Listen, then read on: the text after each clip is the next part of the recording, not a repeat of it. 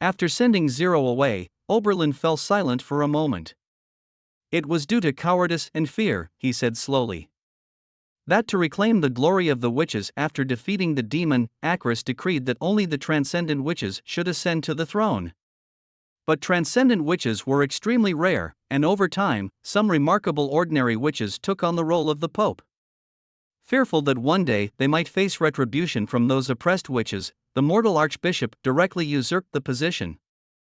Oberlin intently told Maine that this secret must be kept within his heart. As for the other parts of history, Maine will come to know them in illusion chamber. Oberlin said even if Maine decide to let go of the Pope position, it could also be a good decision. Maine didn't quite grasp the weight of Oberlin's words, but he noticed that Oberlin's breath was fading, his eyes slowly closing. In the final moments, Maine thought he heard an apology, a whispered, "I'm sorry." In the border town, Agatha dressed up and, after breakfast, accompanied Wendy to Roland's office. Roland first inquired about Agatha's well-being and how she felt about the breakfast. Instead of replying immediately, Agatha studied the prince. For the first time, she found herself unable to read a mere mortal. Roland suggested that Agatha could tour the town with Nightingale or inquire Scroll about the books she might want to read. Shaking her head, Agatha showed no interest in these offerings. All she wanted to know was how Roland planned to prove that ordinary people could defeat the demon. Roland shrugged. Besides heavy industry, light industry, and people's livelihoods are also important. He don't know why Agatha so interested in cannons. Agatha frowned, once again confronted with unfamiliar terms. Roland chuckled, offering no explanation, but promised to show her the latest weaponry in the afternoon. Before, Roland had wanted to ask about the daily lives of the people in the holy city of Takira from 450 years ago, such as what they ate. Agatha was taken aback by such a question, not expecting him to be curious about such matters. She explained that she never paid attention to what ordinary people ate. As for the guards and servants in her tower, they were provided with 3 meals a day. Apart from the month of the demons, they would have meat once a week. When the topic of wages came up, Agatha remarked, mortals serving her and dedicate their lives to her. In return, she provide them with shelter and food, and impart knowledge to them. She felt there was no need to offer them any additional wages. Roland's curiosity grew as he listened. After those initial questions, he moved on to inquire about Agatha's knowledge of magic power and magic stones. Agatha explained that magic stones originated from the god punishment stones. However, their research on this topic cost them a lot of time and effort. To gain more insights, Roland would have to exchange it with knowledge that could increase the chances of a witch's awakening. Roland agreed. Tilly showed Agatha her flying magic stone and asked why they chose to walk when they had access to such stones. Agatha explained that while they understood magic power and magic stones, they couldn't manufacture the stones themselves. She went on to reveal that the stones were a creation of the demons. Within the demon species, there exists a peculiar kind they refer to as the Chaos Beast. Once these creatures consume a god punishment stone, they can produce various magic stones. They had once captured one alive. Although it continuously produced magic stones, they didn't know how to care for it properly, and the Chaos Beast died after just 6 months. Common demons also use magic stones in combat, Agatha explained. The type of stone that Tilly possesses likely belongs to one of the more powerful demon leaders. When Roland asked if the demons had always had these stones, Agatha rolled her eyes, telling him, if what Roland implying were true, humans would have been annihilated long ago. During the First Divine War, most demons didn't wield magic stones. They relied on their enormous strength, donned heavy iron armor, and attacked human cities with iron spears. This is well documented in historical records. The war raged on for centuries. Ultimately, humans were defeated and retreated to the plains. By the time of the Second Divine War, the demons' tactics had evolved significantly. That war only lasted 35 years before they were thoroughly defeated, largely due to the vast disparity in numbers. As to how these demons reproduced, Agatha admitted she didn't know. However, she did know that demons cannot survive outside of the red mist. The flying and other beasts of the demons, however, didn't require this mist for survival. Upon being shown a photograph by Roland, after hearing their encounter, Agatha recognized the presence of demons in the forest. She suddenly stood up, her voice trembling with excitement, saying those were squat stone towers, they are devices to produce and store the red mist. She wanted to attack the demon camp. Upon hearing the proposition to launch an offensive attack against the demons, the witches inhaled sharply in surprise. Agatha said, if there are watcher demons in place for surveillance, it's guaranteed that there is a chaos beast within the camp. Otherwise, a small outpost in such a remote location, nestled between mountains and sea, wouldn't deploy rare high-ranking demons for protection. Roland recalled the highly corrosive nature of the red mist and how they couldn't get close to it. Agatha clarified, the red mist is only effective against witches. Ordinary humans, animals, and plants can survive beneath it, and flames can accelerate its dispersal. Agatha stated bluntly, this could be an opportunity for Roland to show her firsthand how mortals can win over demons. Pointing at Tilly, she suggested, Roland could use the flying witches to distract the flying beasts. Roland chuckled, shaking his head, telling her that last reconnaissance wasn't carried out by flying witches but by a hot air balloon. This transportation tool can only accommodate about 10 people and isn't suitable for transporting soldiers. Furthermore, Agatha's plan isn't foolproof. They don't know the number of enemies they are facing, and he don't want to see casualties. A wave of irritation washed over Agatha. She thought to herself, how could there possibly be a perfect plan when battling demons? How could there not be casualties? This prince is undoubtedly deceiving her. Only someone who's never experienced the brutality of war would be so concerned about the life and death of their troops.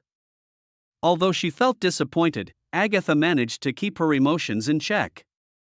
She kept these thoughts to herself, deciding to reserve her judgment until after seeing the new weapons. However, her hope in Roland had greatly diminished, and she didn't harbor much expectation for these new weapons. A prince who only knew of battles from books, a group of supporting witches, and frail, powerless mortals, how could they ever defeat the demon? She slowly took a seat. When asked why they named the war against the demon invaders the Divine War, Agatha responded with a hint of desolation. The annals don't document the reason for the war's name, but that's what everyone calls it, she then continued, revealing that the demons came through the stone gates.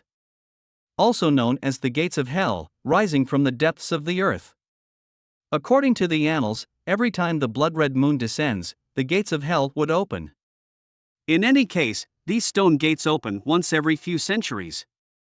Roland clapped his hands, encouraging everyone to stay optimistic.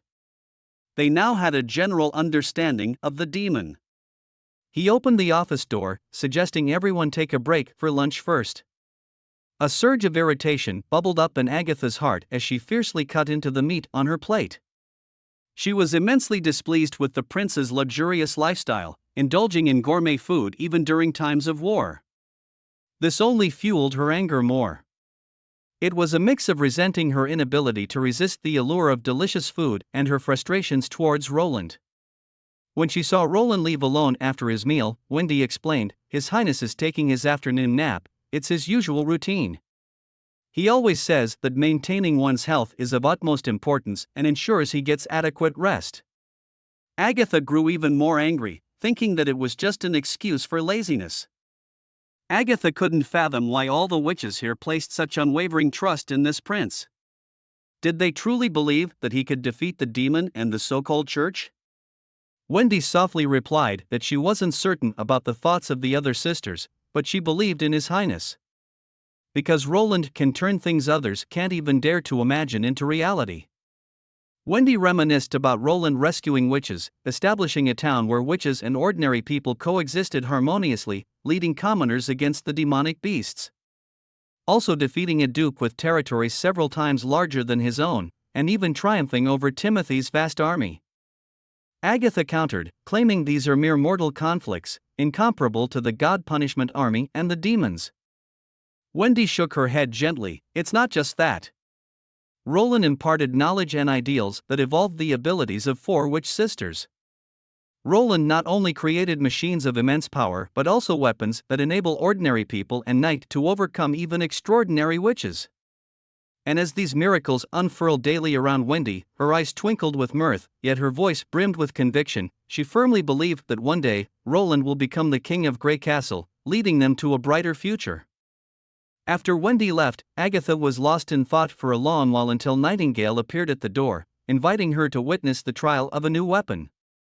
Seeing Prince Roland, who looked drowsy and was yawning, Agatha had a sudden urge to splash a handful of icy slush on his face to wake him up. But she held it in. As they left the castle, it was her first time seeing the full view of the town in daylight. The town was remarkably orderly, even Takara's inner city couldn't boast such neatness and organization. After all, it was just a small town, Agatha thought dismissively and snorted. Turning to Nightingale, she asked, "How many people live here?" Nightingale pondered a bit and said, "It used to be 2,000, but now it's close to 30,000. Agatha initially only heard the 2,000 part and thought Roland was planning to use such a number to fight the demons. But hearing the figure jump to 30,000 made her eyes widen in surprise. How could such a small place house 30,000 residents? Agatha remembered when the population of the Holy City exceeded a certain threshold, the city's demands would multiply. First was the sharp increase in food and water needs, followed by the expansion of slums leading to a deterioration of public order. Having experienced this firsthand, she knew the challenges of expanding a city's population. She thought Nightingale might be misleading her and decided to seek clarity from Wendy. Walking through the bustling streets, Agatha followed the prince and others to climb a segment of the city wall made of mud. Her disappointment deepened. Soldiers saluted Roland, and as they walked along the wall, Agatha soon saw the object of the trial. The weapon's design was quite peculiar. It was a long, metallic cylindrical object. Apart from its fixed stand, there were two shorter tubes attached above and below the main body. She couldn't fathom how it would be used to attack enemies. Roland announced, "This is the latest weapon of Border Town, the emblem of justice and glory, the 152mm Fortress Standard Cannon." Agatha couldn't help but frown. Justice and glory? Fortress Standard? The terms sounded frivolous. The subsequent explanations seemed to be full of crap, forcefully coined terms. Was this truly the knowledgeable Prince Wendy spoke of, who was deeply trusted by the witches? After his speech, only Nightingale clapped, making the atmosphere momentarily awkward. Roland cleared his throat and signaled Axe to begin the test fire. Agatha watched intently, not missing a single movement. Roland motioned for everyone to cover their ears. Just as Agatha was about to ask why, an explosive boom sounded next to her. A ringing echoed in her ears as silence surrounded her. The metallic tube emitted an orange-red flame. Nightingale supported her from behind. Agatha looked at the open snowy field ahead but saw no change. Looking puzzled at Roland, Roland explained that the weapon could launch shells, or she could think of them as giant crossbow bolts, to strike distant enemies. There were flags placed at intervals of 1,000 meters, the farthest one being 5,000 meters away. Roland converted the distances using ancient measurements, leaving Agatha stunned. Unfortunately, 5,000 meters was too far for them to see where the shell landed. He then prepared for a rapid-fire demonstration. When the cannon fired a second time, Agatha was prepared and had covered her ears. What she saw next was incredible. The prince was not lying, the weapon indeed fired projectiles, and at a speed that was impossible to track with the naked eye. She saw explosions in the distance.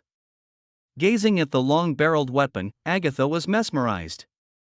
When asked if it was a weapon made by witches, Roland said it was a combined effort of witches and ordinary folks. Agatha felt a crack in her long-held beliefs. Had the Federation been wrong all along? Was what the prince said true? When Tilly saw the new weapon, she was equally astonished. Ashes and Andrea were perplexed about how the weapon could generate such immense power. Tilly felt they had been left far behind in technological advancements, which left her slightly despondent. Seeing the painstakingly assembled ammunition get depleted so quickly, Roland felt a pang of pain in his heart. Still, he had to maintain an enigmatic demeanor to hide his reluctance. The firing process went smoothly, and the results were encouraging, at least judging by Agatha's stunned expression. The cannon's performance surpassed her expectations. However, for Roland, the cannon was far from satisfactory. There were still many technicalities to be refined, particularly the weapons chamber was too small, leading to less than ideal range. After dinner, Roland awaited Tilly in his office. He wanted to discuss their strategy for the upcoming Third Divine War and their shared future. Pouring a cup of tea, Roland handed it to Tilly. Accepting the tea, she blinked, seemingly waiting for him to continue. Roland hoped Tilly can continue saying the strength of the demons is unpredictable. They need to gather all the power they can to have a chance at winning this war. He then mentioned her about the weapon they saw earlier that were capable of defeating the demons. Taking a sip of her tea, Tilly remained silent for a long time. Though Roland tried to maintain a calm face, Roland anxiously awaited her response. Finally, breaking the silence, Tilly asked, if she were to stay, what will happen to the witches back on Slumbering Isle? Suppressing his excitement, Roland said, bring them all to Border Town. He can allocate land specifically for Slumbering Isle witches. They'd still be led by Tilly. He didn't care if those witches couldn't fight for him. He believed support witches could play a significant role. Tilly seemed tempted by the generous offer, keen on both fighting the demons and pursuing her academic interests. However, she expressed concern about the independence of the Slumbering Isle witches. If they relocate to the western regions and a conflict arises, the witches would be defenseless. Before Roland could protest, saying it will never happen, Tilly cut him off, emphasizing the precariousness of relying solely on verbal assurances. She posed a question that left Roland stumped. If the roles were reversed, would Roland simply entrust everything to an ally based on words alone? Roland hesitated. The answer was clear.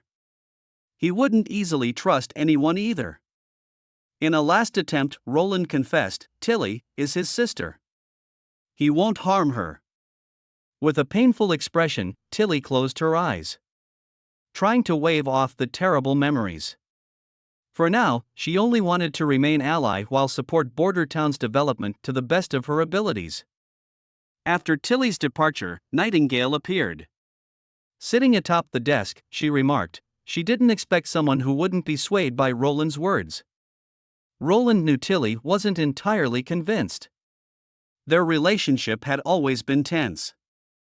But Nightingale was curious about Roland's past antics in the royal palace. As he recounted tales of his mischievous youth, Nightingale commented on how terrible he had been, but also how Tilly didn't seem to despise him now.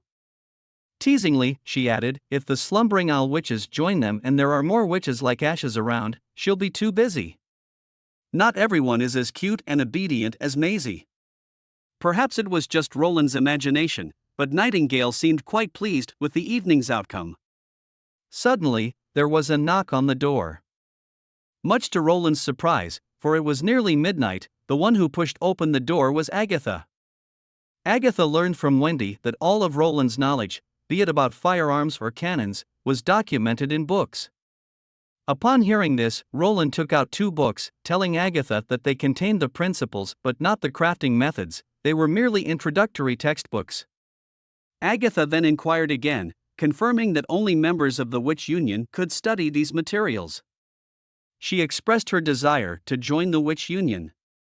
Roland, somewhat curious, remarked that the Witch Union was an organization specific to the border town and that the lord of this small town was just a mere mortal. Agatha lowered her gaze, saying that if weapons can be crafted potent enough to counter demons, while keeping the witches safe and also not in conflict with the Federation, she wouldn't mind collaborating with a mortal. She hesitated for a moment, perhaps finding it a bit difficult to say to serve Roland. Roland had initially thought Agatha would accompany Tilly to the Slumbering Isle. However, Agatha declared she no longer wished to flee, she hoped to witness victory right here. After a pause, Roland said he couldn't ensure they wouldn't be at odds with the Federation. Roland, suspecting the Federation might not have disbanded but rather rebranded and gone underground. Based on the information Agatha provided about their escape from Takira, Roland deduced that when the Federation, with their transcendent witch leading and a group of saintly warriors, migrated here, they shouldn't have gone unnoticed. He suspected the Church might be the new face of the Federation. He doubted that mere mortals could wrest control from witches, suggesting instead that the Federation witches might have turned the Federation into an organization that hunts their own, making it easier to mass-produce the God punishment soldiers. Agatha listened in disbelief to Roland's words, though Roland mentioned it was only a hypothesis. Retrieving 2 hefty books from the bookshelf, he presented her with chronicles penned by the Church itself and the annals of the 4 great kingdoms documented by astrologers, suggesting Agatha give them a read. With utmost seriousness, Roland stated that the Church must be eradicated at all costs. If Agatha was willing to stand by his side against the demons, he would welcome her into the Witch Union. The following day, in the back garden, Agatha showcased her powers. Scroll documented her ability, which was to generate cold, which, after evolving, allowed her to solidify objects even at room temperature. When questioned about the evolution of her powers, Agatha shared how she'd continually tried to chill water more rapidly. Until a particular scene she saw led to her epiphany that everything existed in 3 states: gas, liquid, and solid. This realization of hers was then recorded in the universal laws. Upon Roland's inquiry about what the universal laws were, Agatha was taken aback by his apparent lack of surprise. Roland commented on the ubiquitous presence of gases in the world, adding it was a regular occurrence. He mentioned there were different gases, each with unique boiling and melting points, all of which were common knowledge in the books. A sudden weight pressed on Agatha's chest. Pouting, she explained that the universal laws documented the insights and journeys of high-order awakeners as their powers evolved. Roland once again welcomed Agatha and subsequently assigned her to the alchemy workshop. During lunch, Roland pondered on the large-scale production of nitroglycerin. The most crucial step was temperature control. If the temperature of a large reaction container could be maintained, nitroglycerin could be produced safely in large batches. However, he wasn't entirely sure if this approach was feasible. At the dining table, he shared lunch with Margaret. She assumed Roland's concern was due to the high costs of transporting refugees, causing him to be distressed. Roland waved off the idea, expressing that his mind was on something else and conveyed his gratitude for everything Margaret had done. After slowly finishing her soup, Margaret regretfully mentioned she might not be able to visit the border town as often the next year. She explained that Timothy had issued an order prohibiting the trade of saltpeter. This revelation made Roland puzzled. According to the information Margaret had gathered from City Hall, the royal capital seemed to be planning a comprehensive blockade and sanctions on the western regions. It wasn't just saltpeter, even merchants might be stopped at Crimson Water City. This would not only affect Border Town, but also Chang'e Stronghold and Willowtown would be impacted. Although many nobles were against it, Timothy had no intention of retracting the order. Thus, Margaret probably wouldn't be able to visit Border Town next year. Roland realized he had pushed Timothy to the brink, but trade was the Achilles heel of Border Town. Currently, the municipal treasury held a limited amount of gold. And saltpeter, essential for the mass production of acid, was in short supply. This would cause significant delays in the weapons upgrade. If no merchants came to Border Town, its economy would collapse. Standing up, Roland spoke to Margaret, assuring her that this situation wouldn't last long. The next time she visited, she would see an entirely transformed city. Margaret looked at him, somewhat surprised. Roland explained that once the month of the demon concluded, he would establish a direct trade route connecting to the fjord. He invited Margaret to be part of it. Margaret, with evident curiosity, pointed out that there seemed to be no good port here that led to the sea. Roland replied, "Not now, but he can build one." He planned to set up a port in the southern part of Border Town, leveling the coastal ridges to facilitate the transportation of goods from the Western Territory. Roland hoped Margaret would provide ships to handle the transport and sales. Soon, Roland had his guards bring in the newest products of Border Town. A guard entered, presenting a plate filled with transparent crystal bottles. Margaret, driven by curiosity, uncorked one and sniffed. Her eyes instantly lit up. It was perfume. She examined the bottle from every angle, clearly enamored. Compared to the products from the royal capital, this perfume seemed even more fragrant. Generously, Roland gifted Margaret several bottles. When she inquired about the annual production capacity, Roland mentioned it could be tenfold that of the royal capital. However, internally, Roland knew that with Leaf and Evelyn, he could produce even more. But rarity adds value. He hoped Margaret could act as an agent to sell these goods. Margaret agreed without hesitation. She was well aware of the golden opportunity in front of her. Outside the window, the snow grew heavier, large flakes as big as fingernails fell from the sky. Looking out, the town was covered by snow.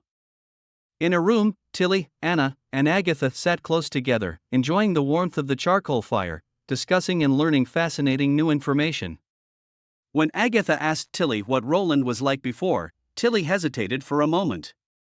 Then said he was arrogant and timid, also very obstinate. Overall, he had a terrible character, she said with a hint of complaint.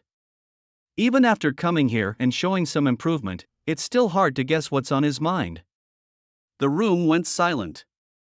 Tilly felt the strange gaze of the other two. Anna chuckled, indicating that it was the first time she'd heard Tilly speak like that. Realizing she had spoken too freely, Tilly felt she had been impolite, especially coming from an ally. Perhaps she had been too relaxed recently. Before Tilly could explain herself, Anna waved her off with a smile, saying the prince wouldn't mind such words. Anna reasoned that Roland probably had his own difficulties and past regrets. Tilly was surprised, as Roland never discussed these things with Anna. Anna added that she never asked and believed that if Roland wanted to share, he would. From their conversation, Agatha inferred that Roland had changed significantly from his past self. There were rumors in the Exploration Society that the more extraordinary a person, the more peculiar habits they might possess. Such a transformation in Roland might be seen as a normal phenomenon.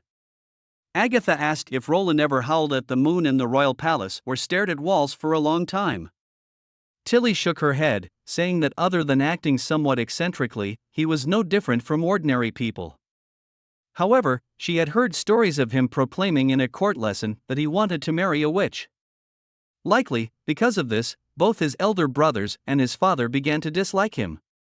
Agatha mentioned that marrying a witch was a grand ideal in Takira. Tilly clarified that times were different 400 years ago. If he married a witch, he wouldn't have an heir to inherit everything. It was unthinkable for a prince.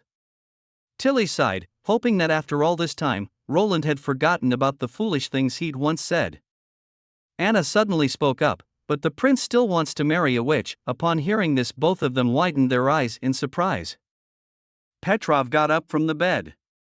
The woman beside him turned over, her sleepy eyes fluttering open, telling him it was too early. She exhaled warmly by Petrov's ear, coaxing him to stay with her a bit longer. As Petrov got dressed, he explained he had official duties to attend to. The woman reached out, looping an arm around his waist, reminding him, even if Roland has taken Changji's stronghold, Petrov is in control here. Petrov fondly patted her head, replying, "But His Highness is the true lord of the Western territories." Outside, the biting cold air reminded him of a journey he made a year ago, when he had braved a snowstorm, sailing to the border town to deliver a threat letter from Changji's stronghold on behalf of Duke Ryan. And now, he was on his way to the border town again. As he walked through the outer city district, heading for the docks, a commotion from a street corner drew his attention. Distinct shouts of "demon" and "hang her" pierced the air. Petrov sent a knight beside him to investigate. It didn't take long for the knight to control the scene. 2 children and an elderly woman were kneeling on the ground. The children's clothes were ragged, making them appear all the more pitiable in the biting cold. The old woman suddenly pointed at a red-haired girl, accusing her as a demon and telling Petrov, "This girl has become a witch." A blond boy stood in front of the girl, his posture aggressive as if ready to pounce, his face covered with fresh bruises. He shouted, "Witches aren't minions of demons." Petrov disregarded the boy, addressing the old woman, asking her how is she sure that the girl is a witch. The elderly woman went on, urging Petrov to hang the girl. Growing impatient, Petrov demanded the full story. Reluctantly, the old woman explained that she was a follower of the church, waiting for the holy city of Hermes to send a new priest and rebuild the Western Church in Changji stronghold. By chance, she had witnessed the red-haired girl using magic to remove snow from the rooftops of local homes. In her recount, the old woman constantly lamented the absurd teachings of Roland and the theater's twisted performances such as the Witch Diary that muddled right from wrong. After listening, Petrov instructed his knights to take the elderly woman for further interrogation and to arrest all the followers associated with her before his return. Before the woman could protest further, a knight silenced her with a sharp slap. Petrov then turned his attention to the terrified young girl, asking her to demonstrate her abilities. The blond boy once again stepped up to protect the girl. Falling to her knees, she showed no immediate response, evidently frightened. Petrov continued, stating that if she could prove herself a true witch, he would provide her shelter. Hesitantly, she stretched out her hands into the snow, forming a snowball. Slowly, the snowball melted into water in her hands. Petrov reached for the young girl, telling her to accompany him. When she lifted her head to ask where they were going, he smiled and told her, a place suitable for a witch. An attendant beside him gently lifted the girl, continuing their journey towards the dock. The blond boy tried to rush forward but was held back by several knights. His shouts gradually faded into the distance. Aboard the ship, Petrov draped a coat over the girl and served her a bowl of hot porridge. The girl introduced herself as Paper, a street urchin. She took a sip of the porridge and burned her tongue, but eventually managed to finish the warm meal.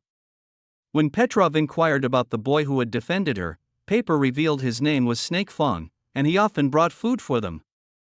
She expressed her hopes that Petrov wouldn't capture him. Paper then shared her story. Knowing that people no longer feared witches as they once did, she used her powers to clear the accumulated snow from residents' rooftops in exchange for food. However, she had only cleared snow from 3 houses.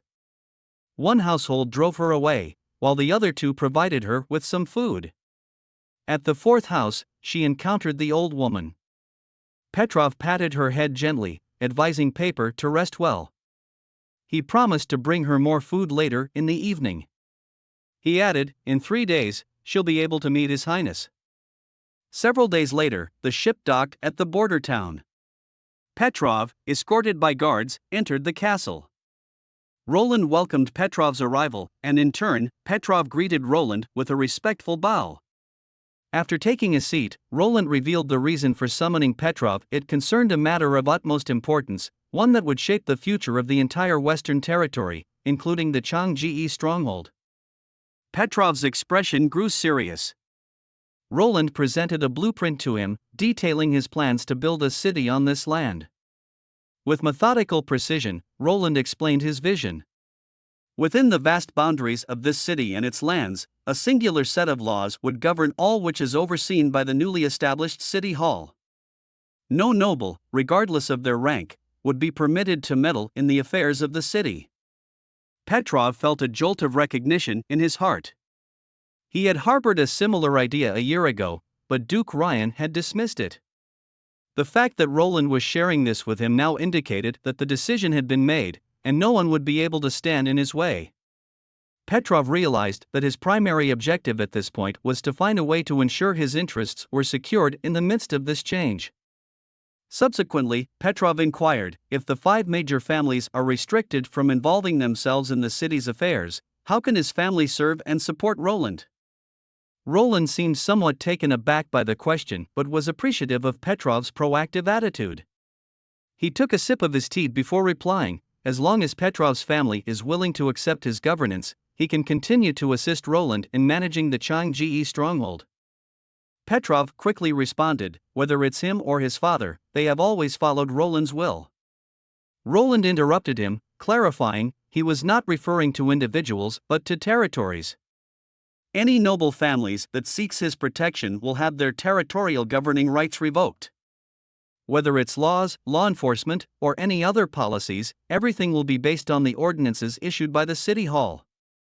Petrov hesitated for a moment. Roland continued, the territories can still be passed down from generation to generation, including their noble titles. They are still free to manage various industries and own businesses. These industries and lands will belong to their family, and no one will infringe upon them. The territories they possess remain unchanged compared to before. In fact, under the stimulus of the new policy, they might even flourish even more. Petrov didn't provide an immediate answer. After excusing himself, Nightingale appeared, asking Roland whether if he think Petrov will agree. Roland took a sip of his warm tea. He was not certain. Petrov has to persuade his father first. If they don't agree, it would be very regrettable. Nightingale knew Roland was fond of Petrov.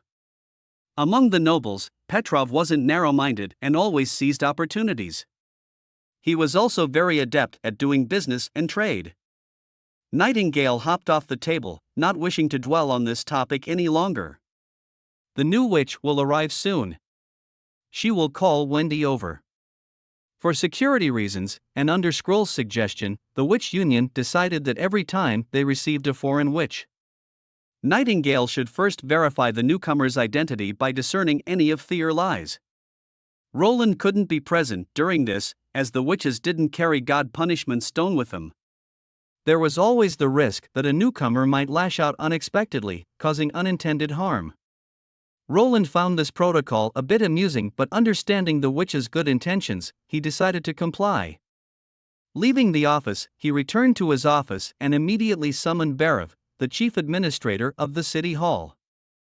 Berev was surprised that Roland wanted to recruit witches with a monthly salary of 1 gold. Roland explained that this salary was on par with other top professional positions, and by offering it, he was not just giving them a wage but also affirming their status here in the western region. Berev inquired why Roland didn't mobilize the people to seek out witches, just like how he did with the spies. Roland replied that he didn't want to mimic the church's methods, he hoped the witches would come forward willingly. Just as Berev was taking his leave with a bow, Wendy entered swiftly, informing Roland that the identity of the new witch had been verified. Roland chuckled, commenting that they were being overly cautious. Wendy firmly replied that such prudence was necessary, emphasizing that Roland's personal safety was their top priority. Roland was deeply moved and instructed Wendy to bring in the new witch. The girl was about 15 or 16 years old, with dirt-matted red hair, and her eyes radiated timidity and panic.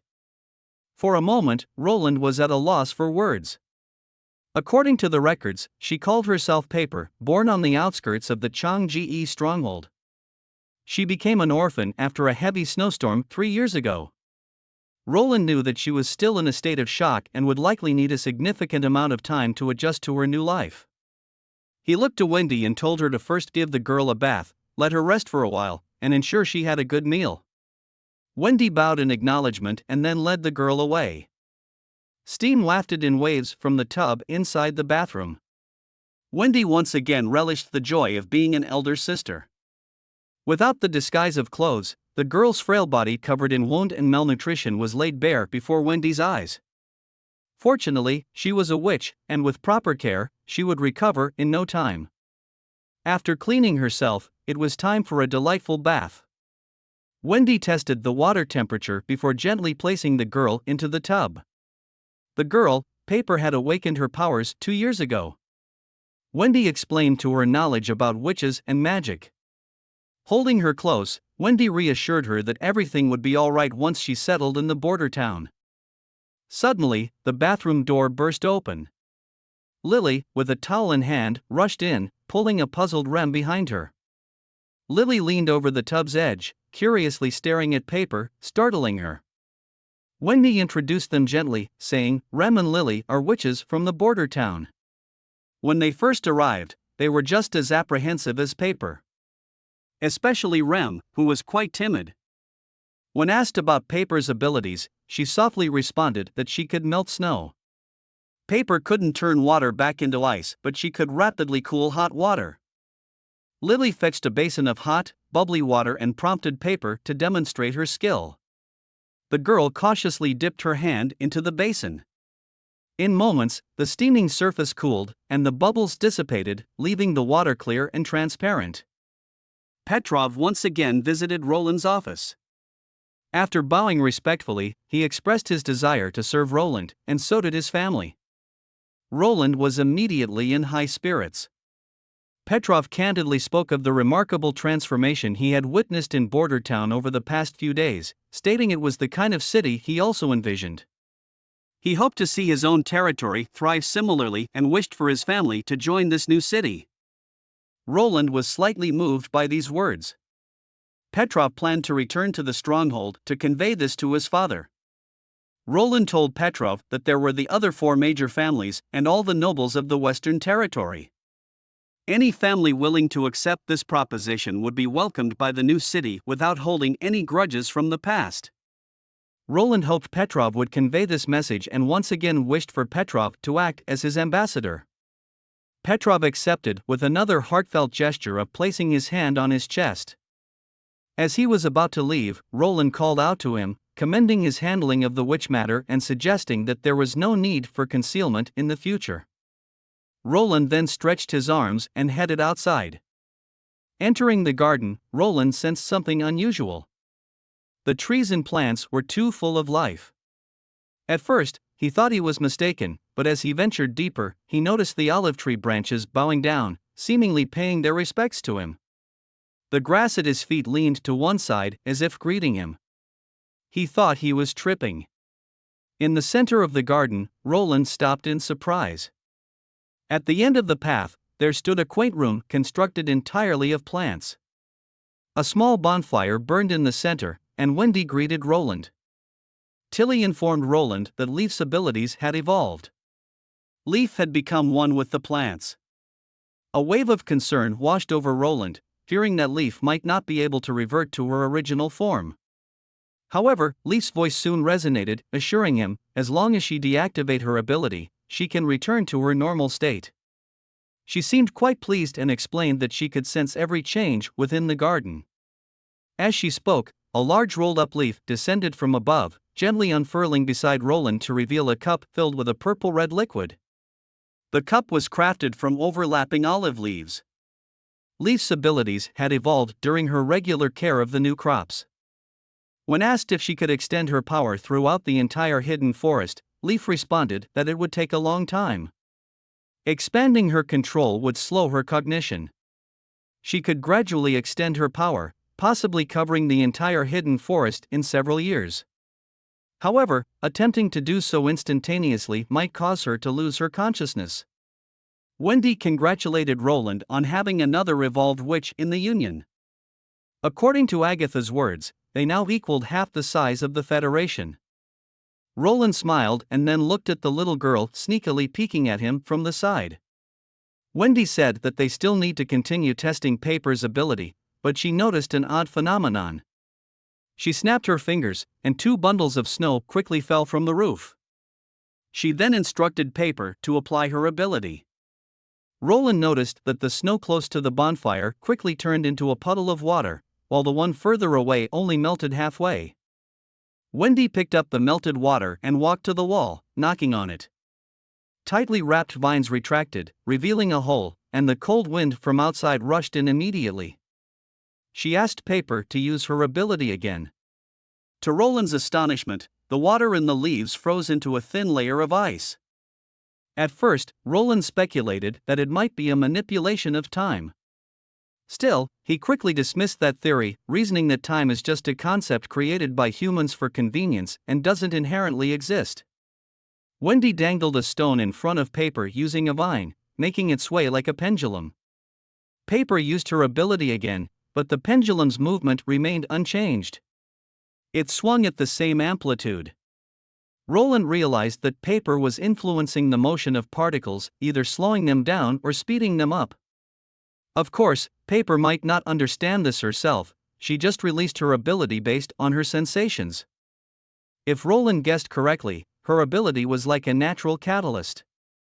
If Paper's ability stabilizes, Border Town might witness a new peak. Just then, a melodious bell tolled from the northwest direction. It was a warning of the demonic beast attack. Nightingale suddenly appeared and rushed over. Roland told her to be careful.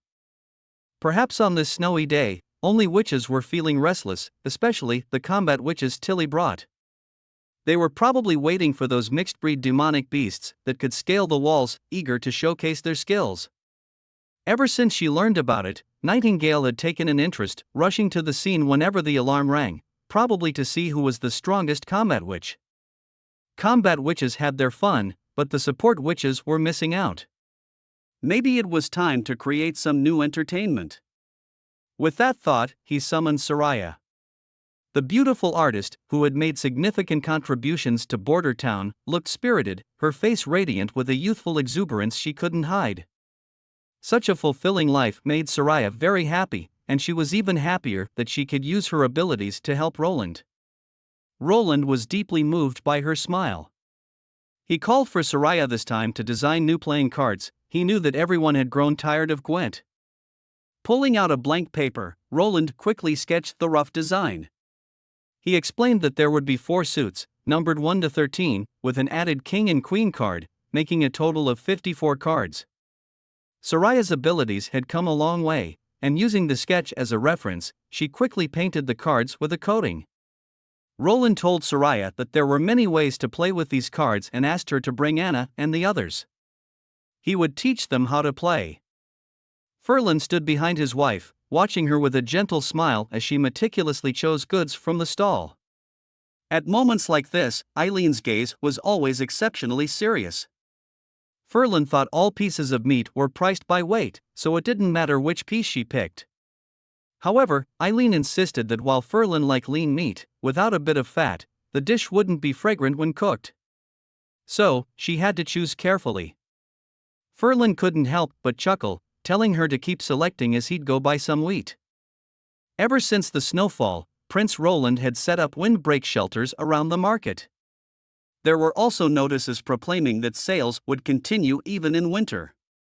This meant that throughout the daunting month of the demons, the town would still offer a steady food supply. People in line recognized Ferlin and even offered him their spots. However, Ferlin showed his gratitude but took his place at the end of the line.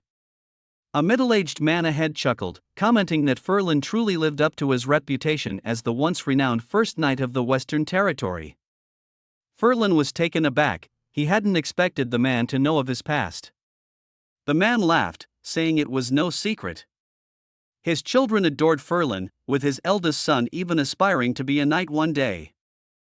Ferlin smiled, and then realized that perhaps, in the future, His Highness wouldn't need knights anymore. When Ferlin was the Duke's knight, most commoners wouldn't dare meet his gaze, let alone having a conversation with him. After his defeat and capture, bringing him to this border town, he had assumed he would merely serve under a different lord. Yet, to his surprise, he eventually became a teacher, imparting knowledge to commoners, and during his time being a teacher, he earned people's respect. This respect felt entirely different from his knightly days. People no longer avoided or distanced themselves, instead, they hoped to draw closer to him. Perhaps, he mused, he wasn't meant to be a knight after all. Soon, it was his turn in line. Behind the counter stood a girl, one of the first students he had taught. He was pleased to see his former student now working at the town hall. A look of delight spread across her face after seeing Ferlin. They then exchanged some words. Not wishing to delay others, Ferlin purchased a batch of wheat, hoisted the sack over his shoulder, and stepped aside. Just then, a flash of blue caught his eye. A stunning woman with rare blue hair and delicate features. Ferlin felt as though his blood had frozen, not because of her extraordinary beauty, but because he recognized her. He had seen her likeness in his family's grand hall. And a large portrait of her was hanged in the grand hall. If his memory served him right, she was depicted as the founder of his family lineage. Eileen's voice pulled him from his disarrayed thoughts, and he responded distractedly. Back home, the image of the woman continued to haunt him. Why, he wondered, had he seen an ancestor of his family in the town? After much contemplation, he decided to return to the Changji stronghold. He knew too well that having left his family, he shouldn't set foot in the family territory again. But he knew he had to tell this to his father. Upon arriving, to Furlan's astonishment, the first to greet him was his younger brother, Miso. Noticing Furlan was alone without any attendants, Miso tauntingly asked if Furlan had returned to ask for money. Furlan calmly replied that he wasn't there for money and had no intentions of contesting for the heir's position. Furlan said he have a comfortable life being a teacher in the border town. When Miso heard that Furlan was teaching commoners in the border town, he dismissed it as a fabricated tale. Miso even went so far as to insult Eileen. Suddenly, a stern voice echoed from behind, causing Miso to flinch. Furlan turned to find the voice and was met with the gaze of his own father. The nobleman stated firmly that Lady Eileen was in no way inferior to any noble. Miso needed to be respectful. Without sparing another glance at his younger son, the nobleman instructed Furlan to join him in the study. Furlan followed his father to the mansion's second-floor study room.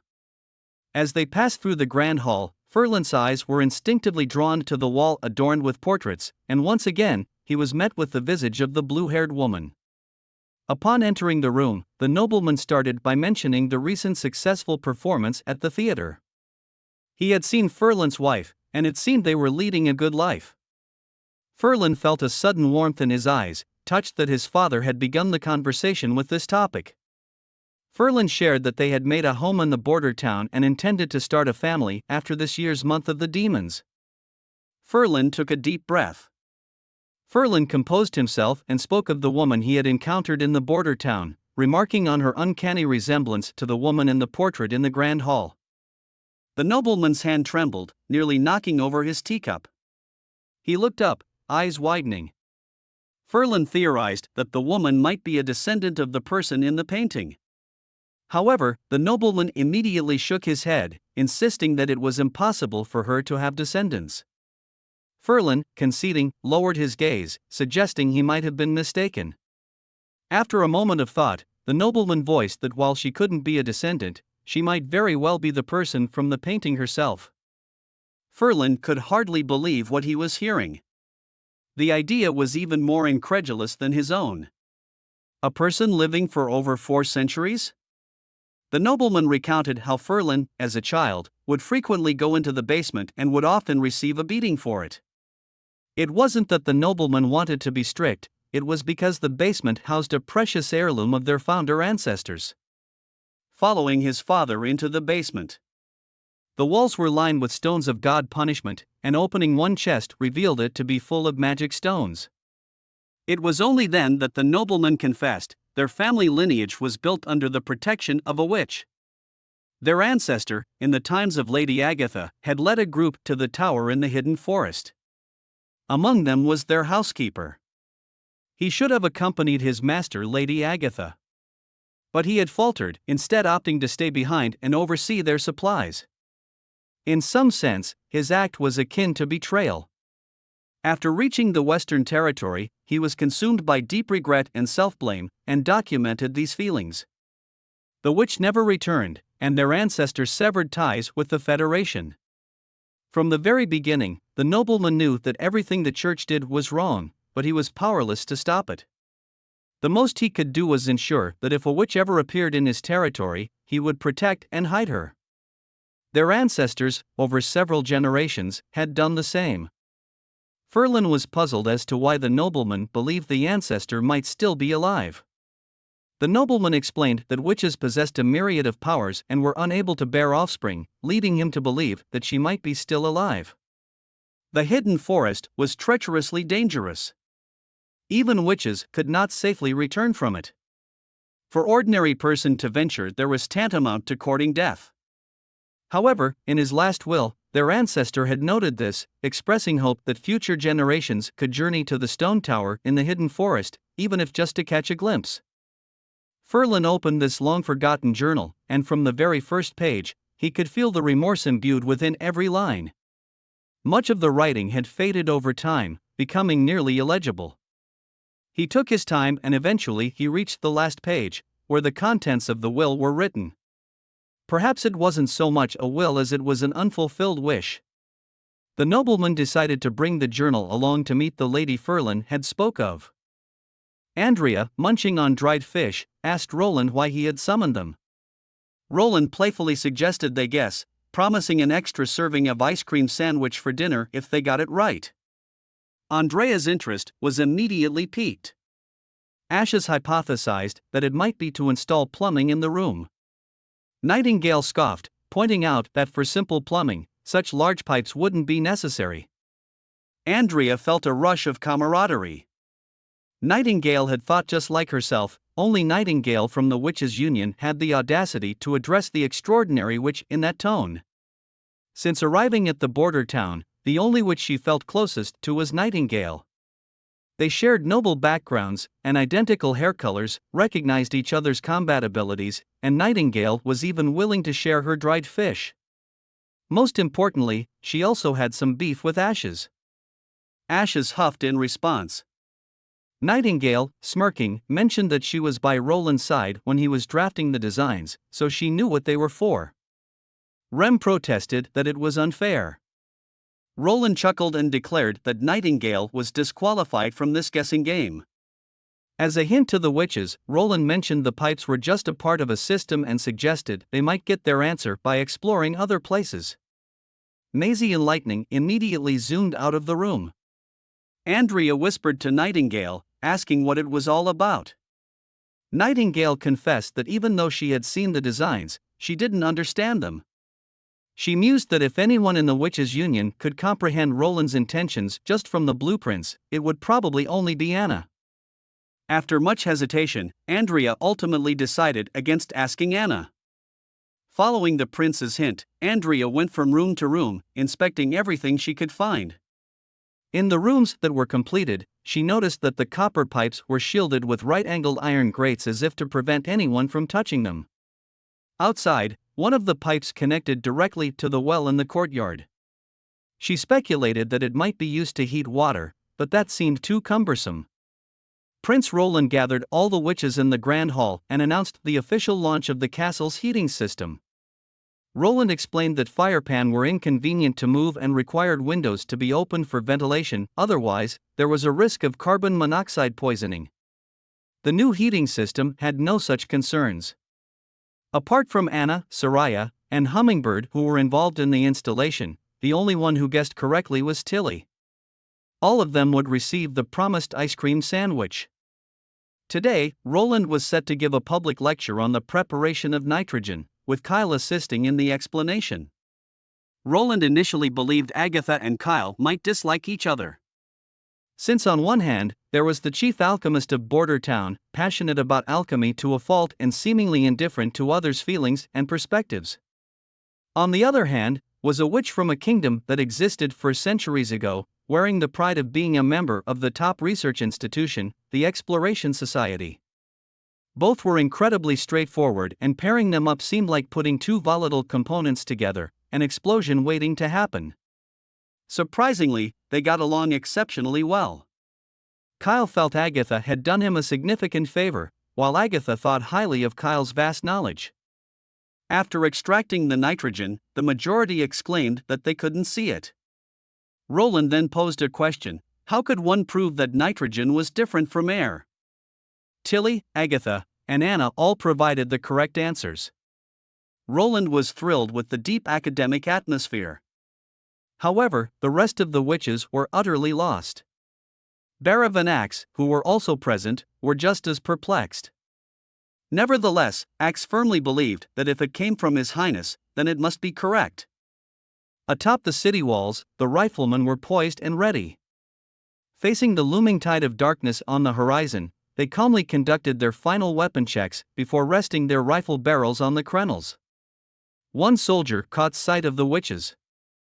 Another remarked on how beautiful they all looked, recalling how the church had painted them as ugly and terrifying before he came to the border town. Yet another said, not only were they beautiful, but they were also incredibly powerful. He spoke of Ashes wielding the massive sword, able to bring down a mixed-breed demonic beast with a single strike.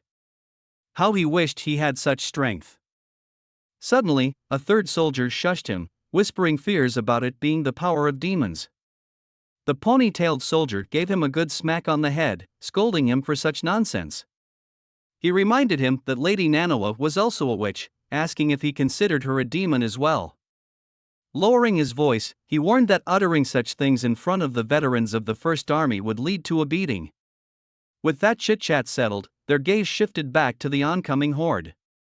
This wave of demonic beasts wasn't much different from previous encounters, but then they spotted something massive within, an enormous demonic beast, unlike any they'd seen before. It was much taller than the city wall itself, its massive horns and teeth were size of a full-grown man. They knew rifles would be useless against such a creature, they'd need the artillery crew. Glancing towards the position of the new cannon, its silvery barrel was already in motion. The gun slowly pivoted, aiming directly at the charging behemoth. A brilliant flash lit the scene, followed by a deafening roar. Unfortunately, it was missed. Andrea and Ashes hurried over upon hearing the commotion. As they arrived, a second earth-shaking roar resonated, this time, striking the colossal demonic beast squarely in the chest. The monster stiffly fell sideways with a heavy thud, its immense weight echoing across the battlefield, squishing many demonic beasts along the way. Unable to contain their exhilaration, the soldiers let out a triumphant cheer. Even such a fearsome and ferocious enemy couldn't stand against the mighty weapon invented by His Highness. And everyone on the city walls began to chant Roland's name. Roland only received the news after the battle had concluded. Upon rushing to the city wall, the massive body of the demonic beast still lay silently in the snow. Agatha, who had followed him, widened her eyes in recognition. She identified the creature as a hell dreadbeast. Agatha explained that several towns had been flattened by the hell dreadbeast's rampages. However, they were only ever seen as the ominous blood moon drew near. Roland, then recalling the diary entries mentioning that when the sky displayed a blood-red moon, the gates of hell would open again, he asked for an explanation. Agatha replied, implying that their time was running short, with at most 5 years remaining. At first, Roland was shocked but felt a bit relieved after fully understanding her words. Agatha looked at Roland, noticing his lack of urgency. Roland commented that 5 years are plenty. Based on their current pace of development, he'd be able to equip the entire army with new firearms in just 1 more year. 5 years would grant him ample time to ensure that the land, population, and resources reached a higher standard. He hoped to establish 3 more industrial cities that would provide a constant supply of food and ammunition, along with providing basic education for the people. By the end of 5 years, he could line the entire city walls with these cannons. It seemed as though Agatha had made up her mind. She took a deep breath and promised Roland that she would do her utmost to produce liquid nitrogen and liquid oxygen for him. Looking at Roland straight in the eyes, before she could finish her sentence, Roland reassured her that they would definitely defeat the demons. By evening, Evelyn returned to her apartment. The warmth of the hallway enveloped her immediately. The difference between the inside and the outside of the apartment felt like 2 different worlds. Walking through the living room, she noticed Andrea, Ashes, and Savvy engaged in a game of poker. Each of them had several pieces of paper stuck on their face. Andrea explained that the one with the most paper would owe the winner an ice cream sandwich the next time. Andrea invited Evelyn to join in. Evelyn pointed out that final exams were approaching, suggesting that everyone should be studying. Andrea responded by saying that the material was easy for her, and both Ashes and Savvy nodded in agreement. It was then that Evelyn remembered Andrea came from nobility, and both Ashes and Savvy can read and write. Politely declining the invitation, Evelyn chose to head back to her room and study. The next day, the witches sat together in the classroom, awaiting Scroll to distribute the exam papers. Andrea was mentally counting, besides the ice cream sandwich everyone would receive after the exam, she'd have the additional one she won from Ashes and Savvy yesterday. That meant she could indulge in 3 portions alone. As for the exam, Andrea was fairly confident. The test papers were quickly handed out. She raced through the questions on the first page, but as she flipped the page, she realized she couldn't understand the math problems that followed. Taking a deep breath, she suddenly turned her head to sneak a peek at Nightingale in the row behind her, but Nightingale's expression showcased that she had no idea what was going on. Nightingale was staring blankly at the paper, a quill held to her mouth, her gaze unchanging for a long while. Looking over to Evelyn, she and Maisie were slowly working out the problems with their fingers. And when she glanced at Ashes, she had the same stunned look as Nightingale. During the tension, Scroll announced the end of the exam. Andrea leaned back in her chair, watching as her paper was collected, suddenly feeling that the 3 portions of ice cream sandwich that evening might not be as sweet as she'd imagined. Scroll brought all the papers back to Roland's office. Roland saw a myriad of bizarre answers, or in some cases, he could sense the test-taker's agony and anguish between the lines. Nightingale asked why Anna didn't have to participate. Roland smiled while saying that Anna and Scroll were the ones who had prepared the exam. She then inquired about Tilly, to which Roland explained that Tilly had played the role of the examiner, having done the test in advance to check for any oversights, and had scored full marks. Once all the scores were tallied, he found that the first group of witches from Slumbering Isle had all shown noticeable improvement. Everyone had passed this time. Evelyn's improvement was the most significant. The scores of the 3 newly arrived combat witches were somewhat low.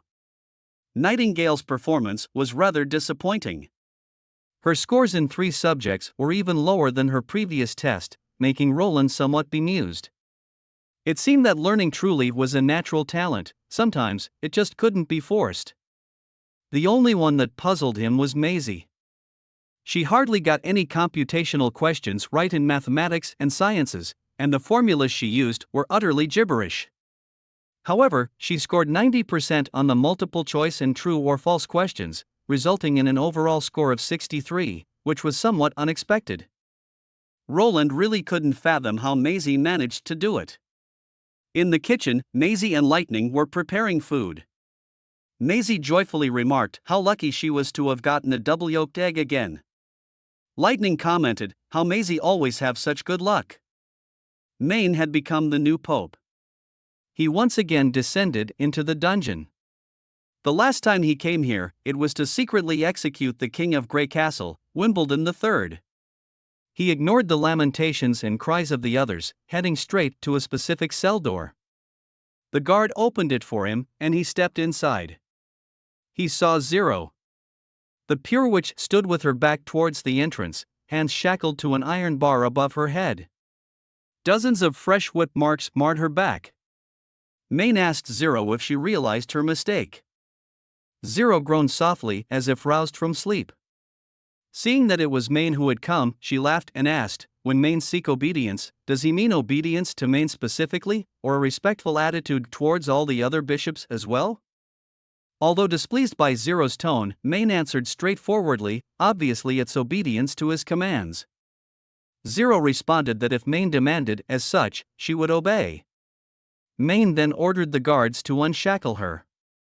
With his staff, he picked up her clothes, tossed them to her, and instructed her to get dressed and follow him. He had a mission for her. Zero casually draped the clothes over herself and followed him out of the long prison corridor. Maine began explaining that this year's month of the demons might last up to 5 months. He commanded Zero and the other pure witches to head to the Grey Castle. They were to exploit the chaos brought by the heavy snowfall to exterminate the rebels. On their list was Timothy Wimbledon and Roland Wimbledon. After waiting a long while without getting a response from Zero, he was about to punish her once again. Maine, with a stern face, turned only to find Zero's lips curled in a smirk, her eyes radiating a dangerous glint. A shimmering light appeared. When Maine opened his eyes again, he found himself standing in a vast plaza. He suddenly realized that this was the old holy city from when he had just become a believer.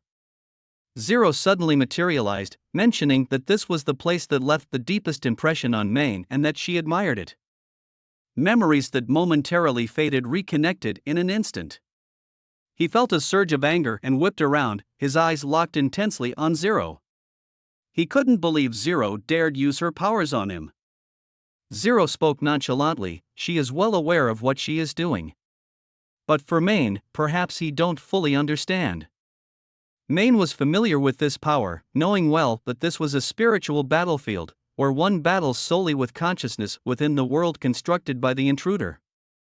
Here, the victor gains all, and the loser is stripped of everything. He reached for the god's punishment stone necklace hidden under his clothing, wondering why it was ineffective. Seeing through Main's thoughts, Zero chuckled, its domain has been nullified. A realization hit Main. Only one person possessed such an ability, Isabella. He felt the sting of betrayal. If he had known earlier, he would have converted them all into God's punishment army. But regrets were futile now. All he could do was take a deep breath and probe for answers. Main quickly regained his composure. He threatened Zero, if Zero kill him, the judgment army outside will notice and apprehend her. And what awaits her won't just be flogging. Zero shook her head, she have no plans to flee. Instead, she aimed to replace Main and ascend to the position of the Pope. Main was taken aback by Zero's declaration, exclaiming, a pure one could never become the Pope. And the one to be crowned in front of the multitude of believers in the Grand Cathedral is Main. No one would recognize Zero as the Pope. Yet, Zero responded, she don't need to show her face. Acting as the Pope's messenger will suffice. After all, Oberlin remained secluded in the holy secret temple for years, and on the rare occasions he ventured out, he would wear a mask. No one will notice a change in the Pope. As Main continued with threats, Zero coolly interjected, once the spiritual battle begins, it cannot be interrupted. Furthermore, no one will apprehend her. Main were mistaken from the very start. Main gazed into Zero's eyes, finding no trace of emotion, only a serene, unwavering gaze staring back at him. Main's mind suddenly raced back to Oberlin's last words, let go of the Pope position could also be a good choice. My child, I'm sorry. He felt as if he had plunged into a chasm of ice. With chilling clarity, Main finally understood everything. Zero then elaborated, this battlefield was orchestrated by Pope Oberlin for them. Once the spiritual battle concludes, the survivor will become the true ruler of the church. Main couldn't fathom why Zero had turned out this way. Perhaps it was the memory she acquired from the king of Wolfheart and Garcia. Slowly approaching Main, Zero explained that the church was originally founded by the Federation. What the old pope did was merely to provide the witches an opportunity to reclaim what was rightfully theirs. She told Main that if he were to win, he could gain the memories Zero had accumulated over 200 years. Main thought to himself, the decision to let Zero activate the secret room was strange from the beginning. Despite being favored by Oberlin, she was just a witch, and shouldn't have access to the church's deepest secrets. Remembering when Zero had unlocked the room, and she said this was also her first time here. Pieces was coming together. Unfortunately, Main had overlooked this. Main asked Zero where she would lead the church if she won.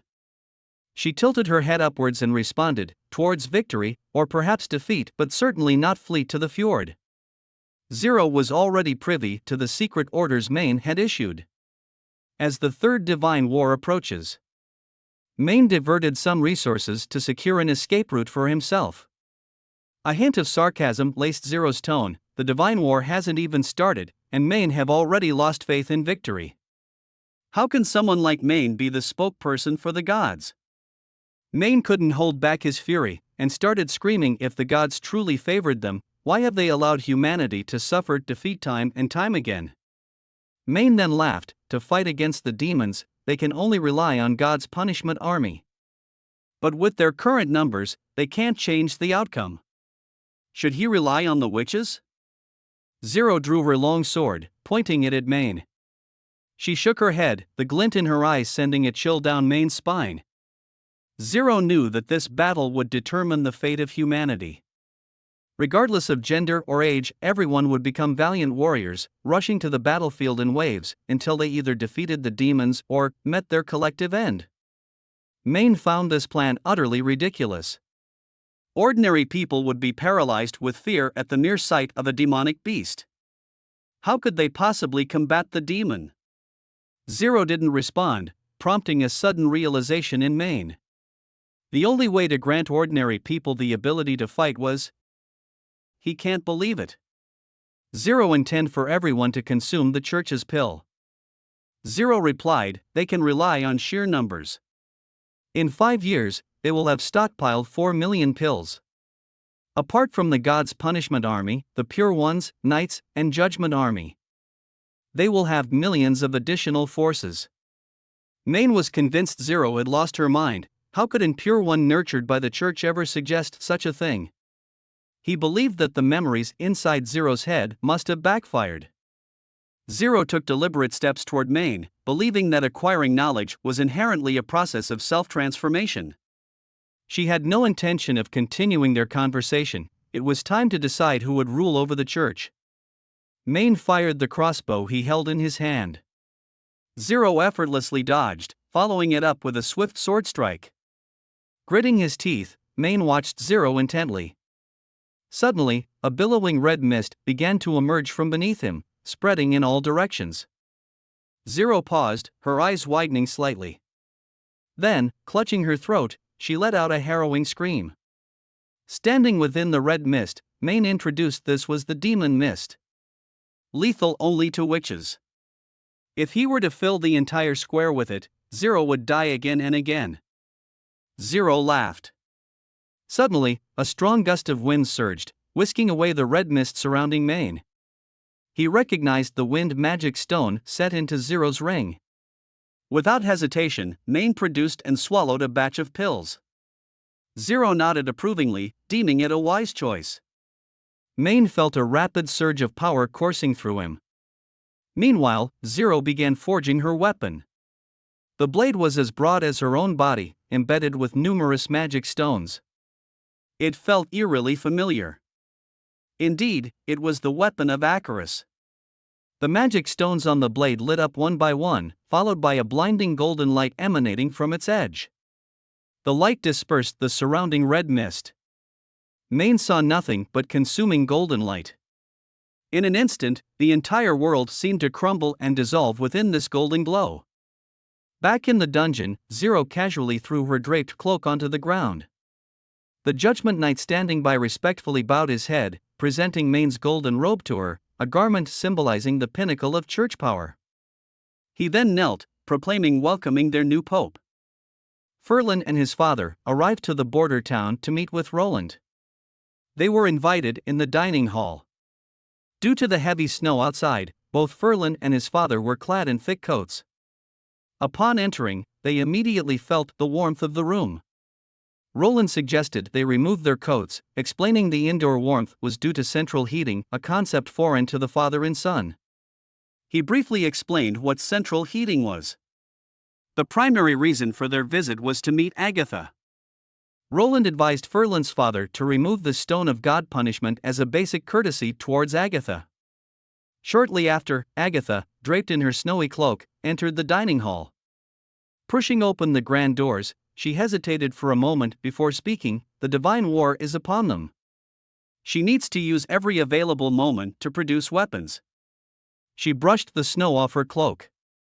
Perhaps due to working closely with the chief alchemist, her tone carried a hint of Kyle's mannerisms. Roland inquired if Agatha remembered, some 400 years ago when Takara was on the brink of destruction, a group of her servants separated from her, following the others to the mountains. Agatha thought for a moment. The memory seemed vague, but she couldn't fathom why it was being brought up after so long. As she removed her snow-covered hood, revealing her blue hair and face, both Ferlin and his father gasped in unison. They immediately knelt on one knee before her. Ferlin's father proclaimed he was a descendant of Kaga, and asked if Agatha recalled the name. In her time, Agatha had two main attendants, Kaf, who served as her guard captain, and Kaga, her chief housekeeper. Her expression turned frosty as she mentioned Kaga, asking if they were descendants of the very housekeeper who sneaked away with the magic stone and experimental records. Ferlin's father's eyes widened, and just as he was about to explain, Agatha's expression darkened, urging them to leave immediately. She claimed she no longer wished to see them. Without waiting for a response, the witch swiftly left the hall, not even allowing the pair an opportunity to explain themselves. Roland, puzzled, turned to Nightingale, seeking her insight. Whispering into his ear, Nightingale mentioned that both parties were indeed telling the truth. Roland contemplated this for a moment, and he quickly summarized the situation. Perhaps there is a misunderstanding. He suggested to Ferland's father to reside in Ferland's house for the time being and take the opportunity to explore the town. He promised to discuss the matter further with Agatha. Trembling from head to toe, Ferland's father gratefully thanked Roland. It was evident to Roland that Agatha's reaction had deeply shaken the noble. Roland then advised them to bring in the magical stones and the records they had in their possession. Seeing the remnants from over 4 centuries ago might alleviate Agatha's feelings, he mused, hopeful that their material proof could bridge the chasm of misunderstanding that had formed. In the evening, the prince summoned Agatha to his office. Roland recounted the story he'd been told to Agatha, informing her that regardless of how her housekeeper had acted, Ferland and his father's intention had at least been to return things to their rightful owner. Perhaps he had even hoped to atone for the responsibilities their ancestors had shirked. Agatha remarked that Kaga had merely deceived his descendants, and they owed her nothing. Besides, weren't they among the nobility of the Western Territory? If Agatha were to accept them, it would only hinder Roland in his future plans and expansions. Agatha understood Roland's ambition to bring the entire Western Territory under his control. Roland hadn't expected her to think this, yet from her tone, it didn't seem like she held it against Ferland and his father. Gently touching her hair, Agatha decided not to carry the anger from 4 centuries ago toward the present descendants. Roland was even more moved by the enlightened witch before him. He then jokingly inquired if Agatha would be interested in her inheritance. Shooting Roland a sharp glance, Agatha replied that it wasn't her inheritance but that of the Exploration Society. Tilly opened the first box. Out of 10 boxes, each was filled with magical stones. Agatha referred to them as glow stones. Infusing them with magical power, a pale yellow light immediately emanated, rapidly surpassing the brightness of a torch. Only when the light became somewhat blinding did she release her grip. Roland's eyes gleamed as he observed these magical stones. When Anna brought up the topic of the ore veins and the treasure map, it was only then that Agatha remarked, "These are ore veins marked by the Exploration Society, intended for the location of the upcoming holy city." When Roland asked why the stone in the mine was so tough, Agatha explained. When the god stone is divided, its hardness diminishes dramatically with the reduction in volume, and its area of influence also drastically shrinks. For instance, the easily portable God's punishment stone people often carry can be effortlessly shattered with an iron hammer. Roland then inquired if there were any methods to transform the magical stones. Agatha replied that there weren't. At this point, Tilly recalled seeing a perpetually shining lightstone at the ruins, which had been shining slightly dimmer for 400 years. Agatha mentioned that this would require the collaboration of a dozen or so witches. Some witches can replenish the magical power of others. By infusing it with a substantial amount of magic, it can shine for an extended period. However, these magical stones don't offer much assistance in battle situations. Pointing to the black leather books in some other boxes, Agatha's cheeks turned a rare shade of red. Some of them are copies of the Compendium of All Magic, intended as a guide for the witches who will settle the new lands and teach them how to evolve their abilities. Why would Agatha be embarrassed about that? Roland gave her a puzzled look, continuing his search through the remaining boxes. Sylvie found a secret compartment in one of the boxes. Upon opening it, Anna took out a cast-iron square box. Agatha stared at the box in shock, her hand trembling as she looked at the divine seal imprint, unable to believe that Kaga would possess something of this nature. She suspected he might have stolen it from other witches of the Exploration Society. Roland speculated that someone might have been attacked and entrusted it to Kaga. He then inquired about the nature of this divine seal imprint. Agatha responded, certain magical stones, when connected, can produce additional effects, either altering the nature of the magical power or amplifying its outcome. This has been one of the primary research focuses of the Exploration Society. These interconnected magical stones are referred to as seals, and the divine seals are the most powerful among them. Their magical stones are all sourced from high-tier demons. Throughout the entire Takira, there are only 3 or 4 of them. When Roland asked how powerful it was, Agatha calmly responded that it could level Roland's castle to the ground. Agatha commented, "The amount of magic needed to utilize this is staggering." Back then, only the top 2 seats of the Federation could employ the Divine Seal. Roland pondered for a moment and considered letting Anna give it a try. Agatha shook her head and began explaining why only Transcendents could use it. Almost in the blink of an eye, as Anna took the seal, the 4 magical stones on it lit up one by one. Their golden light grew increasingly bright, making the entire seal resemble a nascent sun. Agatha shouted for Anna to let go. The brilliance vanished in an instant as if it had never appeared. Exhaling deeply, Anna gently placed the seal back into its iron box. A hushed silence enveloped the office. Sylvie covered her eyes trying to recover from the sudden light. Everyone took a moment to catch their breath. Anna commented that using it consumed a great deal of magic. She could at most use it twice. Her statement felt same as saying, "The exam was a bit challenging, I guess I could only score 99% twice." Paper had gradually become familiar with this place. She is surrounded by people who always cherished and cared for her. Without the need to search for food or worry about the firewood she gathered being stolen, she hoped to stay in this warm place forever. As she entered the main hall, Paper noticed the witches were not sitting at the long table for meals as usual. Instead, they were crowding around a wall, chattering incessantly. She blinked in curiosity but felt too shy to ask Wendy what they were up to. Wendy smiled, telling her that everyone is testing their combat strength. Paper was puzzled. Wendy added, "It's a quirky term that His Highness came up with, don't mind it." Lightning infused her magic and lit up 2 stones. Meanwhile, Maisie boasted that she lit up 2.5 stones, which Lightning found hard to believe. Wendy asked Paper if she wanted to give it a try. However, Wendy reminded her that Paper hadn't learned how to properly use her magic yet. Suddenly, Paper felt unwell and collapsed to the ground. A sharp pain racked her abdomen, and she felt as if magic quivered within her body. Wendy recognized these as signs of a magical backlash. She held Paper closely, trying to comfort her. The other witches stood up and circled her, offering comforting words and urging her not to be afraid. Wendy's suspicions were confirmed.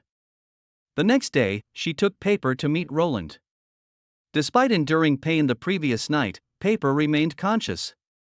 Lying in the large bed and surrounded by the witches who came to visit, she listened to their comforting words and felt an overwhelming urge to cry. Roland looked at the young girl with joy, welcoming her as a member of the Witches' Union. Roland examined the experimental notes left by the Exploration Society. To him, this was an entirely new world. Roland was planning to build a mage tower for Agatha, allowing her to continue doing her research. This time, he waited until Agatha had finished her day of acid-making work before calling her to his office. Agatha declined the offer, feeling that a chemistry laboratory like Kyle's was sufficient. That would be so out of style. Roland exclaimed internally. He set aside the draft sketch, then recounted his ideas from the morning, asking Agatha if she could complete the rune crafting on her own. Agatha shook her head in response. Suddenly, Roland turned to Nightingale, inquiring about her combat strength test. Nightingale turned away, stating it was a secret. Roland surmised that she was probably disheartened by Anna.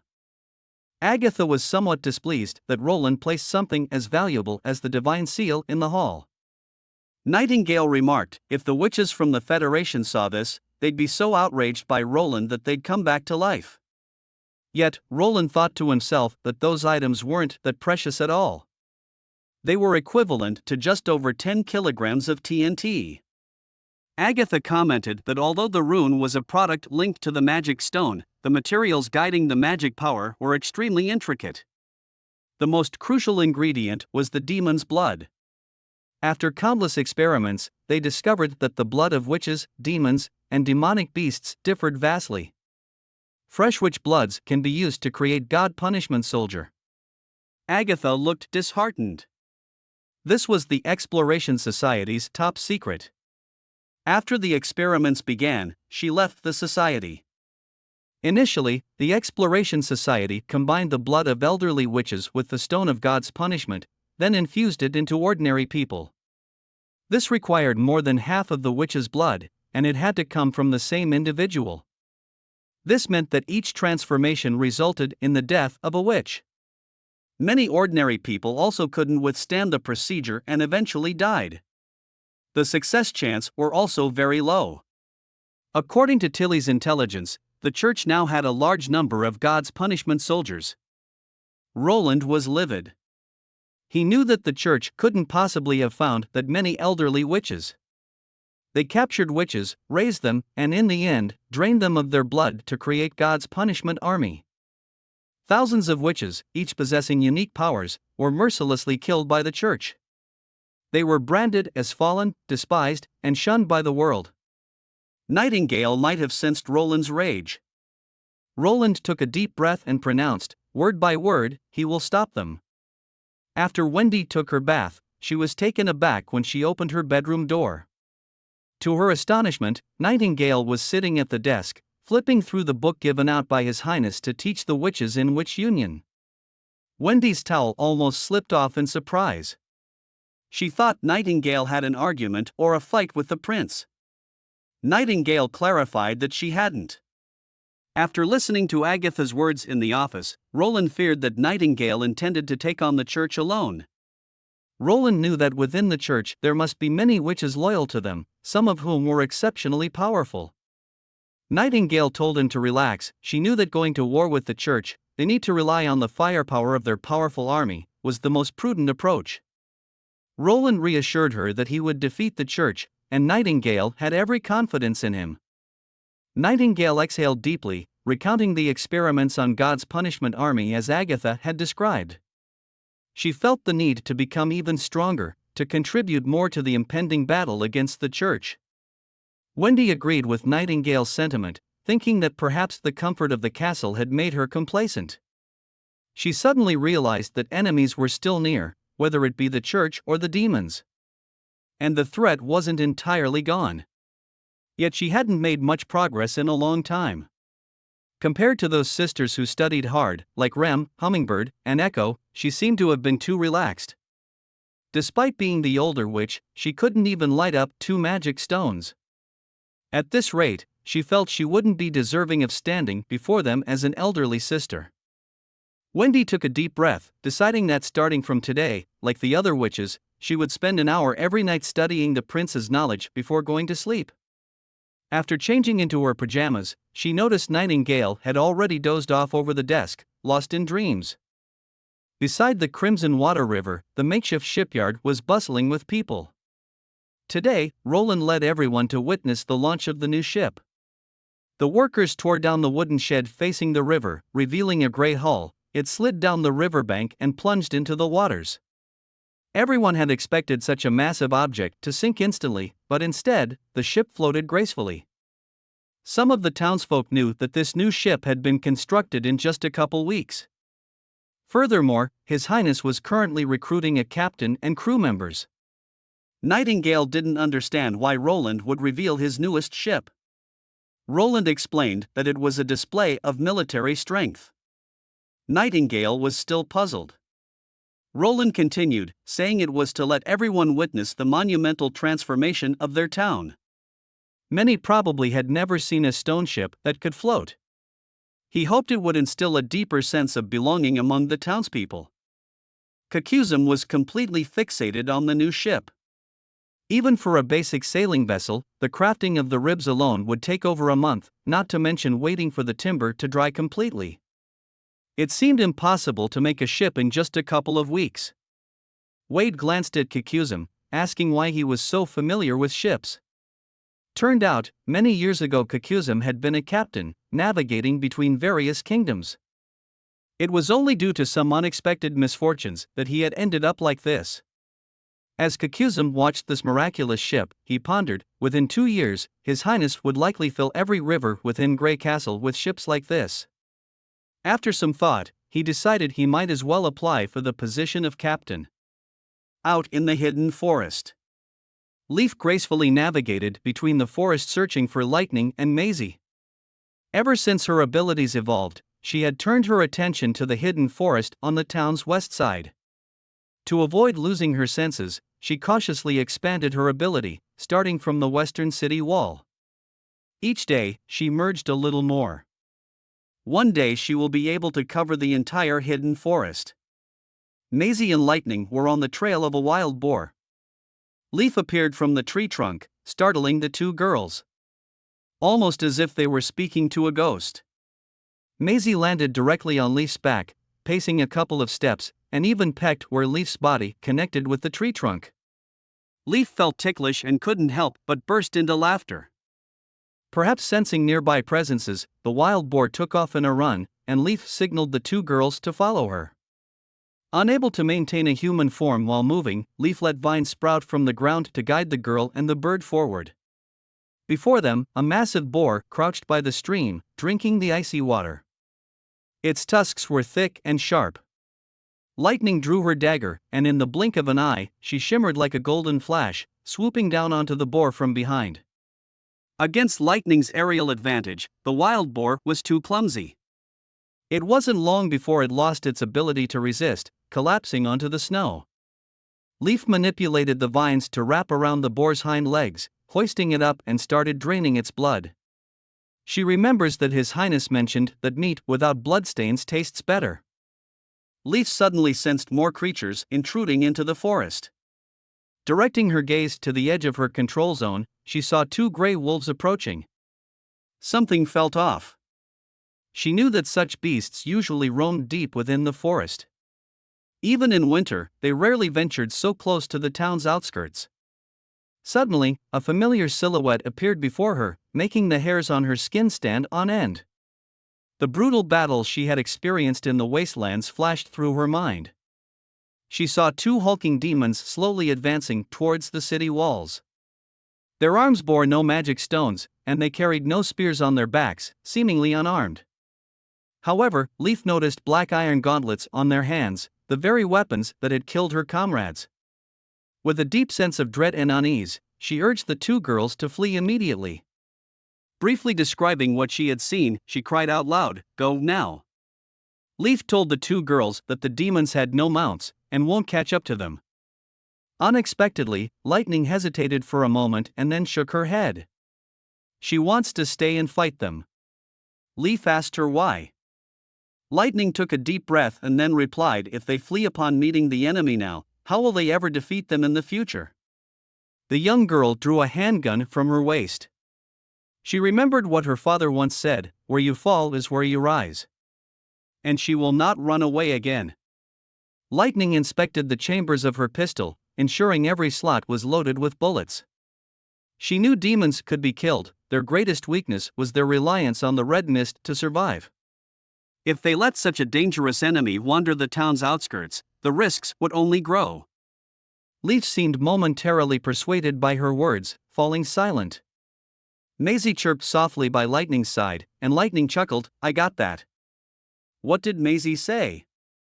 Leaf asked. Lightning translated with a smirk. Saying Maisie said she wants to shred their heads with her claws, flatten them with her wings, then roast them over a fire to see if they're edible. But Maisie only chirped twice, Leaf pointed out. Sensing the demons were about 300 meters away. Leaf hesitated, likely because the past encounters with the demons had left deep scars in her memory. But now wasn't the time to dwell. They planned for Leaf to first entangle the demons with vines, after which Lightning and Maisie would launch an aerial assault. After a brief search, Maisie transformed into a hawk, spotting the prey. Under her hawk-eyed gaze, even a rabbit dashing through the snow couldn't elude her pursuit.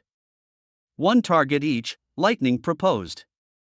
When they are halfway in their dive, Maisie will then transform into the giant winged beast. Lightning exhaled a frosty breath, gripping her pistol tightly as she began her descent. The biting wind whipped past her face, making her ears sting. She recalled the shooting techniques Nightingale taught her. The iron gauntlet worn by the enemy was likely embedded with electric magic stones. Their effective range was about 5 meters, similar to witches. Thus, shooting from 7 to 8 meters was optimal. The enemy's figures became clearer. Suddenly, one demon halted, lifting its head to roar at them. Simultaneously, countless vines sprouted, coiling around the demon's legs and climbing upwards, ensnaring the demons tightly. A flash of white light enveloped Maisie, and in an instant, she transformed into a massive beast, letting out a resonant cry as she dove. Gritting her teeth, Lightning sped up. She took a sharp turn and pointed her gun at one of the demons. As one demon broke free, Lightning's shot struck its chest. The demon charged at her. She fired 3 more shots, but she missed. Calming her breath, she took another shot. A red mist exploded behind the demon. The bullet had not only pierced its body but also shattered the gas tank on its back. With a painful wail, the demon quickly fell to the ground. Maisie's situation, however, was far worse. A bolt of lightning from another demon struck Maisie directly, sending sparks flying. Her screeching turned into a scream of agony. Her wings curled up, and she crashed heavily onto the demon below, sending up a wave of snow. The impact was so fierce that Lightning felt the ground tremble beneath her. Perhaps the collision had shattered the gas tank on the demon's body because a red mist began to spill from beneath the giant bird, making the young girl's heart skip a beat. Leaf reacted immediately. Dozens of vines combined into one and lifted Maisie off the demon. The giant bird rolled a couple of times in the snow before lying still. Lightning felt anxious and dashed towards Maisie, cradling her massive head and shaking it gently. Maisie opened her eyes, seemingly unable to maintain her magical form any longer, reverting to her original form. Lightning checked her over, and after ensuring she was unharmed, let out a sigh of relief. She was glad that Maisie was okay. It seemed that while in her flying beast form, Maisie couldn't be harmed by the red mist. Moreover, her resilience increased when she grew larger. The electric shock had merely knocked her out temporarily, and the demon had cushioned her fall. It looked terrifying at first, but she hadn't sustained much damage. Leaf appeared from a nearby tree trunk and inspected the lifeless bodies of the 2 demons. They decided to bring back the corpses for the Highness to handle. Roland was taken aback when he heard the news. Without taking the time to ask for details, he rushed with Leaf to the castle's back garden. There, he saw Lightning unloading the bodies of 2 demons from Maisie's back. Just as Roland was about to ask if anyone was injured, the young girl jumped down, darting straight into his arms, proudly announcing they had defeated the demons. She tilted her head upwards, her eyes gleaming with a "praise me" look. If she had a tail, it would undoubtedly be wagging. Roland exhaled deeply. Thank goodness that none of them were injured. Seeing Lightning like this, he couldn't very well yell at her for not reporting back after encountering the demons. He decided to set that issue aside for now and began asking about the details of the event. Listening to their back-and-forth recounting, he was finally able to grasp the gist of what had happened. The battle might have looked easy, but it carried significant risks. If Maisie hadn't miraculously withstood the bolt of lightning unscathed, or if the demon had managed to break free from Leaf's binding, the outcome could have been unimaginable. Nightingale couldn't help but appear and reprimand them for taking such risks. But we won, Lightning pouted in response. Nightingale retorted without hesitation, saying it was mere luck. Had Maisie been severely hurt by the electric strike, things would have gone very badly. She then turned to Maisie, saying that she should have reported back, instead of frolicking with Lightning. Make such a mistake again, and she can forget about getting any dried fish treats from Nightingale. With that, Maisie lowered her head in guilt. Truly deserving of her title as the strongest witch in the border town, Roland thought to himself with an approving glance at Nightingale. Looking at the 2 bodies in the back garden, Agatha wore a somber expression, warning everyone not to underestimate these demons. Roland closely inspected the 2 demon corpses. Their frames were massive, both standing over 2 meters tall. The variance in their blood color made sense. Human blood is red because it's rich in oxygen transporting hemoglobin. These creatures might not even need to breathe oxygen, so any blood color wouldn't be surprising. What puzzled Roland, however, was the fact that even though the two demons resembled humans so closely, they seemed to lack certain parts. Roland wondered how the demons reproduce. Roland curiously asked Agatha if the demons had genders. Agatha replied, "There's no concept of gender among them, and how they reproduce remains an enigma." Over the hundreds of years of battling the demons, many had noticed an intriguing phenomenon: the evolution of these creatures. Some demons, previously gravely wounded by witches, would reappear on the battlefield in a different form. Yet from the remnants of their old wounds, it was evident they were the same demons. This suggested that the higher-ranked demons weren't born that way but evolved through countless battles. Once their evolution was complete, even their physical form would change. With the advancements in demonic stone technology already being a major concern, the enemy's ability to evolve made it no surprise they had dealt severe blows to humanity in the two divine wars. Crouching down, Roland examined their clothes and belongings. Thankfully, these items didn't seem technologically advanced, some even appeared rather outdated. Among the items, Roland came across a stone tablet. "It's their way of recording information," Agatha explained, "but they've never managed to understand the writing." The remaining magic stones were standard gear for scout demons. A dull ache began to throb at the base of Roland's skull. He thought the demons were aware of the existence of the town, and now sending scouts over. Agatha shook her head, saying if they were truly intent on scouting human settlements, their movements wouldn't be so careless. For effective reconnaissance, they would send 2 to 3 squads, usually accompanied by demonic beasts as mounts, and they wouldn't stray far from each other, at least within the support range of their spear-throwing fiends. Ashes chimed in. Could it be that the demons deemed border towns too insignificant, so they casually sent just 2 of their kind? Agatha pondered the suggestion and eventually rejected it. During the Federation era, even the smallest of border towns would have a witch stationed for protection. The demons can't possibly be aware of the human world's changes over these past 4 centuries. Hence, their scouting should still be based on the tactics from the Second Divine War. Roland felt a weight lift from his chest. Agatha believed the demons might not even be aware of a human settlement here.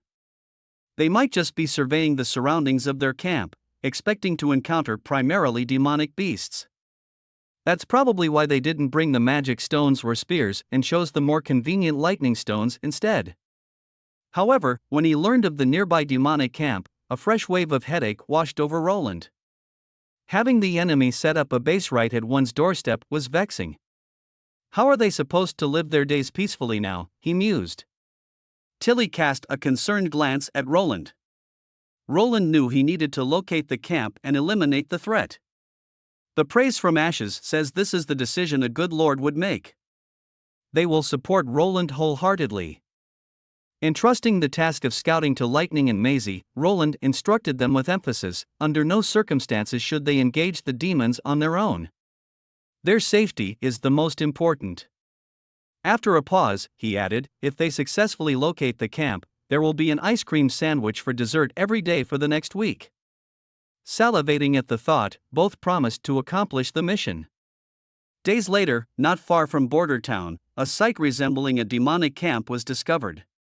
A deep cave mirrored the one previously found at Agatha's experimental tower site.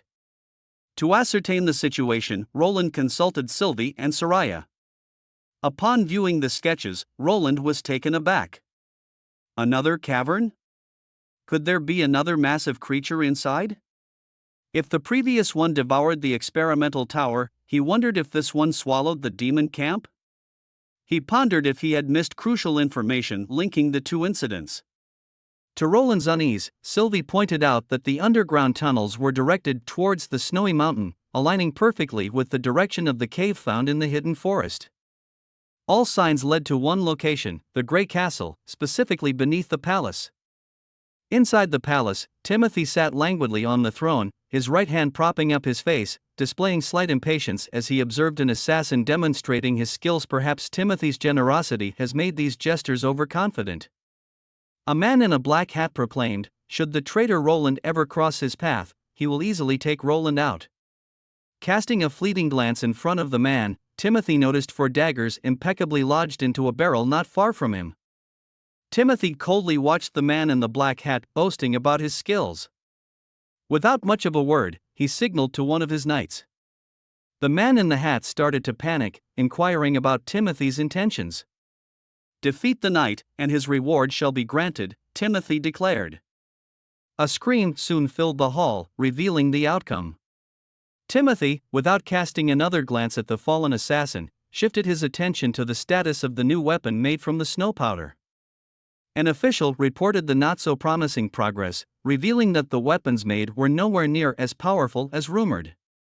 Only a few could penetrate a knight's armor from within 10 steps, and hitting a target beyond 50 steps was almost impossible. Timothy clenched his fist in frustration. Their manufacturing rate was low and the quality was unreliable. Many of their metal tubes had exploded, causing the soldiers to distrust the new weapon. He couldn't fathom how Roland, in a town much poorer than the royal capital, managed to produce hundreds in just one winter. To Timothy, it could only be the aid of the demons. A minister interrupted his thoughts, announcing the arrival of envoys from the Kingdom of Dawn. Since the palace was bombed, Timothy had to receive guests in his study. To invite the foreign envoys into a basement would be a grave insult. As Timothy entered his study, 2 young envoys, one male and one female, with strikingly similar features, awaited him. After formal greetings, Timothy assumed they were there to beg for resources or food. But the male envoy corrected him, "They are not here to seek aid, but to address a greater threat." Taken aback, Timothy inquired, "What threat?" The young woman continued, "The church has occupied 2 kingdoms. Numerous refugees are flooding into their borders. Their king believes the church's ambition does not end there. Both Grey Castle and the Kingdom of Dawn are in grave danger. Their king wishes to ally with Grey Castle to stand against the church." As she finished, they presented an agreement, a potential treaty for mutual defense. The gravity of the situation was undeniable. The world was changing, and alliances were becoming more vital than ever. Taking out a map, the young male envoy spread it out in front of Timothy. "If the church launches an attack from the Holy City against either the Kingdom of Dawn or Grey Castle, then the other kingdom will lead their forces northward to lay siege to the Hermes Holy City. This move will halt the church's advance, leaving them vulnerable at both ends. Timothy still relies on the church for supplies of the pills. With this agreement, the chances of obtaining pills from the church were dimming. Without the pills, how can they expel Roland from the western regions? However, the church was an entity they had to be wary of. It would be ideal to purchase enough pills and unify the entirety of Grey Castle before forming an alliance with the Kingdom of Dawn. Timothy mentioned that he needed to consult with his ministers. He then asked, how much do they know about the situation in Everwinter and the Wolfheart Kingdom? He wondered if all the information came from the mouths of refugees. The envoy's knowledge was limited, especially when asked about Garcia and her black sail fleet. The female envoy reported that Garcia and the King of Wolfheart had fled the capital and met their end during a chaotic battle, yet no bodies were found. Timothy exhaled, feeling a slight regret, but this was one of the few pieces of good news they'd received since winter began. He hoped the intel was accurate. Watching the envoy depart, a smirk crossed Timothy's lips. He thought to himself, saying this is the fate of traitors. And he claims that Roland will end up just like them. Meanwhile in the fjord. By the time the last house was built, the horizon was already turning a dusky hue. A man clapped his hands in delight, gazing at the newly built structures. Lian adjusted her scarf to cover her ears, enveloping them in the soft warmth of cotton wool. She had picked up this warming technique from the western regions and introduced it to Slumbering Isle to keep the residents warm. The man inquired about the cost if he were to hire her long-term, hoping to have Lian develop other areas of his territory. He was keen to find out how much it would take to persuade Tilly to let Lian go. Lian had no intentions of leaving, but the man interjected, painting a picture of a better life elsewhere, where she could stay with him, enjoying fine wine and delicacies from the four great kingdoms, and always having attendants by her side wherever she went. Lian frowned, recognizing this all too familiar attitude. They claimed it was employment, but in reality, it felt almost like she was being bought. Just as she was about to retort, Breeze pulled her hand. Standing between them, Breeze obstructed the man. The man's tone shifted irritably. He claimed that the sleeping curse promised to grant any request. Suddenly, a hand landed on his shoulder. The man turned to look and was taken aback. It was Thunder. Seeing Thunder, the man changed his demeanor, muttered a thanks, and hurriedly left. Lian sighed in relief and expressed her gratitude to Thunder. Thunder had just finished an adventure and happened to be passing by. Speaking of his adventure, his eyes lit up with enthusiasm. For the first time, he saw the sea with completely different heights. It was as if the ships were flying towards the towering walls of waves without falling into the deep sea. If he hadn't seen it with his own eyes, he'd never believe such bizarre sights existed in this world. In the evening, the witches gathered. They snuggled together on the warm heated bed, sharing tales of their experiences in the border town. The group would chat deep into the night, answering their curious and envious questions. When the conversation turned to the Western Territory and Prince Roland, the atmosphere was jubilant. Amid the overlapping chatter, a thought uncontrollably popped into Lian's mind. What if it was Prince Roland who wished to employ her long-term, instead of the fat merchant? Would she have accepted? Thinking about it, she realized that if it were Roland, she wouldn't be able to refuse. How embarrassing. Lian nestled deeper into her blanket, glancing around. Thankfully, the lamp was already extinguished, so nobody could see how red her face was. She wondered when would Lady Tilly finally accept Prince Roland. Wouldn't it be wonderful if they could be together forever in the border town? Lian hugged her scarf tighter. That way, both she and the other witches could happily live in the border town. Back in border town, Nanawa stretched and yawned as she rose from her bed. Reluctantly leaving the warmth of her blankets, she slipped into her thick winter coat and made her way out of the bedroom. There, she found Aunt Ada tidying up the living room. Munching on a piece of bread, she greeted her, to which Aunt Ada responded with a warm smile. Soon after, Nanawa stepped outside, greeted by a gentle snowfall. Every morning, she followed the same routine, leaving her house to go to the medical center. If there were injured people, she would help them. Otherwise, she would practice her skills on injured animals. Waiting at the medical center could sometimes be dull, but she persisted for the sake of treating the wounded as quickly as possible. Another thing that kept her going was the smiles and warmth of the townsfolk. Everyone would greet Nanawa, often inviting her for meals. As she walked, she was continuously showered with greetings. This contrasted sharply with a year ago, making it seem like two different worlds. Her sisters often said that she had become the most popular witch in the border town, even surpassing Anna. But Nanawa didn't care about popularity. She simply cherished her life in the border town. Every townsfolk she had treated would greet her warmly, filling her heart with a sense of accomplishment. Upon reaching the medical center, the soldiers by the door saluted her with respect. Nanawa, in her typical energetic manner, ran up to the second floor. But as she opened the door, she found Rem, Hummingbird, and Lily lying listlessly by the table. Seeing her, they immediately stood up to greet her. Nanawa was overjoyed to have her friends around. Rem brought a deck of playing cards, mentioning she learned a new game from Andrea. Lily chided her, suggesting if Rem put the same effort into learning the prince's new knowledge, she wouldn't be lagging behind. Nanawa chuckled at the scene, feeling like she was back in Professor Carl's academy, living those carefree days. By evening, everyone had returned home. Rem, drying her hair, leaned close to Lily, who was seated by a desk. Rem admitted her envy of Nanawa.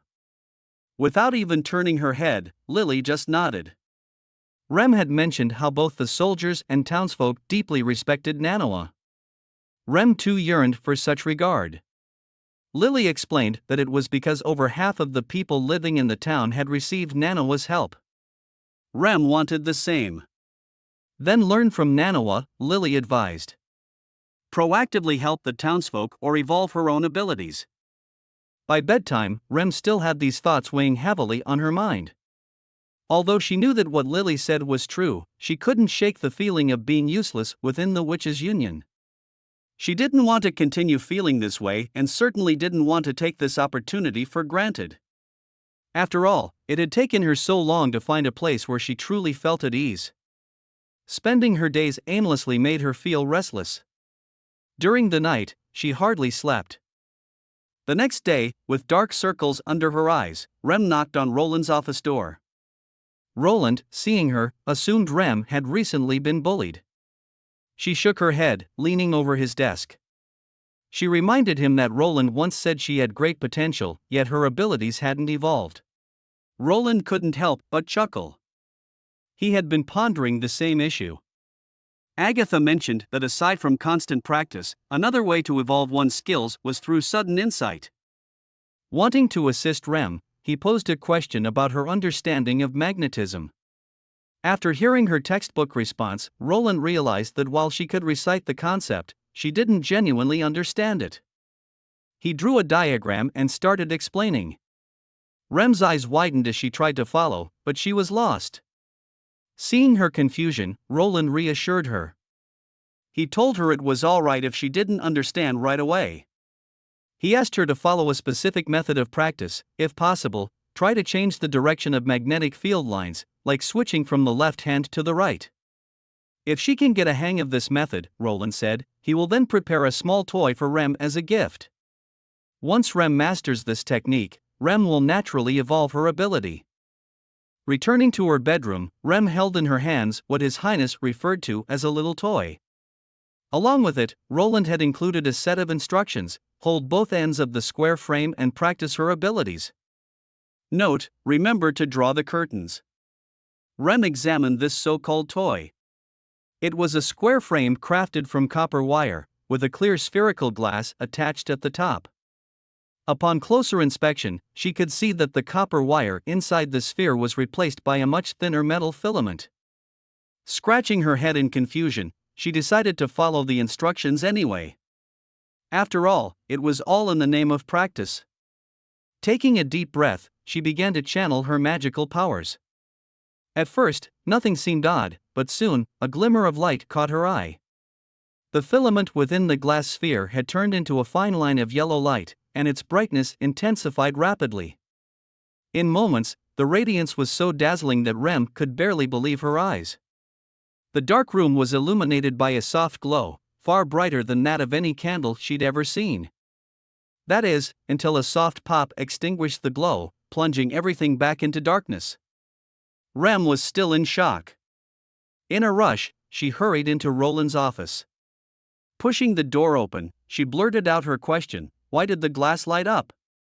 But no matter how she tries now, it doesn't light up. Roland looked surprised as he set down his quill, taking the toy from Rem's hand. He hadn't expected Rem to achieve it so quickly.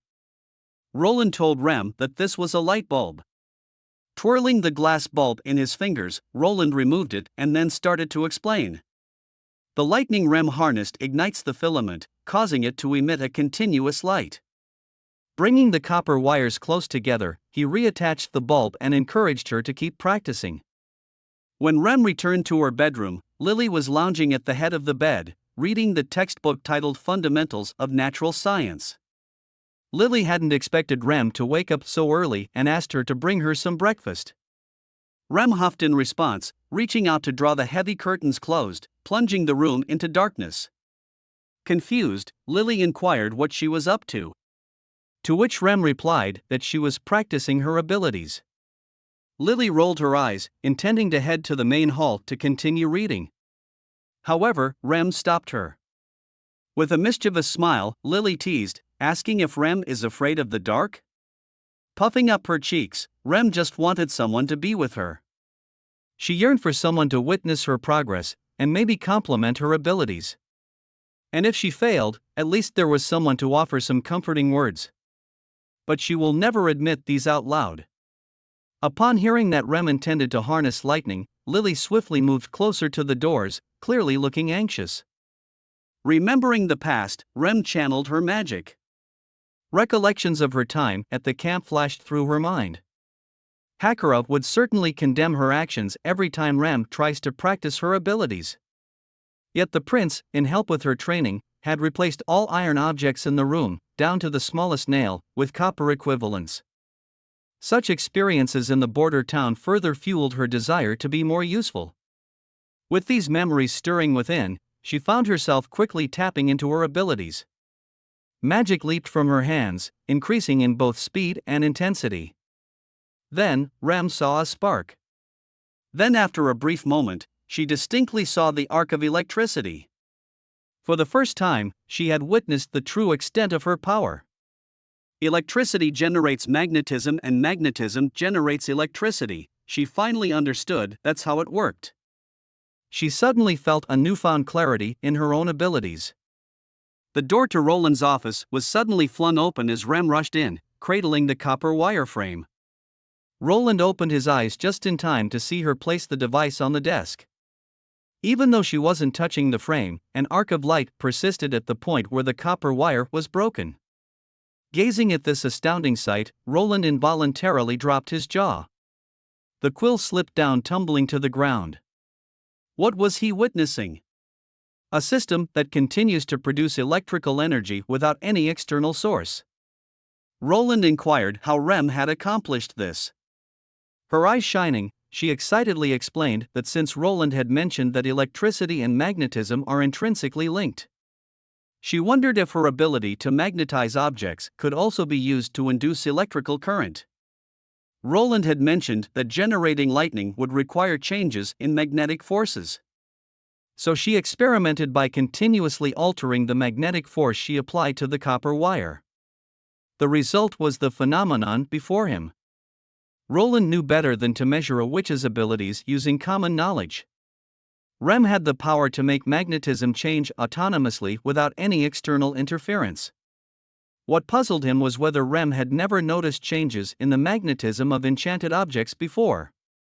Rem explained that during her time at the Witch Association, she had contemplated allowing an object's magnetism to change at will. She thought of decreasing its magnetic strength when not needed to avoid inconveniencing her fellow sisters. However, it seemed to have no effect. The object's magnetism always remained constant. She believed that her idea was unattainable, so she never tried it again. Roland then turned his gaze to Nightingale, inquiring about the Rem's magic. Nightingale appeared from the mist, smiling as she described it to be like flowing water. Rem's voice quivered with excitement upon hearing this. Roland affectionately patted her head, informing her that her abilities had truly evolved. He commended her, stating that without relentless practice over a long period, one couldn't grasp and ascend their abilities so quickly. She had done incredibly well. Starting from today, Rem would be the sixth witch in the Witches' Union to have evolved abilities. Rem's eyes sparkled as she questioned when she started helping Roland. Roland smiled and replied, "There will be countless things, just as he mentioned before. Rem's potential is boundless. However, Roland hopes Rem to take a good rest first." He noted the dark circles under her eyes. Rem nodded vigorously. After Rem left the office, Nightingale immediately closed the door, then locked the door and came over. Instead of going back to the desk or standing by the window as usual, she teleported right next to Roland. Excitedly, she gripped his shoulders, bending slightly so her golden hair tickled his face. As Roland gazed into her dewy eyes and soft red lips, his heart raced. Is she thinking of, right here, right now? In broad daylight? Nightingale's next words caught him off guard. She wanted Roland to tell her a method to evolve her abilities without understanding the textbooks. She knew that Rem probably didn't understand the contents of the book either, but she still evolved a new ability. Nightingale inquired about what she should do, asking if she needed to practice with toys too. The direction the conversation took was slightly disappointing for Roland. Clearing his throat, Roland explained that it might be challenging for Nightingale's ability to evolve just by practicing. According to Agatha, one would need to witness a phenomenon related to their ability in reality to trigger an evolution. Nightingale's ability is too mystical. Roland doesn't fully understand its principles, let alone guide her in understanding it. Roland said. To consolidate her magic, Nightingale may have to master all of the scientific knowledge, including advanced mathematics. Nightingale's face became fairly disappointed at his words. She slowly walked backward and leaned back in disappointment. After Rem had rested, Roland conducted a comprehensive test on her new ability. He named it Indeterminate Magnetism. Like her previous ability to bestow magnetism, it could be attached to any object and followed the cycle of the magic infused at the time of enchantment. However, for insulators, there was virtually no electrical effect. Moreover, among the evolved witches, Rem's magical energy ranked the lowest, only lighting up 2 stones on the divine emblem. After a series of tests, he found that Rem's new power was relatively stable when used as a battery. However, it was nowhere near sufficient to drive large motors or match the power of a steam engine. Despite this, Roland did not reveal these findings to Rem and instead encouraged her to continue honing her new abilities. After the tests, Roland rewarded Rem and Nightingale with the latest chocolate cake to share. Furthermore, Roland recalled Agatha's mention of a method involving multiple witches injecting their magic power into magic stones. If there was a witch who could manipulate or transfer magical energy, it would bypass Rem's limitation of insufficient magic. During the evening, he sought out Tilly. Tilly confirmed that no one on the Slumbering Isle possessed such abilities. However, she knew where he could find someone. Tilly introduced a witch. Her name is Spear Percy. She possesses the ability known as the Magic Channel, which allows her to link the magical energy of several witches. She resides at Dragonfall Ridge. Not only is she a marquis, but she is also the Lord of Dragonfall Ridge. Tilly went on to explain, her father, the former Lord Percy, bequeathed all of his titles and lands to her, rather than to his second or third sons. Due to her high status, she had managed to conceal her identity and has lived a much more comfortable life than most witches. During the Great Migration, she took the initiative to assist Tilly, which greatly sped up the process of gathering witches from the towns in the southern part of the kingdom. Roland sensed something was off. Why didn't she shelter her fellow witches? Tilly shook her head. Spear Percy hoped the witches would leave her territory promptly to avoid persecution by the church. To the Marquis, her position as a lord is paramount. If the church discovers that a lord is harboring witches, her position would undoubtedly be in danger. During their conversation, Spear had once told Tilly that if witches are captured by commoners, she'll try to replace them in prison with other death row inmates and then smuggle them out of her territory. But if they're caught by the Judgment Army or by the church, she'll likely turn a blind eye. Roland wasn't sure if they could persuade her to come to Border Town. Tilly wasn't very hopeful either, but thought it was worth a shot. Roland decided to send a messenger to discuss it with her, with Nightingale undoubtedly being the best choice. Suddenly, Tilly mentioned that another witch had evolved their ability in the castle. Roland nodded and briefly described the process of Rem's evolution. He hypothesized that the witch's power was the specific manifestation of magic, not a naturally occurring phenomenon. They conversed for a while until Tilly abruptly asked if Roland comes from a world without magic. Taken aback, Roland almost spat out his tea and questioned her meaning. Tilly explained that she had read all the books Roland had written over the past month, and something felt off. Roland had consistently excluded magic from nature. Every textbook failed to mention the concept of magic. Yet, Tilly asserted that magic was an intrinsic part of nature, causing Roland to be stunned. He suddenly realized that he had forgotten he was interacting with someone from a world where magic was a natural phenomenon. He had inadvertently placed magic in opposition to natural occurrences and took such a stance for granted. Roland felt at a loss for words. He knew Tilly was no ordinary witch. Besides being his sister, she was also an extraordinary witch. Within just a month, Tilly had read all the books Roland had written and keenly noticed this inconsistency. During the awkward silence, Tilly spoke again, her voice much gentler this time. She wasn't in a rush to hear an answer from Roland and decided to rest for the night, suggesting Roland do the same. As she was leaving, Roland watched her, momentarily forgetting even to stand to bid her goodbye. At the door of his office, Tilly paused and looked back, questioning, "Can I trust you?" Usually, Roland would have confidently said yes, but at that moment, he hesitated. In the end, he could only give a slow nod. Nightingale suddenly appeared, remarking in surprise that Tilly had left without getting a response from Roland. Roland gave her an irritated look. Nightingale had a look of regret, casually sticking out her tongue and saying, if Tilly had pressed Roland a little more, she might have known about his real origin. Roland sighed deeply, knowing Tilly did not want to strain their relationship by pushing too much. Leaning back in his chair, Roland felt a chill run down his spine. Tilly's behavior was impeccable. In the face of the present dangers, trust in an ally was more crucial than learning their true identity. That's why Tilly posed her questions and chose to depart, giving both of them some breathing space. But it didn't mean she didn't need answers. If Roland continued to evade, once the external threat was dealt with, their trust could still be lost. Yet Roland wasn't ready to reveal everything to Tilly, unsure of how she truly felt about him. Shaking off these worrisome thoughts, Roland turned to Nightingale and asked if she, along with Maisie and Lightning, could investigate the situation in Dragonfall Ridge. Nightingale agreed without hesitation. However, Roland continued, while holding her hands, expressing his concerns for her safety. Nightingale's voice became slightly soft as her face started to blush, but she reassured Roland to not worry. Even if she has to tie the Marquis up and bring her here, she will manage. Roland rapped on his desk, saying that was exactly what he was worried about. He does not want Nightingale to kidnap her to Bordertown. If she did that, the Marquis would be so angry.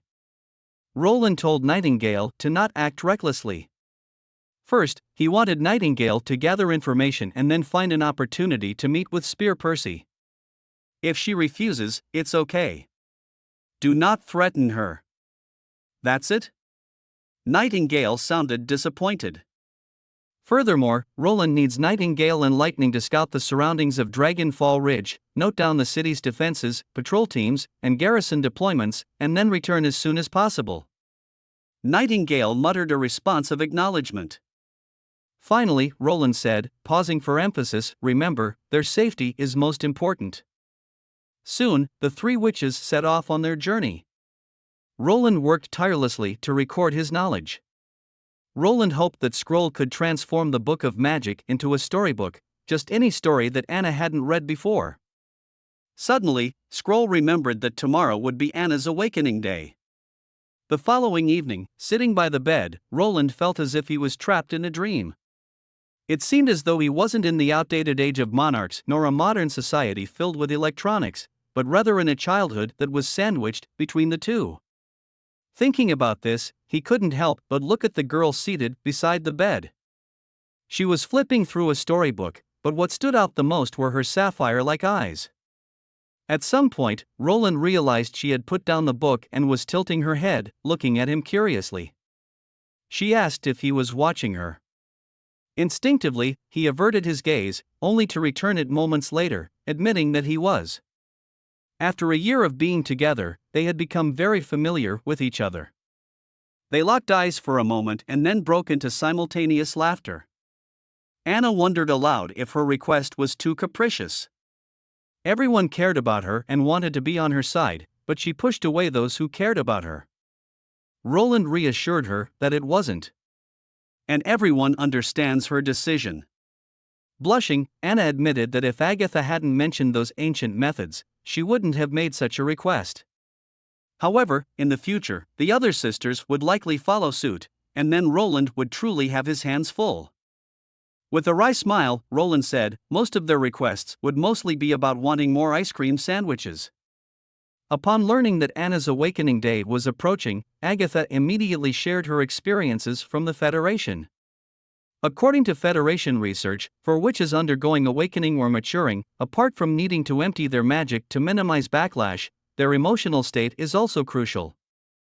Positive emotions like joy and satisfaction can greatly enhance their success. Thus, for powerful witches, the Federation might even assign people specifically to meet their requests during this transition. After Anna learned about this, her sole request was for Roland to accompany her on her awakening day. With Roland on her side, made her extremely happy. Faced with her earnest look, even Roland felt a little embarrassed. On impulse, he took out a book, declaring it a gift for her awakening day. He had painstakingly tried to transfer the knowledge about calculus and advanced mathematics, all for this significant moment. To a witch, the awakening day held more importance than even a birthday, representing a second rebirth. Anna was very happy about her gift. But when she took the book, she didn't open it immediately as usual. Instead, she placed it beside the storybook, murmuring her thanks. Suddenly, Anna stood up, coming closer to Roland, saying she wanted to hear something special. A thought crossed Roland's mind. The last time he'd shared a story, Anna had drifted to sleep before he could finish. Anna wanted to hear the rest. Back then, Roland had spoken of living in a vast city, but he wasn't referring to the Grey Castle capital. In a soft voice, Anna said she knew. Unexpectedly, she pushed Roland gently. Looked into Roland's eyes. Anna understood that it wasn't easy for him to speak of certain things. But if that was the case, he didn't have to.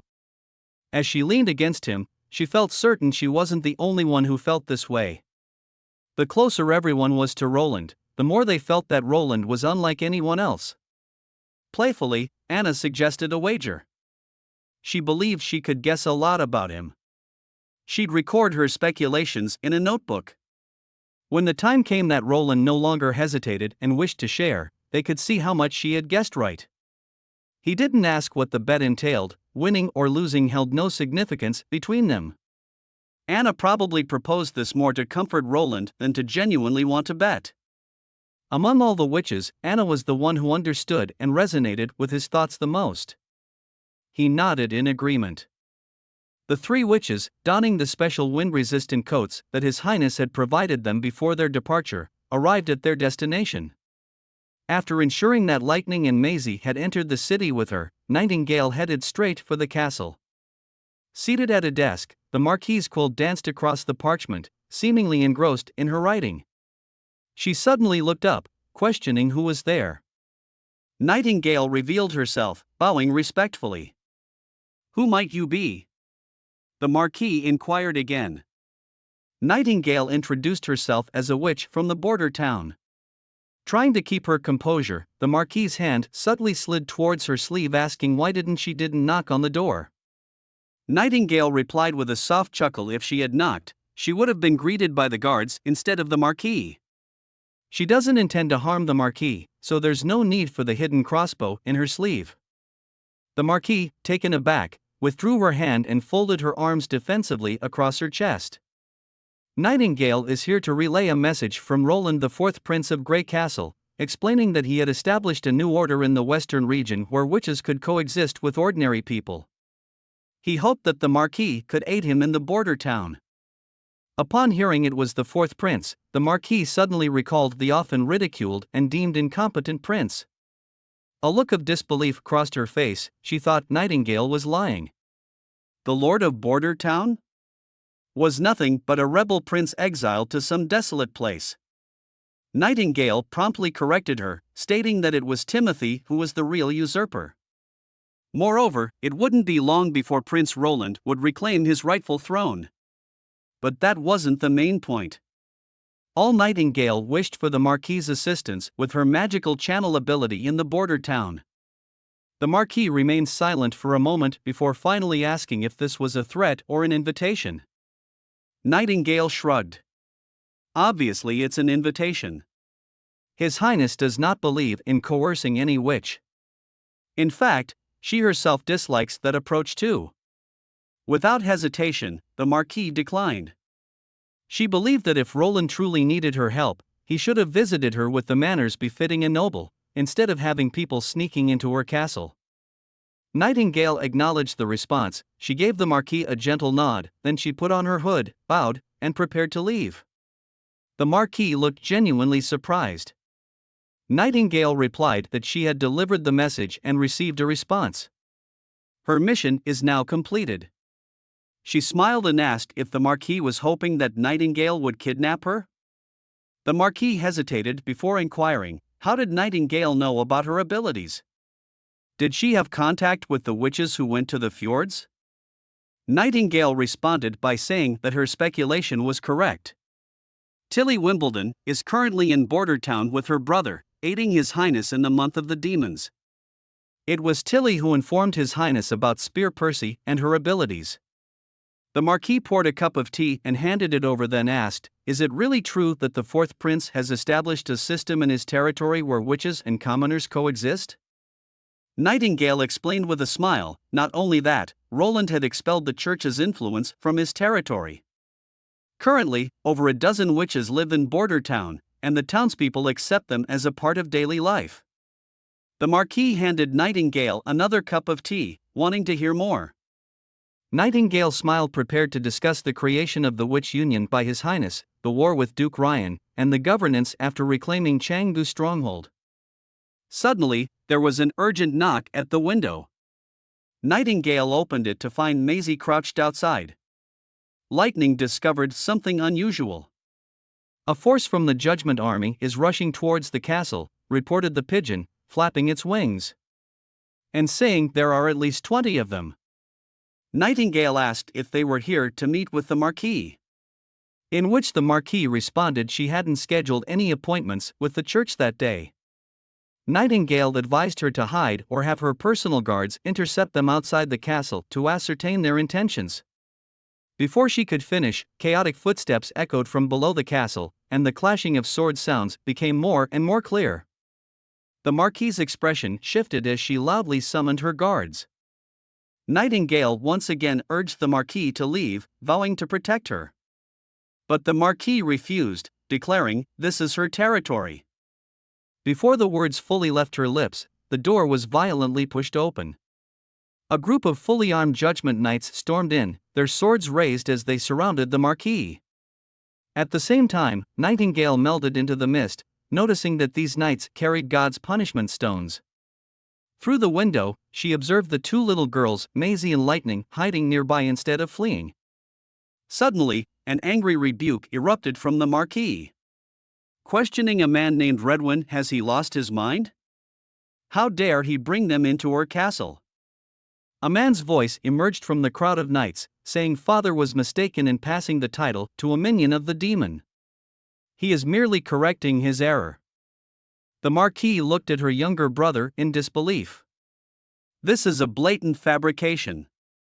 Redwin retorted loudly, the High Priest will make his judgment. Father might be deceived, but others won't be. The Marquis's tone shifted. She questioned who was behind all this because there was no way that Redwin could come up with this story on his own. After all, her father chose her not for any reason other than the fact that Redwin and their younger brother are utterly useless. The man yelled, telling her to shut up. Following his outburst, Nightingale heard a sharp slap and the Marquis's painful grunt. A priest from behind told Redwin, until the trial, Spear Percy remains a noble. He should treat her with proper manners. After the Marquis was taken away, the room was left with just two men, Redwin and the priest. The priest informed Redwin that he would soon take over the Dragon Fall Ridge and become the new lord. The priest mentioned that Spear Percy would soon be hanged in the square as a witch. He suggested that Redwin gather her ministers, knights, and subordinates to inform them of the matter. By reallocating some of the Marquis's privileges and treasury among them, his position would be further consolidated. The two men laughed heartily. Only after the two left did Nightingale appear from the mist. Lightning and Maisie descended after her. The two young girls declared their intention to rescue the Marquis, and then crush the church entirely. Nightingale shook her head.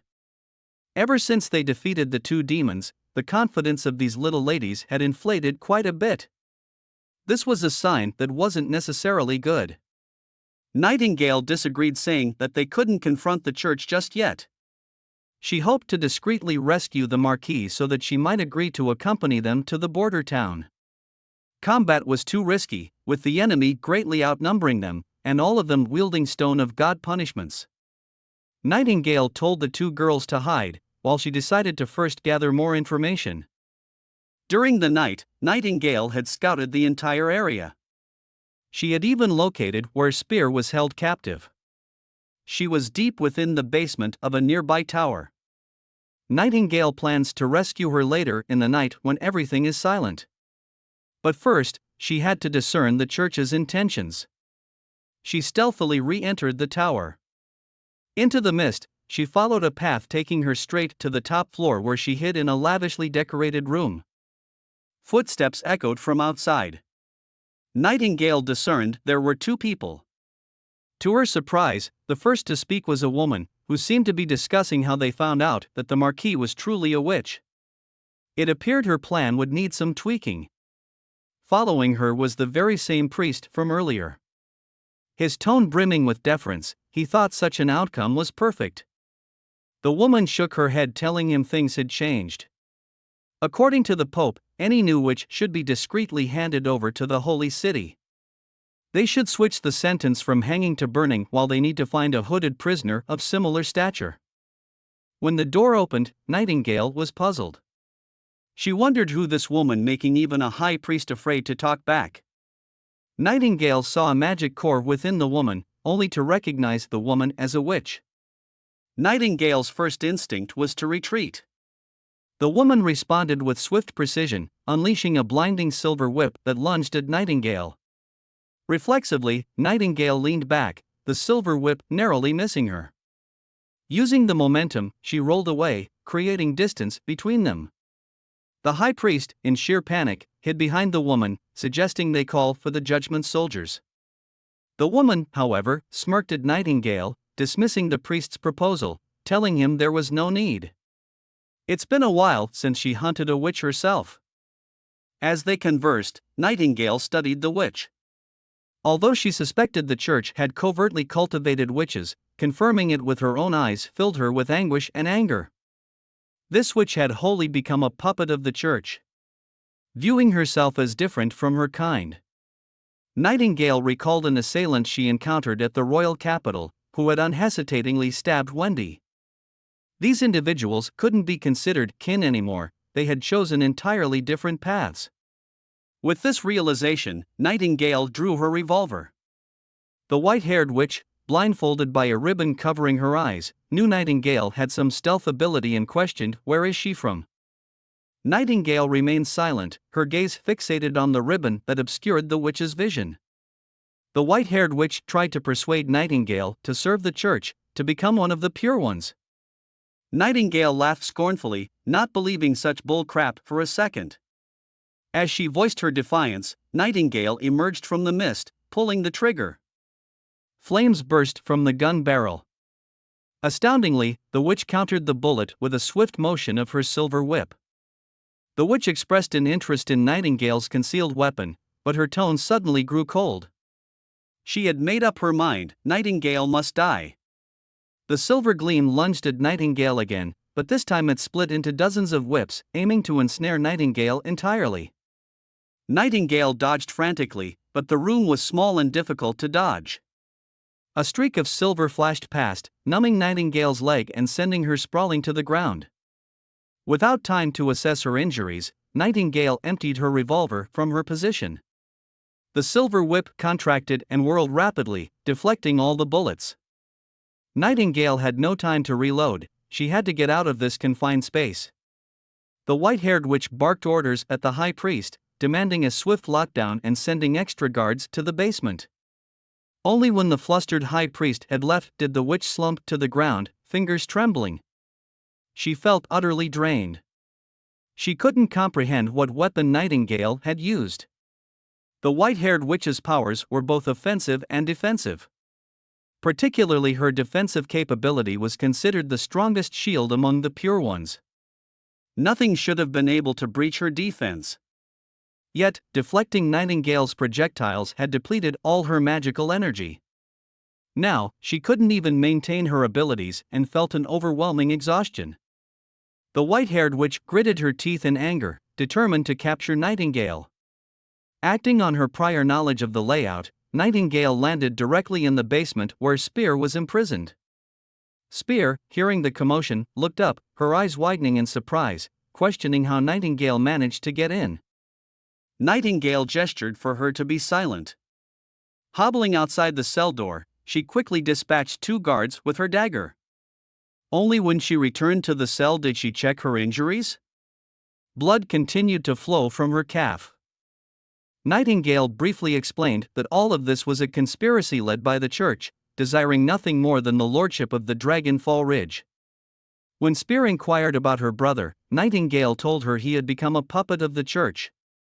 Spear's neck was still bound by the Stone of God punishment. They needed to find a key first. Just then, the clear tolling of a bell sounded from the top of a high tower. It was the alarm. Paradoxically, this alarm aided Nightingale. The church soldiers stationed in the basement, hearing the bell, gathered at the only exit of the basement. This offered Nightingale an opportunity to neutralize them all at once. She aimed and fired, swiftly taking down all incoming guards. Soon, they entered another room. There was a metal apparatus in the middle of the room. Using the tools, they unlocked the god's punishment lock. But as they did, the sound of armored footsteps approached the basement entrance. Nightingale pulled Spear into the mist, only to realize that the approaching Judgment Army was armed with crossbows fitted with bolts bearing the Stone of God punishment. Hearing the whirring release of crossbow strings, Nightingale pulled Spear in front of her and yelled for her to duck. A sharp pain pierced her back as several bolts found their mark. Enduring the pain, Nightingale, with Spear, plunged back into the mist.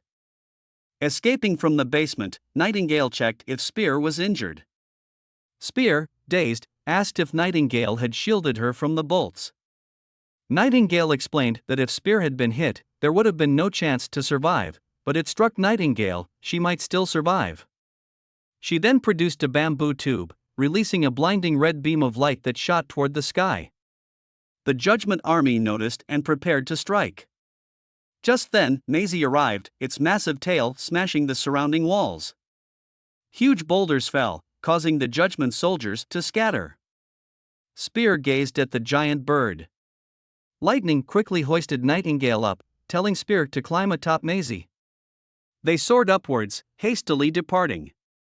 On a ridge not far away, they expertly set up a tent large enough for the 4 of them. The campfire drove away the cold. Lightning and Maisie motioned for Nightingale to undress so they could tend to her injuries. As she removed her top, a burning pain shot through her back. Spear gazed at Nightingale. Her voice tinged with worry, questioning Nightingale if she was all right. Spear's tone was somber as she recounted how Nightingale had been shot by the crossbows while protecting her. Maisie rummaged through a large backpack, pulling out a collection of first aid supplies, along with bandages and a bottle of disinfectant alcohol. There were herbal leaves prepared by Leaf. The sharp sting of the alcohol made even Nightingale grimace. The 2 girls worked together, one disinfecting the wound while the other applied the herbal paste. Seizing the opportunity as they treated her, Nightingale inquired about Spear's plans, especially considering her brother's betrayal under the church's influence. She told Spear of what she had learned from earlier. Spear clenched her fists, vowing to make both Redwin and the church pay for their actions. Nightingale shook her head, warning Spear that the church's reach and ruthlessness were beyond comprehension. Even if it was a king in their way, the church wouldn't hesitate. The fates of Eternal Winter and Wolf Heart Kingdoms were prime examples of this. Spear calmed herself, then asked, "Is the church really planning to annex the 4 great kingdoms?" Spear have occasionally heard such rumors from merchants, but most of the nobles in the capital believe it's nonsense. Nightingale chuckled, "There's much Spear and those nobles don't know. If Spear wishes to uncover the concealed conspiracies, Nightingale told her that she would have to join the Witches' Union. To reclaim Dragonfall Ridge, she can also seek assistance from His Highness. Hesitantly, Spear asked, would Prince Roland really help her? After being bandaged, Nightingale smiled at her. She said with a confident smile, telling her that eradicating the church is their undeniable duty. Moreover, if Spear ever wishes to leave the Western Territory, she can leave any time. His Highness never forces anyone. Spear fell silent, seemingly contemplating something. Again, Spear sought confirmation, questioning if Roland truly achieved harmony between witches and commoners. Upon hearing this, a sense of pride surged within the hearts of the witches from the border town. Nightingale looked at her intently and replied, "His Highness's territory is precisely such a place. It's the holy mountain for witches." Spear nodded, suggesting they should set out tomorrow then. Both Nightingale and Lightning simultaneously responded, "Not yet." After glancing at each other, they burst into laughter. They knew that in the coming days, the church would surely send messages to the new holy city. Their task would be to intercept all carrier pigeons. Maisie was set on returning Lady Spear to the border town, while Nightingale and Lightning had other tasks at hand. 3 days later, Lightning and Nightingale were perched on a tree, watching the church's envoy. Unexpectedly, Maisie appeared, and following right behind her, a witch gracefully descended. With one swift motion of her massive sword, she cleaved the lead envoy in two. The entire envoy army drew their weapons, but none could withstand even a single strike from Ashes.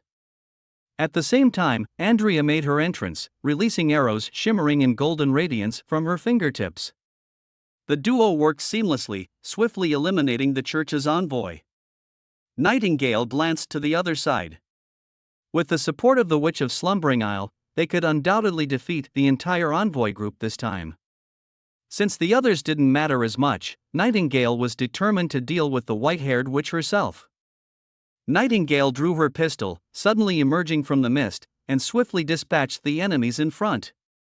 She then fired at the carriage, prompting the church's Pure One to immediately leap out and flee towards the forest.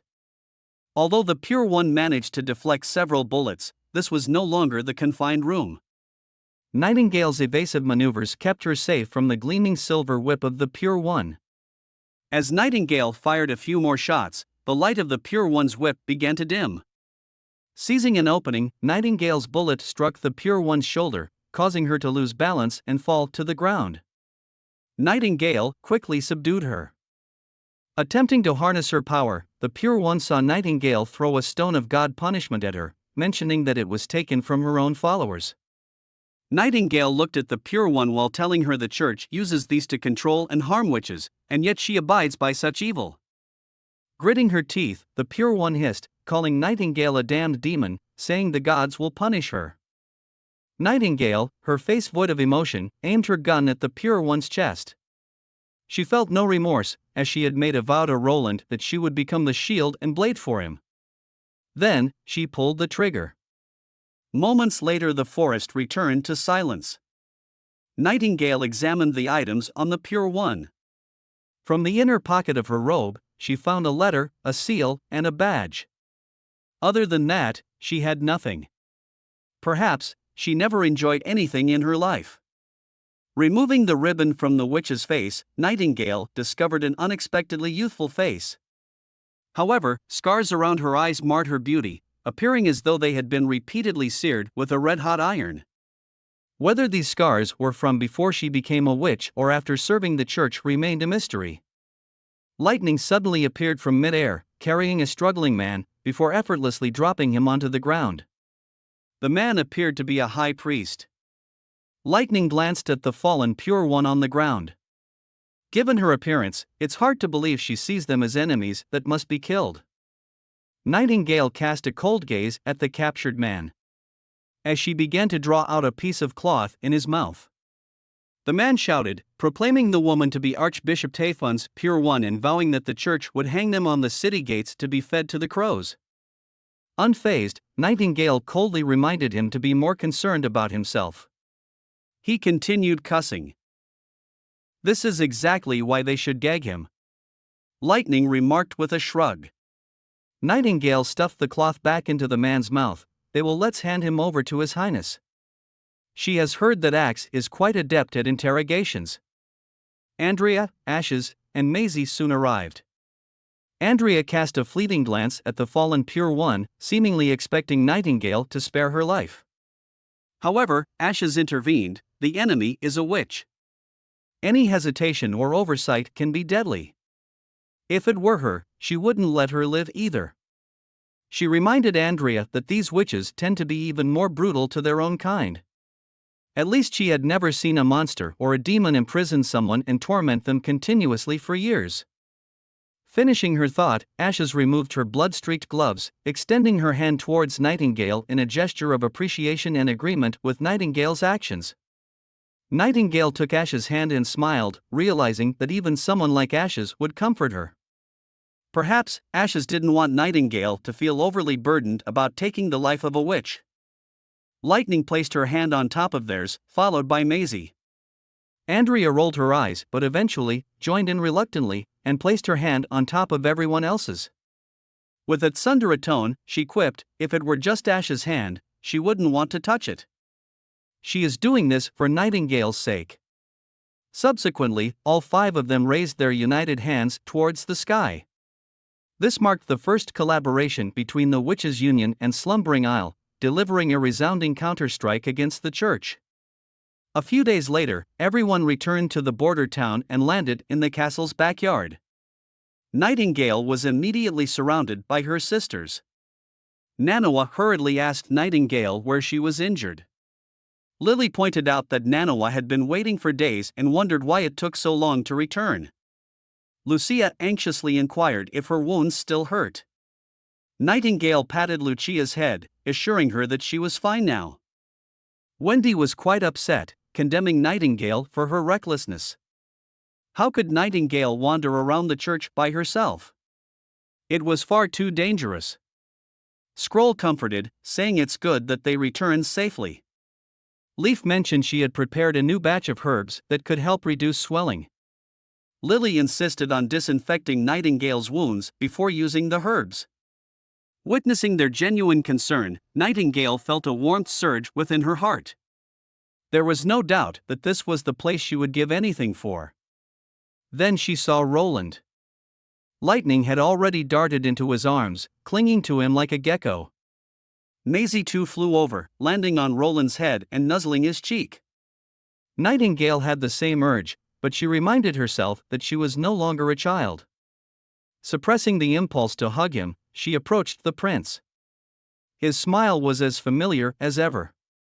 He suggested that Nightingale take a warm bath and rest up. He also mentioned he had left several packets of honey-glazed fish jerky in his office drawer for her. Later in the evening, Roland held a grand banquet in the castle.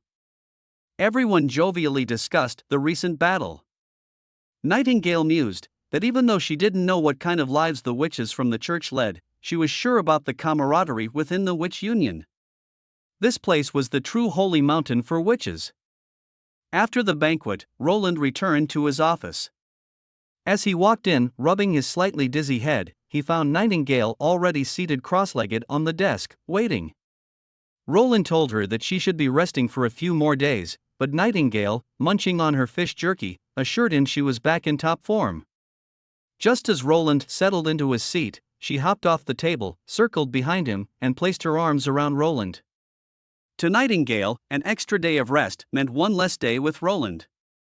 Roland's face reddened slightly, but Nightingale confessed she had wanted to do the same in the castle garden earlier, only there had been too many people around then. It wasn't until there was a knock on the office door that Nightingale pulled away, fading into the mist. It turned out to be the Lord of Dragon Fall Ridge. As Spear entered the office, she had already given deep thought to Roland's previous requests. Roland succinctly briefed her on the looming crisis of the kingdom, the origins of the church, and the threat of the demons. He also shared his subsequent plans. Hearing all this, Spear found it hard to believe. If it weren't for the testimonies of Tilly and Agatha, she wouldn't have accepted such tales. However, after that conversation, her attitude underwent a significant shift. When discussing Roland's future plans for the Western territories, she was agreeable but was curious about how to promote it across all territories. Roland firmly stated that he had to proceed in this manner. If not, Grey Castle would merely be scattered sands. Before the final enemies arrived, he needed to gather as much strength as possible. Spear slowly remarked this move would offend all the nobles by curtailing their rights, especially regarding hereditary positions. This will undoubtedly solidify Roland's reputation as a rebel king. Roland clarified he didn't intend to change their status. He merely wishes for them to adapt to the new system. They can still retain their territories, they'll only lose some of their privileges. Spear realized Roland was resolute in his decision. She thought that if she didn't accept, she might also be overthrown by Roland's army. Roland shook his head and sincerely added, "What he is lacking most right now are administrators." Telling Spear that she won't lose her territory and that she can appear openly before the people as a witch without any threat from the church. Spear was silent for a moment, setting down her teacup. She says she has one condition. She wants everything to remain the same for a while after Roland helps her reclaim Dragonfall Ridge. Only when Timothy is dethroned can she fully support Roland. Roland understood her stance. It was neither an outright refusal nor full support, but it gave her room to maneuver. Her meaning was clear: Roland had to prove he had the capability to unify Grey Castle. Roland was undeterred. He had confidence that Timothy's reign would soon end. Hesitating, Spear inquired about joining the evening lessons. This took Roland by surprise, as those were foundational lessons, seemingly of little use to a noble like Spear. However, Spear mentioned finding the calculation methods was intriguing and expressed her desire to learn. Roland wondered if she referring to the multiplication tables or algebraic equations. Roland couldn't help but chuckle. If Spear wishes to join the Witch Union, she naturally can. After lunch, Axe brought good news. Roland followed Axe to the basement where the priest was being held captive. The priest was unharmed, and his clothes were intact, but he appeared listless and kept muttering a phrase repeatedly. Upon seeing Roland, he yelled accusingly, claiming that Roland had unleashed demonic powers and the divine beings would punish them. Axe glared coldly at him, warning him not to utter nonsense unless he wanted to relive the punishment from the previous night. Frightened, the priest suddenly sat on the floor. Slowly, he introduced himself. When asked about the witch's identity, the priest said her name was Aurora, the pure one of Archbishop Tayfun. Roland glanced at Nightingale, who was hidden within the mist. Nightingale confirmed the priest wasn't lying. When pressed about the purpose of framing the Lord of Dragonfall Ridge, the priest admitted he was clueless. His only task was to monitor Aurora until they discovered that the Lord was a true witch, at which point they intended to capture her and bring her to the Holy City. Their plan involved passing through 3 cities, though the priest didn't know the reasoning behind choosing these particular cities. Roland thought to himself that these 3 cities were situated on the western borders. Could this operation be specifically targeting him? When the questioning was over, it was clear the priest didn't know much. Oddly, he neither pleaded for mercy nor did he condemn Roland and Axe. Eyes closed, the priest stated that his final judgment would come from the gods, not Roland. Axe suggested handing the priest to him for a night, assuring that his attitude would change. But Roland, believing the priest had shared all he knew, declared that the priest's judgment wouldn't come from the gods, but from the people's verdict. In the town square of the border town, a wooden platform had been built. However, this time, it wasn't for a show performance, but for the town's very first public trial. On the day of judgment, the area around the platform was packed with townsfolk. They waved their arms at Roland, their shouts rising and falling in waves. Pressed by the crowd, the priest was brought forth. Facing the throngs of people, his expression shifted. Roland wanted to unveil a heinous crime to the public. He had been pondering for 2 days on how to best expose the church's misdeeds without inciting panic. Roland couldn't talk about the divine war or matters related to the demons. If he wished to rouse public indignation, he had to speak about matters that concerned them directly. He revealed that the church had branded witches as evil minions of the demon, ugly and dangerous. Yet, he revealed, the Pope and archbishops harbored these very witches. This fact, he proclaimed, was admitted by the priest himself. Turning to the priest, there was a prolonged silence before the priest confirmed the claim. The crowd erupted in a flurry of whispered discussions. Someone in the crowd asked if the priest truly hailed from the holy city. Roland presented evidence, including the priest's documents, robes, insignia, and official proclamations. He emphasized the church's hypocrisy in harboring witches. To amass more witches, they not only sheltered homeless women under the guise of charity but even colluded with street gangs to steal babies. The realization that kind-hearted girls like Manhwa could be taken by the church incensed the townsfolk. They waved their fists in anger at the priest. Parents held their children close, and young couples clung to each other. The crowd couldn't bear the thought of Manhwa or their own loved ones being harmed by the church. The priest, looking out at the incensed masses, trembled with fear. Roland then stepped forward, unfurling a long list of his crimes before the priest. He loudly asked, regarding his charges, "What else does he have to say?" The priest fell to his knees, admitting all accusations were true. The square exploded with chatter upon hearing his confession. Finally, in the snow-covered border town, the people made their choice. After reading the contract several times, Spear signed her name at the end. She never imagined that so many common people would support a noble. She had always believed that nobles neither needed nor cared for the understanding or support of the commoners. Yet, perhaps there was a power in it she hadn't realized before. Glancing at Roland, she found him seemingly lost in thought. Spear assumed he might be regretting the trial from the day before. However, Roland asserted that he never regretted opposing the church, they were enemies he had to defeat. Still, he was somewhat pensive. Even though he had exposed the church's genuine sins, he felt uneasy. Perhaps, he mused, he wasn't yet a qualified politician. This was the first time Spear had heard the term politician. She wondered what it meant. But before she could ask, Roland changed the topic. He put away the contract, and when the conversation turned to Spear's abilities, she explained them in detail, expressing her eagerness to serve Roland. In the backyard, Roland introduced Anna and Rem to Spear. Rem's magical power was considered on the lower side within the Witches' Union, but its consumption was shockingly high. Roland hoped to use Spear's abilities to connect Anna and Rem's magical powers. Spear nodded and used her ability, which manifested as a sphere emitting a soft white glow, floating mid-air.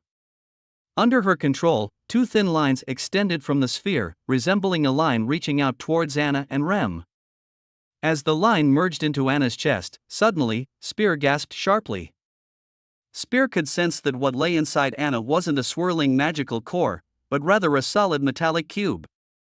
It was so immense that she felt like an ant standing below it, having to reach her neck to see its top. Spear tried several times to connect with it, but was consistently repelled. After numerous attempts, the line finally managed to touch the cube. However, there was no response. Spear has never channeled such powerful magic before. It's too overwhelming. Anna wanted to give it a try. As she began to pour her magic into it, a sudden change occurred within her. The magical energy from the cube rushed toward Spear. To Spear's surprise, it felt an immense weight. Yet, even as the orb filled with energy, Anna's metallic cube remained in its original form, as if the tremendous power was just a trivial portion of its capability. As all preparations were in place, Roland handed a cylindrical object to Rem. Holding it with both hands, Rem closed her eyes, and the magic within began to circulate wildly.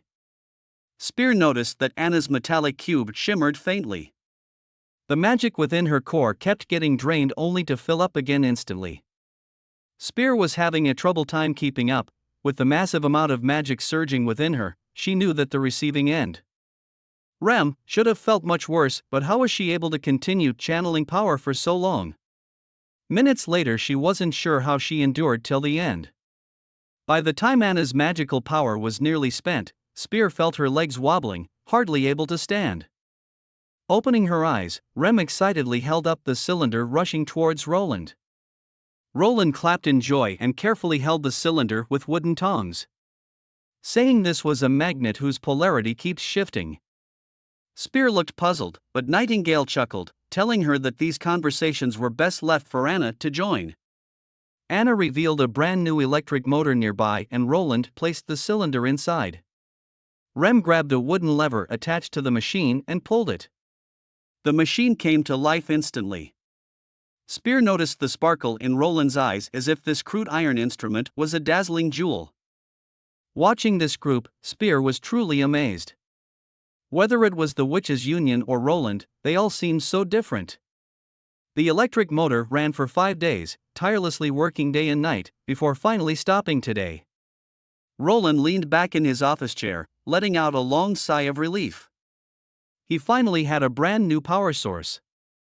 But the drawback was that each time, it would drain all of Anna, Spear, and Rem's magical energy completely. After some thought, Roland turned to Wendy, questioning if she could help tally up the daily magic usage of all the members of the Witches' Union. Then, they can systematically channel the surplus to Rem.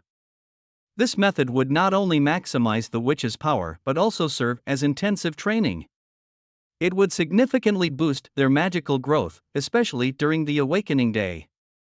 Wendy smiled, saying that sounds like a great plan. She then remembered that today was Lucia's coming-of-age day. She asked if she should gather everyone to celebrate with her tonight. Roland paused, almost having forgotten about it. Wendy gently said she recorded each sister's important dates in a notebook so that she never missed anyone. Roland nodded in appreciation. Tonight, he will prepare a grand feast. And it won't be just the Witches' Union, Roland himself be there to celebrate with her too. After dinner, Lucia's room was packed with witches. Seeing their comforting and encouraging expressions, her eyes moistened. Holding back the tears, she took a deep breath. Agatha was also present, and despite her yawning and the evident dark circles under her eyes, she seemed determined. Roland gave her a concerned look, hoping she wasn't pushing herself too hard. Agatha murmured, "The divine war is looming." Roland confidently affirmed that this time, they will surely defeat the demons. After a pause, Agatha turned her head and whispered, "Even if Roland doesn't keep his promise, she won't be able to hold him accountable anyway." Wendy interrupted, suggesting that they avoid such heavy topics today. Turning to Lucia, Wendy asked if she had any wish she wanted to be granted. As everyone's attention shifted to her, Lucia hesitated. Ling, hugging her sister, innocently telling her sister to ask for 10 ice cream sandwiches. Lucia lightly tapped her younger sister on the forehead, playfully chiding her for always thinking about food. Lucia then asked Roland if she could save her wish for later. Roland smiled, assuring her that it was possible. Lucia expressed her gratitude. She thought to herself that living in this town was all she desired, and she only wished for Ling to live a happy life. Knowing her sister was not a witch, and would one day leave her side to start her own family, Lucia hoped her saved wish might come in handy should any unforeseen event occur. Suddenly, Lucia felt a tremor within her body. "It's beginning," Nightingale said gravely. Even though her sisters assured her not to worry, Lucia instinctively clutched her blanket tighter. Wendy tried to soothe her, advising her to relax. The others attempted to divert Lucia's attention by sharing lighthearted stories and jokes. Lucia wanted to laugh, but her expression felt rigid, and her body was increasingly uncomfortable. Soon, her eyelids felt heavy, and the voices of the witches around her grew fainter. As their figures blurred, Nightingale hushed everyone, sensing something was off with Lucia. Agatha swiftly acted, telling Spear to use her ability. Spear used her ability to connect Lucia with Anna, and send the magical line to Lucia. Lucia clearly felt this magic was not her own. It was like a conduit, latching onto her magical core. With no time to question its origin, she channeled the tumultuous energy within her into the conduit, immediately easing her pain. Like finding a lifeline, Lucia continued to pour her magic into it, alleviating the anguish in her body. Anna grabbed the divine seal imprint and pointed it toward the window, letting an immense amount of magic flow out, shattering the nearby wall. Lucia didn't know how much time had passed before her vision returned to normal. Seeing her younger sister Ling on the verge of tears, she gently tapped her on the head, assuring her that everything was fine now. She noticed the sudden drop in temperature and turned her head only to be stunned. The wall had a huge hole. Standing in front of it was Anna, her eyes filled with concern and the divine seal imprint in her hand emitting a faint glow. Nightingale's gaze turned sharp as she focused on Lucia. Lucia has evolved her ability. The next morning, Barav rushed into Roland's office, wanting to know what happened the previous evening. Pouring a cup of tea for Barav, Roland asked him to calm down first. Upon learning that the phenomenon was caused by a witch's powers, Barav expressed his concerns. He mentioned that while the majority of the townsfolk had come to accept witches' abilities such as Nanawa's harmless healing powers, abilities capable of damaging castles and altering celestial phenomena were bound to instill fear. Roland, after sipping his tea, devised a plan to address the situation. He suggested to Barav that a rumor be spread: the golden glow seen the previous night was Prince Roland capturing the heaven's thunder to bring light to his town. Barav, rubbing his bald head, looked at Roland in surprise, wondering if His Highness truly harnessed thunder. Roland shrugged, telling him lightning and thunder are omnipresent. He didn't elaborate further, hoping Barav would simply spread the information as an intended rumor. To avoid any negative implications for future educational efforts, such information shouldn't deeply penetrate the public's beliefs. It merely needed to provide a temporary explanation for the time being.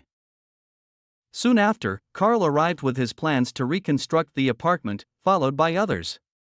Roland felt overwhelmed, realizing he would spend the entire day addressing the previous night's events. Carter gazed intently at Roland, asking if he was hurt.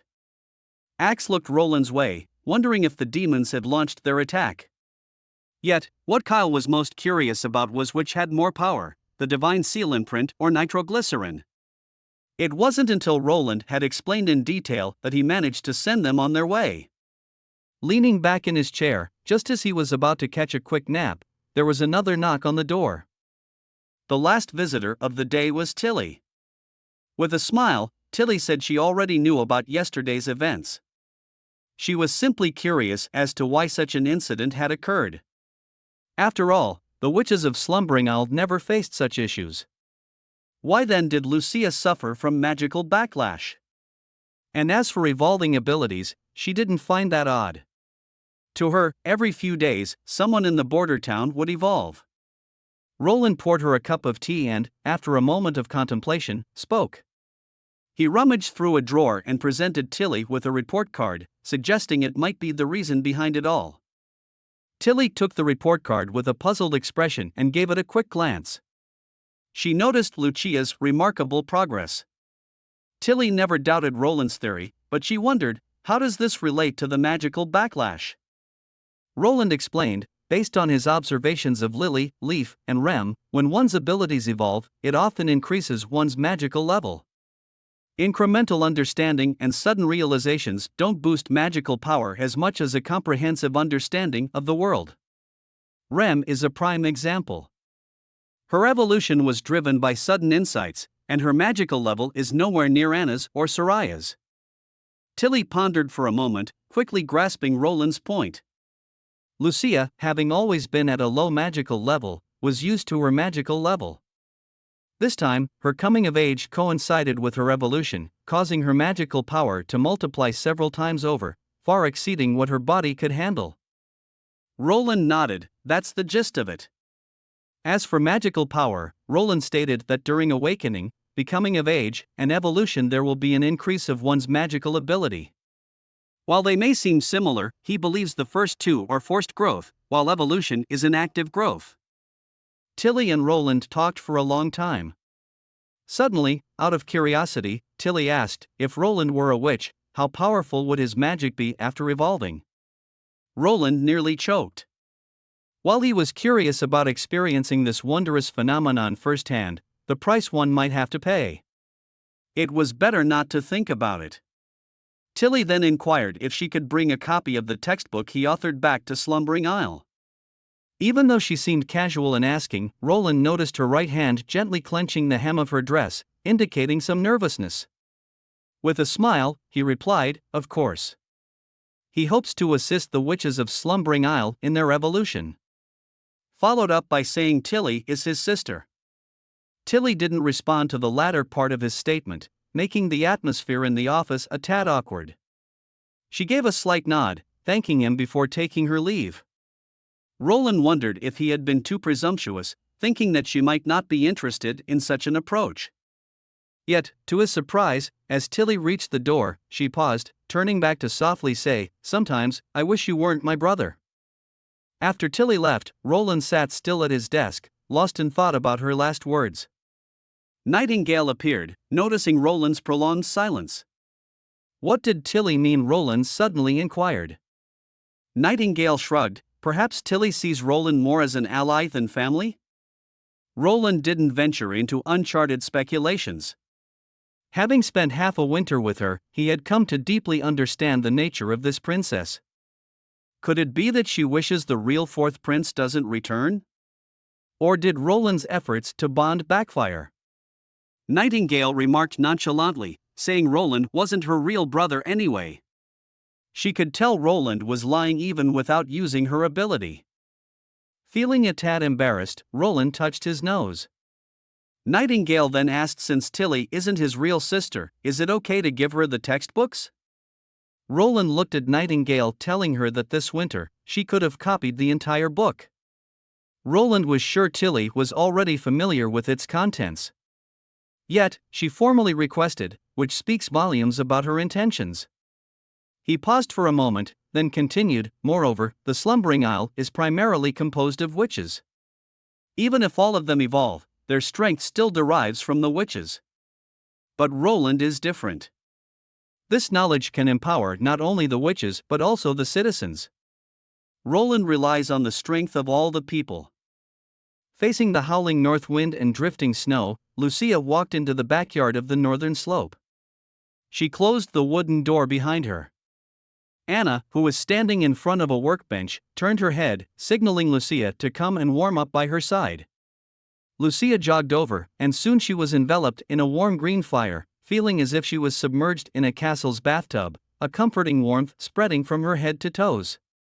Looking at the workbench, Lucia noticed Anna crafting parts for a new firearm. Anna curiously asked, "How has her ability evolved?" Followed by a smile, Anna bet no one in the Witches' Union has caused as much of a stir as Lucia when they evolved their ability. Flushing, Lucia touched her head modestly. She said if it weren't for everyone back then, she might not have made it to the end. Anna reassured her, advising her not to dwell on it, and then asked Lucia to demonstrate her new power. Lucia nodded, beginning to harness the magical power within her. The peculiar sensation she felt that night resurfaced. The outlines of objects around her no longer seemed familiar and continuous, but rather fragmented into tiny blocks. However, this time she didn't feel the painful backlash of magic, allowing her to calmly observe each block in detail. After describing her vision and thoughts to Anna, Anna pondered for a moment before saying, "This might be a kind of branching ability. Agatha once mentioned that only a few possess it. It seems it only appears on one's coming-of-age day, and if missed, can never be acquired again." Anna believed it to be closely linked, perhaps a complement or enhancement, to a witch's primary ability. For instance, Soroya's magical pen requires no ink, as she would otherwise need to mix pigments before drawing. The same goes for the magical books of scroll. Perhaps Lucia's main ability involves decomposition and reconstitution. Anna speculated that these colored blocks might guide Lucia in precisely isolating specific elements. Anna then asked Lucia if she could try separating a single color block. Lucia nodded and focused her ability on an iron ingot by the workbench. Unlike her previous disintegration, this time she carefully channeled her magic into thin strands, pulling at the small blocks. The blocks began to loosen and were drawn out of the ingot, causing the remaining colors to shift and change. Subsequently, the entire ingot collapsed, curling into a yellow-green crystal the size of a fingernail. Beside it lay the remaining block of iron. Anna picked up the tiny crystals. This might be a compound formed from the other elements in the iron. She prepared to conduct a small experiment to verify her theory. Anna speculated if Lucia can extract a specific element from a whole object, and the remaining elements don't just disintegrate but instead recombine according to the conditions after losing that element, then any obsolete or inferior material can be reborn as valuable materials in Lucia's hands. Floating on the sea was a ship. The captain asked a blond man why he wanted to visit the Western Territories, telling him things aren't like before. The captain advised the blond merchant that he won't find any jewels and furs anymore. The merchant feigned curiosity. Why is that? Don't they make a living off of that? Have the people of the Western Territories turned to banditry now? The captain looked away. Ever since the fourth prince took over the border town, the Western Territories have become peculiar. No one really knows what he's up to in his territory. But traders and merchants have a wonderful time. Whether it's grains, fabrics, or general goods, everything gets sold out in the border town. Otto put on a conflicted expression, saying he hoped he wouldn't return empty-handed. In reality, he didn't care whether he'd leave with nothing. His sole purpose for this trip was to meet the lord of the border town. Due to Roland Wimbledon's title as a rebel king, he couldn't approach openly as an envoy. So, he disguised himself as a merchant and headed for the border town. What puzzled Otto the most was how Roland had managed to solidify his power in the Western Territories and pose a significant threat to the new king. This was starkly different from Roland's previously known character. The fight for the throne grew fiercer by the day. The eldest prince, Gerald, and the third princess, Garcia, had died one after the other. The fifth princess, Tilly, remains missing. Cities in the south and east had been destroyed during the relentless war, while only the Western Territories remained untouched. Only by arriving at border town could Otto ascertain the reasons for this. Upon reaching the dock, Otto took a deep breath of fresh air and stepped out of his cabin. The moment he set foot on the port, he was taken aback by the scene before him. He couldn't believe that a border town could possess such a dock. Even the dock of Greycastle's royal capital wasn't half as big. But what surprised him even more were the ships docked beside the pier. A line of unprecedented wide-bodied gray stone ships stood in front of him. Otto got on the carriage. As they passed the first checkpoint, Otto couldn't believe that no one asked them for any tariffs. The captain chuckled, informing him that those were the border town's police, not bandits or mountain robbers. Witnessing the smooth, hard roads beneath his feet, rows of neat houses, and the bustling residents, Otto, a noble, had seen grand architecture in his time. However, in his kingdom outside of the inner city, dilapidated houses, muddy paths, and sewage were common sights. Yet here, he couldn't find a single house that looked old or worn. As the captain and his crew left to unload their cargo, Otto decided to explore on his own. He saw goods he had never seen before. Then, a commotion arose in the crowd. Turning his head, he saw two women walking past him. Upon seeing the blonde woman, Otto felt his blood boil with recognition. His hands trembled slightly, and he rubbed his eyes to ensure he wasn't mistaken. He shouted the name Andrea. Ashes and Andrea turned to look, and upon spotting him, recognition flashed in Andrea's eyes. In a nearby tavern, they settled down at a table. Even now, Otto's heart raced uncontrollably. His eyes were fixed intently on Andrea, fearing she might suddenly vanish. Otto spoke up, saying that he, Belinda, and Oro had thought Andrea was dead. They never imagined they'd see her again. Ash, sitting next to them, teased, "Is he an old friend of Andrea?" Why'd Andrea rush into the tavern the moment she saw him? Andrea shot her a glare. Ash laughed and said, "She came here to protect her." After all, it was Andrea who dragged Ashes here to buy gifts for Tilly's birthday, and now Andrea trying to chase Ashes away. So much for being noble, like Ashes said. Andrea retorted she doesn't need to act noble around Ashes. Otto, feeling left out of the conversation, felt a bit awkward. He turned to Ashes and hesitantly asked if she was a friend of Andrea. Before Andrea could respond, Ashes introduced herself to Otto and then asked, "How did Otto know Andrea?"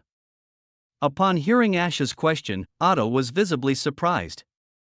The frankness of her words lacked the manners commonly associated with the nobility. It puzzled him as to why Andrea would be in her company. Nevertheless, he chose to introduce himself sincerely. "He's Otto from the Kingdom of Dawn." He's known Andrea since they were children. They grew up side by side alongside Otto's younger sister and Oro. Ashes, not missing a beat, asked why had he mentioned Andrea was dead. Before Otto could respond, Andrea interjected, not wanting to dive into that painful memory, simply stating that the eldest daughter of the Quinn family, whom everyone knew, is dead. However, Otto felt compelled to clarify. He needed to understand what had happened. In the Kingdom of Dawn, aside from the royal family, the most distinguished noble families were the Tokate, Quinn, and Loxi. The patriarchs of these families were not just close confidants of the king but also influential ministers. This age-old tradition was still very much alive in their generation. Andrea, being the firstborn of the Quinn family, was flawless, both in appearance and lineage. She had countless admirers, Otto and Oro was among them. Yet, tragedy struck during a spring excursion. Andrea's carriage had veered off its path and tumbled into the mountains. The calamity was so severe that even the king was alerted. The three noble families, collaborating with the royal family, mounted an extensive search. At the base of the mountains, they discovered her mangled remains. Everyone was in sorrow for a long time. In his own mind, Otto had harbored feelings for Andrea but hadn't had the chance to reveal them. He believed that he'd never get another opportunity. Yet, in this unfamiliar territory, fate had reunited them. After a pause, Andrea sighed softly, revealing that the carriage accident 5 years ago wasn't an accident at all. It was orchestrated by the Quinn family when her father discovered she was a witch. Otto froze at the revelation of witch. Andrea, paying no mind to Ashiz's reactions beside her, continued. When her father learned of her identity, he immediately arranged the accident. The people on that carriage weren't her, but the groom and her maid lost their lives because of it. Subsequently, she was exiled from the Kingdom of Dawn by her father and sent to a small town up north in Grey Castle. Otto remained silent for a moment, processing the information. In his mind, fabricating the accident might have been an attempt to protect Andrea. After hesitating for a brief moment, he voiced his thoughts only to be interrupted by Andrea's cold laughter. Andrea retorted, "So what if people found out she was a witch? Had her father refused to hand her over, what could the church possibly do to him?" Her hands clenched into fists. Would the church dare to storm into the kingdom and into her home with the Judgment Army to arrest Andrea? Her father was the chief minister, and he controlled the city's patrol squad. She remembered Miss Nanawa's father was merely a baron, but he stormed the Lord's castle, confronting Lord Roland face to face for the sake of his daughter. Yet Andrea's own father exiled her from their home. She doesn't see that as protection. For a moment, Otto was left speechless. Andrea stood up, telling Otto she was glad to see an old friend once more, but she hoped he would forget everything that she said today. Because the daughter of the Quinn family had died 5 years ago. As Andrea was about to leave, Otto finally spoke, telling her that Oro visited her grave every year, unable to forget Andrea. As she reached the door, she whispered softly, "One day, he will forget." Watching the two disappear outside, Otto sat back onto the chair. He despised his own weakness. Even now, he brought up Oro instead of confessing his true feelings. He too couldn't forget Andrea. In Roland's office, Roland learned from Anna that Tilly was approaching her 20th birthday. While Anna was considering what gift to present to Tilly, it was only now that Roland remembered Tilly's birthday. The original fourth prince, he hadn't cared about Tilly. Previously, when Wimbledon III was still alive, grand birthday celebrations were held annually for Tilly, a privilege that even the highly favored Timothy had never enjoyed. Roland recalled that during Tilly's coming-of-age ceremony, the 4 great border generals had returned, and she had even received congratulatory gifts from the other 3 major kingdoms. Timothy and Garcia were somewhat jealous at the time. The two of them approached the fourth prince, trying to instigate him to do something horrible. However, ever since Tilly had sternly taught the fourth prince a lesson 8 years ago, Roland, the fourth prince back then, had been too cowardly to participate. He wasn't sure about Timothy's actions at the time, but the end result was the poisoning and death of a bear cub, a gift from the Wolf Heart Kingdom. It had been Tilly's favorite present. Regardless, it must have been a terrible memory for Tilly. Having reflected on the past, Roland's thoughts shifted, and he quickly came up with an idea for a gift. He spread out a sheet of paper and began to sketch his gift. Anna noticed the outline of a bear. Roland smiled, explaining that as Tilly's brother, he wanted to craft a unique gift himself. When the time came, he would need Anna's technical expertise. On Tilly's birthday, Roland arrived at her room with a gift box in hand. After knocking on the door, he found her alone. Seeing that it was Roland, Tilly looked a little surprised. Roland mentioned that it was her birthday today and that he would host a grand dinner in the evening. But before that, he wanted to give her a gift. Tilly seemed a little taken aback as Roland placed the gift on the floor of the living room. It was a large pink box. Tilly noted that Roland had never given her a gift before. Roland corrected her, mentioning the quill he gave her when she was born. Tilly chuckled, reminding him that it was a Grey Castle royal tradition. She then asked if she could open the box, to which Roland eagerly agreed. As Roland watched with a smile, Tilly slowly untied the ribbon. When the box was opened, she blinked in surprise, asking, "What is this?" Roland explained it was a bear. Tilly curiously circled the plush toy, then couldn't resist hugging it. She remarked how different it looked from any bear she knew, but it was very soft. Roland had designed it after the pandas from his memories of another world.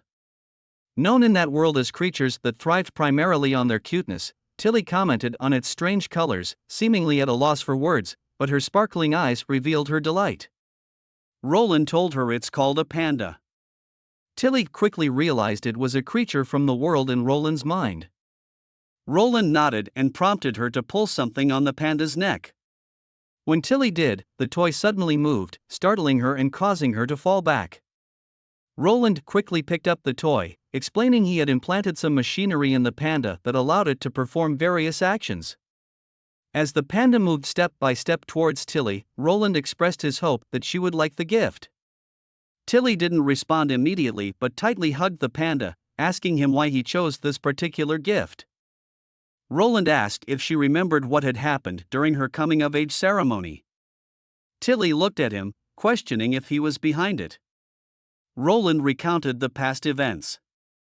Although Timothy and Garcia were to blame, he felt he shared in the blame. If he had informed his father, none of it would have happened. Tilly knew that if Roland had spoken up back then, Timothy and Garcia would have beaten him severely. She decided to change the topic and asked about the other intriguing things from Roland's memories.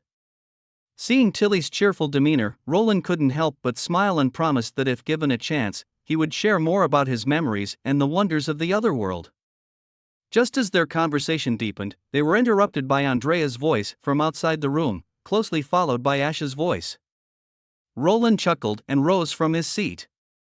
He looked at Tilly and said, "Many unpleasant things happened in the past, but they are behind them now. Whether it's between him and Tilly, or Border Town and Slumbering Isle, if there's ever any trouble, she can always come to him. He will always be her brother." He paused for a moment and said, "Happy birthday, Tilly." As he opened the door, the two witches outside stared at each other in surprise.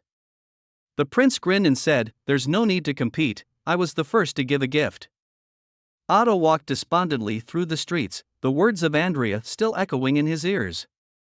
He made his way to a stone bench in a corner, brushing off the accumulated snow before sitting down. Although he couldn't forget Andrea, he still remembered the purpose of his visit. Apart from the military camp, he had explored every corner of the town, gaining a comprehensive understanding of the place. According to the townsfolk, this was once an impoverished land, and all the changes were due to Roland. He not only led the people to fend off the terrifying demonic beasts but also invented various amazing machines and tools to improve their lives. Otto documented everything he saw, including those machines. As he spread out his notebook to document the day's findings, two figures appeared before him. It was what the townfolks called policemen. They called out the fake name he used when posing as a merchant. When Otto inquired about their purpose, the policeman's reply caught him by surprise. They had received a report of suspecting Otto of a spy and asked him to come with them, instructing him to put his hands behind his back and not to resist. Seeing the two policemen trying to arrest him, Otto dodged and continuously argued that he was innocent and claimed to be a nobleman from the Kingdom of Dawn. He managed to break free from their grasp but was suddenly punched hard in the stomach. Just a few days ago, he had claimed to be a merchant, and now he was a noble? The policeman sneered. After struggling briefly, the two policemen overpowered him, suggesting that if he confessed, there might be a way out. After a day in jail, Otto was met by Carter. He quickly identified himself, stating that he was on a mission from the King of the Kingdom of Dawn. He soon presented his identity seal and claimed that he was seeking an alliance with Grey Castle against the church. He demanded to meet with Prince Roland Wimbledon. Looking over the records Otto kept, Roland shook his head. Recording so much is bound to raise suspicions. He told Otto that he shouldn't take to heart about the rough arrest. There had been malicious individuals in the past who had resisted arrest, while pulling out daggers to injure two officers in the process. Otto added that such a policy might wrongly accuse innocent outsiders since not everyone carries documents to prove their identity. Roland looked toward Nightingale in the mist and reassured Otto, saying they had various measures to ensure the innocence of the wrongfully accused. Prince Roland spread his hands and remarked, "Perhaps in this endless winter, Timothy is growing restless. After all, every month he seems to send some people to stir up trouble." Roland made no effort to hide his hostility towards the new king. Otto realized that the differences between the two sides had become irreconcilable. He earnestly asked Roland if the popular rumors were true. Was Roland genuinely planning to overthrow Timothy? Roland responded bluntly, stating Timothy should never have been anywhere near the throne. In his pursuit of power, he had murdered their father, framed the eldest brother, and driven their sister out of Grey Castle. The entire southern territory was ravaged by war, with its people displaced, all because of Timothy's misdeeds. Only by throwing him off the throne could Grey Castle regain its past prosperity. Otto was taken aback. Timothy lacked the character that Roland displayed, and their auras were distinctly different. Otto slowly stood up and gave a formal bow. As a friendly neighboring nation, the Kingdom of Dawn hoped for Grey Castle's swift stabilization. He was here to bring the treaty from the King of Dawn. Roland, intrigued, asked where it was. Otto explained that to avoid any leaks, he hadn't brought the written treaty. However, the King of Dawn had granted him the authority to formalize the agreement. He reiterated the terms of the defensive and offensive alliance given by the King of Dawn. Such an alliance would effectively counter the Church's advances, avoiding the fates suffered by Eternal Winter and Wolfheart. Roland's response took Otto aback. "That's it?" What did Roland mean, that's it? Otto felt he had been very clear. He assumed Roland hadn't understood and wanted to explain again, but Roland interjected while saying this plan will not work. The Church's determination to conquer the four great kingdoms is much stronger than Otto or the King of Dawn have imagined. Clearly, they are unaware of the Church's secrets. Roland would provide the Kingdom of Dawn and Otto with the intelligence he had, hoping Otto would relay the information to their king. Otto glanced at the documents in his hands: transcendent warriors, pure ones, demons. These terms caused cold sweat to drench his clothes, realizing that the Church's purpose to annihilate the four kingdoms was to prepare for an impending doomsday battle. This information was utterly mind-boggling. Stammering, Otto said he couldn't make the decision alone. He must report immediately to their king. Prince Roland calmly responded, "The matter concerns the life and death of both of their nations. Caution is necessary, but they don't have much time." Andrea stood atop the castle, gazing southward towards the direction of the flowing crimson water river.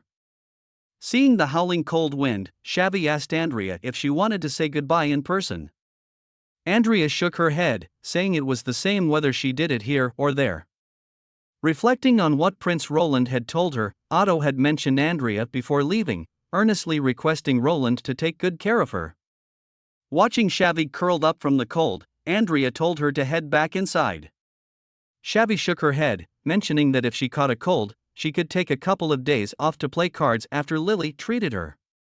This seemed reasonable, and Andrea gave her a thumbs up, then looked towards the dock again.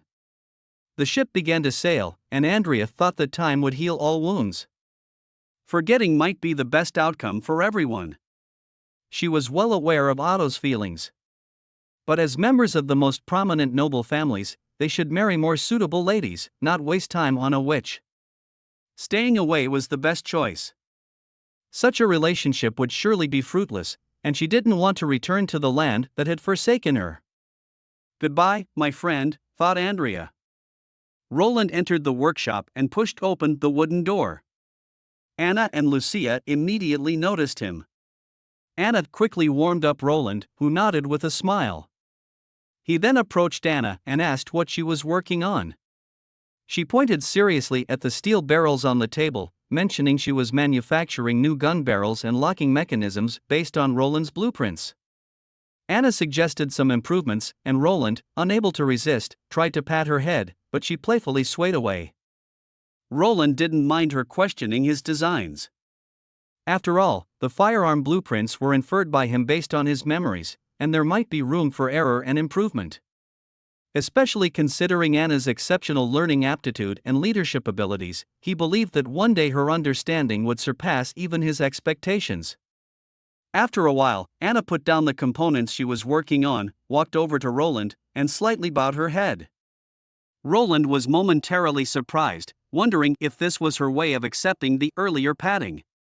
He tentatively patted her soft hair. Turning his attention to Lucia, she reported on her work. The mine had produced a vast array of ores, and she had been working tirelessly to break down the elements. She needed more time to document them. Roland nodded approvingly. He then inquired about the samples from the 12th test. Lucia promptly presented the sample. Observing the element, Roland felt a sense of familiarity. He asked Anna to process the ore into fine metal wire, suspecting that this might be tungsten. Tungsten is an extremely hard metal with a very high melting point. In many applications, it's typically used as tungsten wire, especially in light bulbs. Roland instructed Anna to process the material into extremely fine metal wire, twisting it into a spiral shape and affixing it to a glass frame. This frame was then encased within a glass bulb, thus completing the primary part of the electric lamp. However, for it to emit a stable glow, two more crucial steps were required. These were also the most challenging aspects of creating a light bulb. Firstly, the bulb needed to be evacuated to prevent the tungsten filament from reacting with oxygen, and secondly, it had to be sealed to ensure that air wouldn't penetrate inside. Two witches had the capability to perform these steps. Roland first approached Agatha, using her abilities to fill the bulb with pure nitrogen as an ideal inert gas. Then, Soraya was responsible for sealing it. With that, a rudimentary incandescent lamp was successfully created. That evening, Roland gathered all the members of the town hall in front of the castle, ordering his guards to extinguish the torches in the courtyard.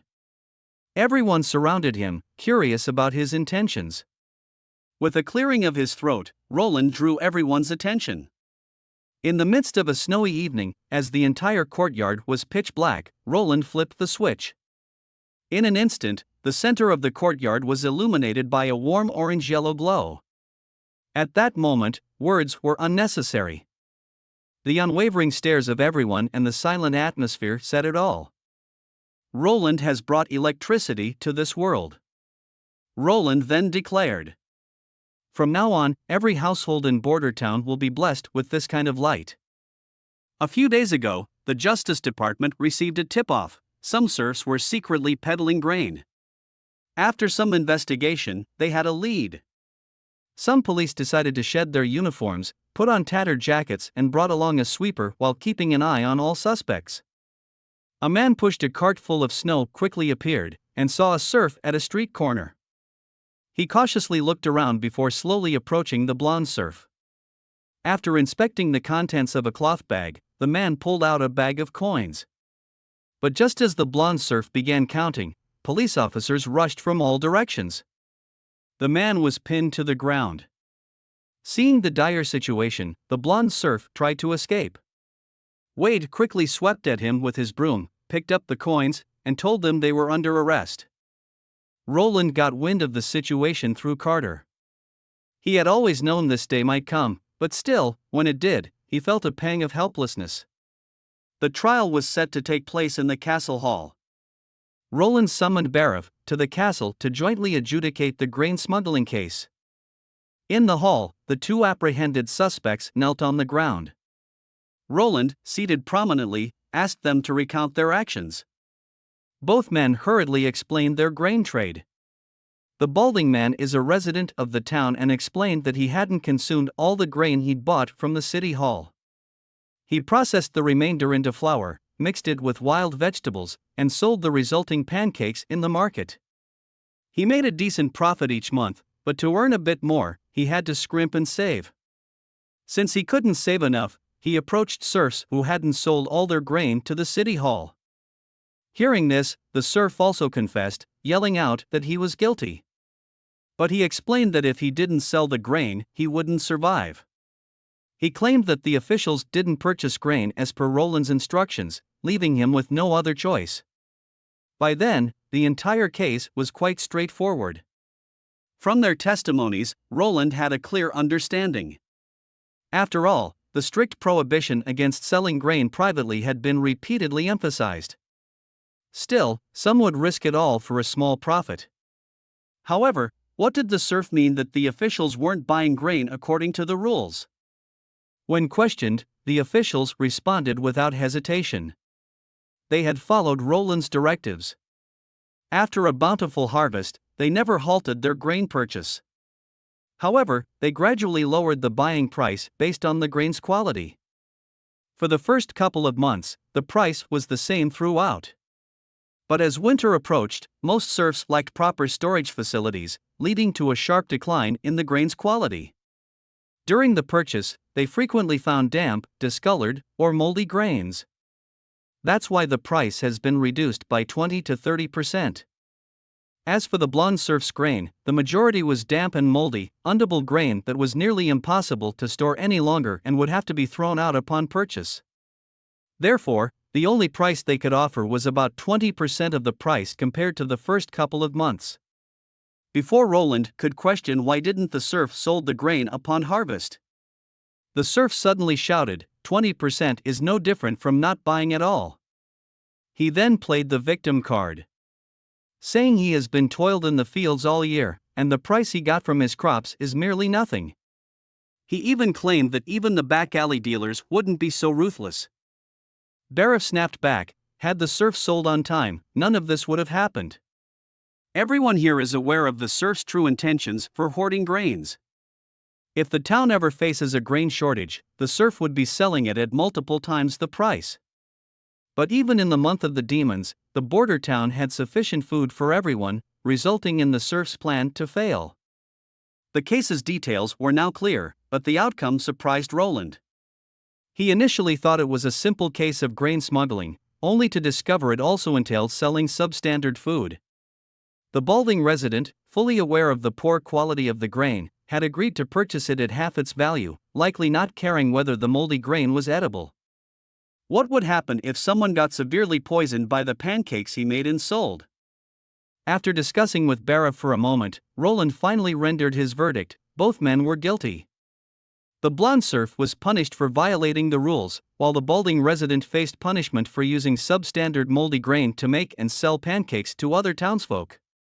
While Roland felt a twinge of regret, as the inaugural case of its kind, a stringent penalty was needed. He instructed the officials to create a public notice about the incident, hoping to deter such occurrences in the future. When Roland asked Carter if Wade had been responsible for the arrest, Carter nodded. However, the fact that Wade had ditched his uniform and was reported by citizens as being involved in a brawl during the apprehension made Carter feel he should reprimand him. But Roland shook his head, believing Carter should commend Wade instead. Wade knows how to adapt, Roland thought. This time, acting undercover to arrest the culprit shows he's a natural investigator. When the time is right, he should recruit Wade into the Security Bureau. Inside a secret chamber of the Hermes Cathedral, Isabella held a torch in one hand and gripped Tayfun's arm with the other. Though Tayfun was puzzled as to why the newly appointed pope had requested to meet him here, Isabella explained that Maine had a profound trust in Tayfun, the archbishop with whom he'd worked for so long. It was time for Tayfun to be privy to deeper secrets. Tayfun sighed, thinking of the two new archbishops. They had already struggled with merely accepting the existence of the pure ones. How long would it take them to adjust? Isabella whispered, the new archbishops haven't fully understood the pure ones yet. Of course, assist archbishops in tasks that cannot see the light of day. Besides that, they can offer companionship at night, serve as an outlet for anger, or even provide other forms of entertainment. She drew nearer to Tayfun suggestively. Tayfun swiftly pulled his arm away, admonishing her to refrain from making such a joke with an old man like him. They soon arrived at another room, guarded by a witch named Black Veil. She instructed Tayfun to entrust her with the god punishment stone he was carrying. Her gaze felt as if it pierced through him, prompting Tayfun to reluctantly take the stone hidden within his robes. Once the stone was secured, Black Veil opened the chamber's doors. Inside, Maine stood playing with two magic stones in his hand. He warmly greeted his old friend, assuring Tayfun that they were in private and he could be at ease.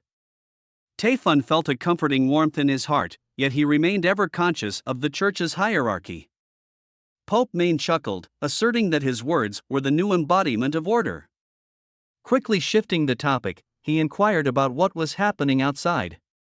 Tayfun reported on the church's recent affairs, notably the order to apprehend witches. One of the witches had escaped, and in the pursuit of her, many believers, including prospective judgment soldiers, had died. He feared that such incidents, if they persisted, would instill a dread of witch hunting among the church's members. Maine had summoned Tayfun primarily for this very matter. He stated that combat witches were only a minuscule fraction. Most of the witches lacked the power to resist. Such confrontations would be rare. He hoped that Tayfun would increase his efforts so they could produce even more god punishment soldiers. The pressure on the Hermes defensive line grew daily, and they urgently required more god punishment soldiers to combat the demonic beasts. Looking at Maine, Tayfun observed how the former youngster had become more decisive and mature since his ascension to the Pope. Tayfun also brought good news. Apart from a few cities that continued to resist, the majority of nobles in the Wolfheart Kingdom had already pledged allegiance to them. However, when the conversation shifted to the Kingdom of Dawn.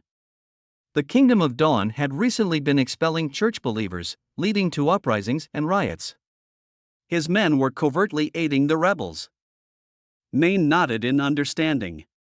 He believed that next year's offensive strategy needed adjustment, prioritizing the capture of the Grey Castle. Maine perceived signs of decline in Grey Castle.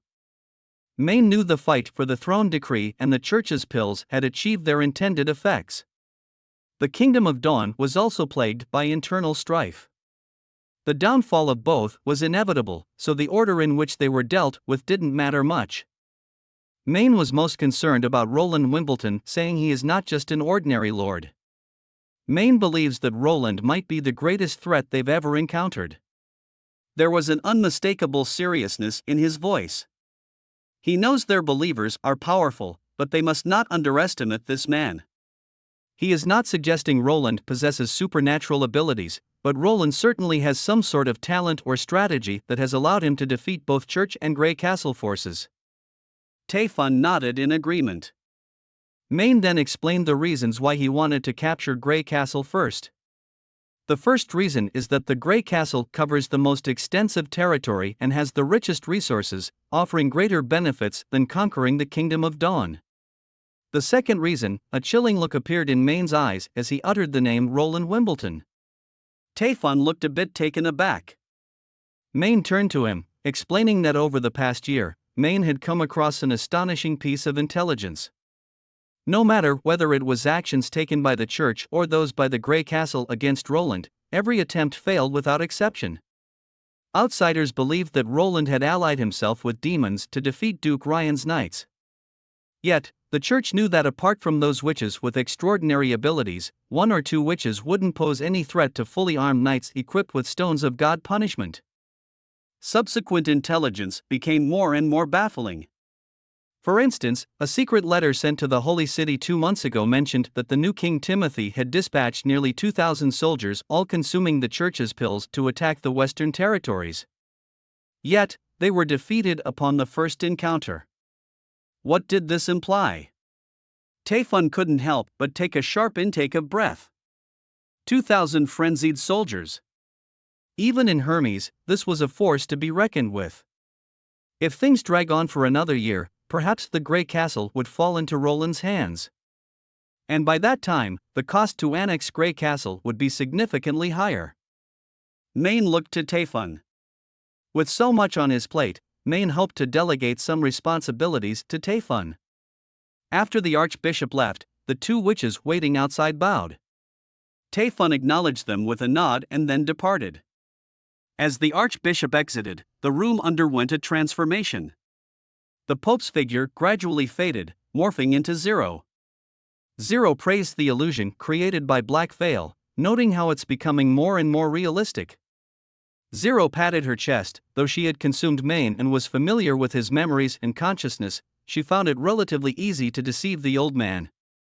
However, whenever Maine's conservative thoughts resurfaced, she found them quite tedious. Isabella sat on a table, twirling her hair, remarking how interesting the fourth prince of Grey Castle appeared to be. She even thought he held more promise in defeating the demons than the church. Black Veil shot her a displeased glance, asking what she meant by that. Was she suggesting a betrayal of the church? The two began to bicker. Isabella argued that wasn't the church established to ensure humanity's survival in the divine war? If someone else could achieve that, she wouldn't mind whom she served. Zero interjected, urging them to stop arguing. She believed Isabella had a point. In the so-called divine war, only the ultimate victor would be the favored one of the gods. She looked at the two and said, "As for whom the gods will smile upon, whether it's the Federation or a prince from Grey Castle, only through this war would provide the answer." In Sir Eltek's residence, Sir Eltek and his steward hurriedly rushed to the door, questioning his son Miso about why he was wearing armor. Miso stated his intention to join Lord Need to gain honor and rank. He informed his father that Lord Need had gathered most of the nobles from the western territories in his castle and brought with him a letter penned by the king himself. The letter promised that anyone who assisted in capturing the Changu stronghold would have their titles and territories elevated. Upon hearing this, Sir Eltek involuntarily stepped back, his heart sinking. Jacques Meade was the eldest son of the Meade family, and now it seemed the new king, Timothy, was also involved. Everyone knew that Roland Wimbledon of the Western Territories was at the top of Timothy's list of adversaries. When he learned that the four major families had immediately decided to act upon receiving the letter, the elderly Sir Eltek exclaimed in anger, questioning if Miso had forgotten how Duke Ryan met his demise. Miso dismissively replied that this time was different. The king had delivered a batch of snow powder weapons, the same kind used by the fourth prince. According to Lord Meade, even more powerful weapons were on their way, and without the advantage of these weapons, Roland was sure to be defeated. Miso belted his long sword, donned his helmet, mounted his horse, bid his father farewell, and rode off into the distance. The old lord, livid, threw his cane after him, but Miso had already spurred his horse, rushing towards the battlefield. Miso, full of himself, thought he would bring glory back to his family. The old lord was so infuriated that he was out of breath. The housekeeper looked at Sir Eltek with concern. However, Sir Eltek said, he fears their family faces imminent disaster. The housekeeper comforted him. What if the four major families won? The month of demons is still ongoing, and the snow needs at least 3 more months to melt. By the time the fourth prince arrives, perhaps the king's army would have already surrounded the entire western territory. If it had been before, Sir Eltek would have thought the same, but since he had been to the border town, he had a completely different view of the fourth prince. Roland was a wise and kind lord, not to mention his eldest son, Ferlin Eltek, and the family's benefactor, Lady Agatha, were both living in border town. He looked at the housekeeper and ordered, "Go to the border town now and bring this information to Lord Roland." No matter what, the housekeeper must deliver this message to him. Before the housekeeper had even left the boundaries of the Eltek family's territory, Roland had already received a plea for help from Petrov. The four major families of the Western territories had actually rebelled. Who gave them the confidence to plot treason right under his nose? Roland immediately summoned Carter and Axe, slapping the letter in front of them. After reading it, Carter speculated that they had been planning this uprising for some time.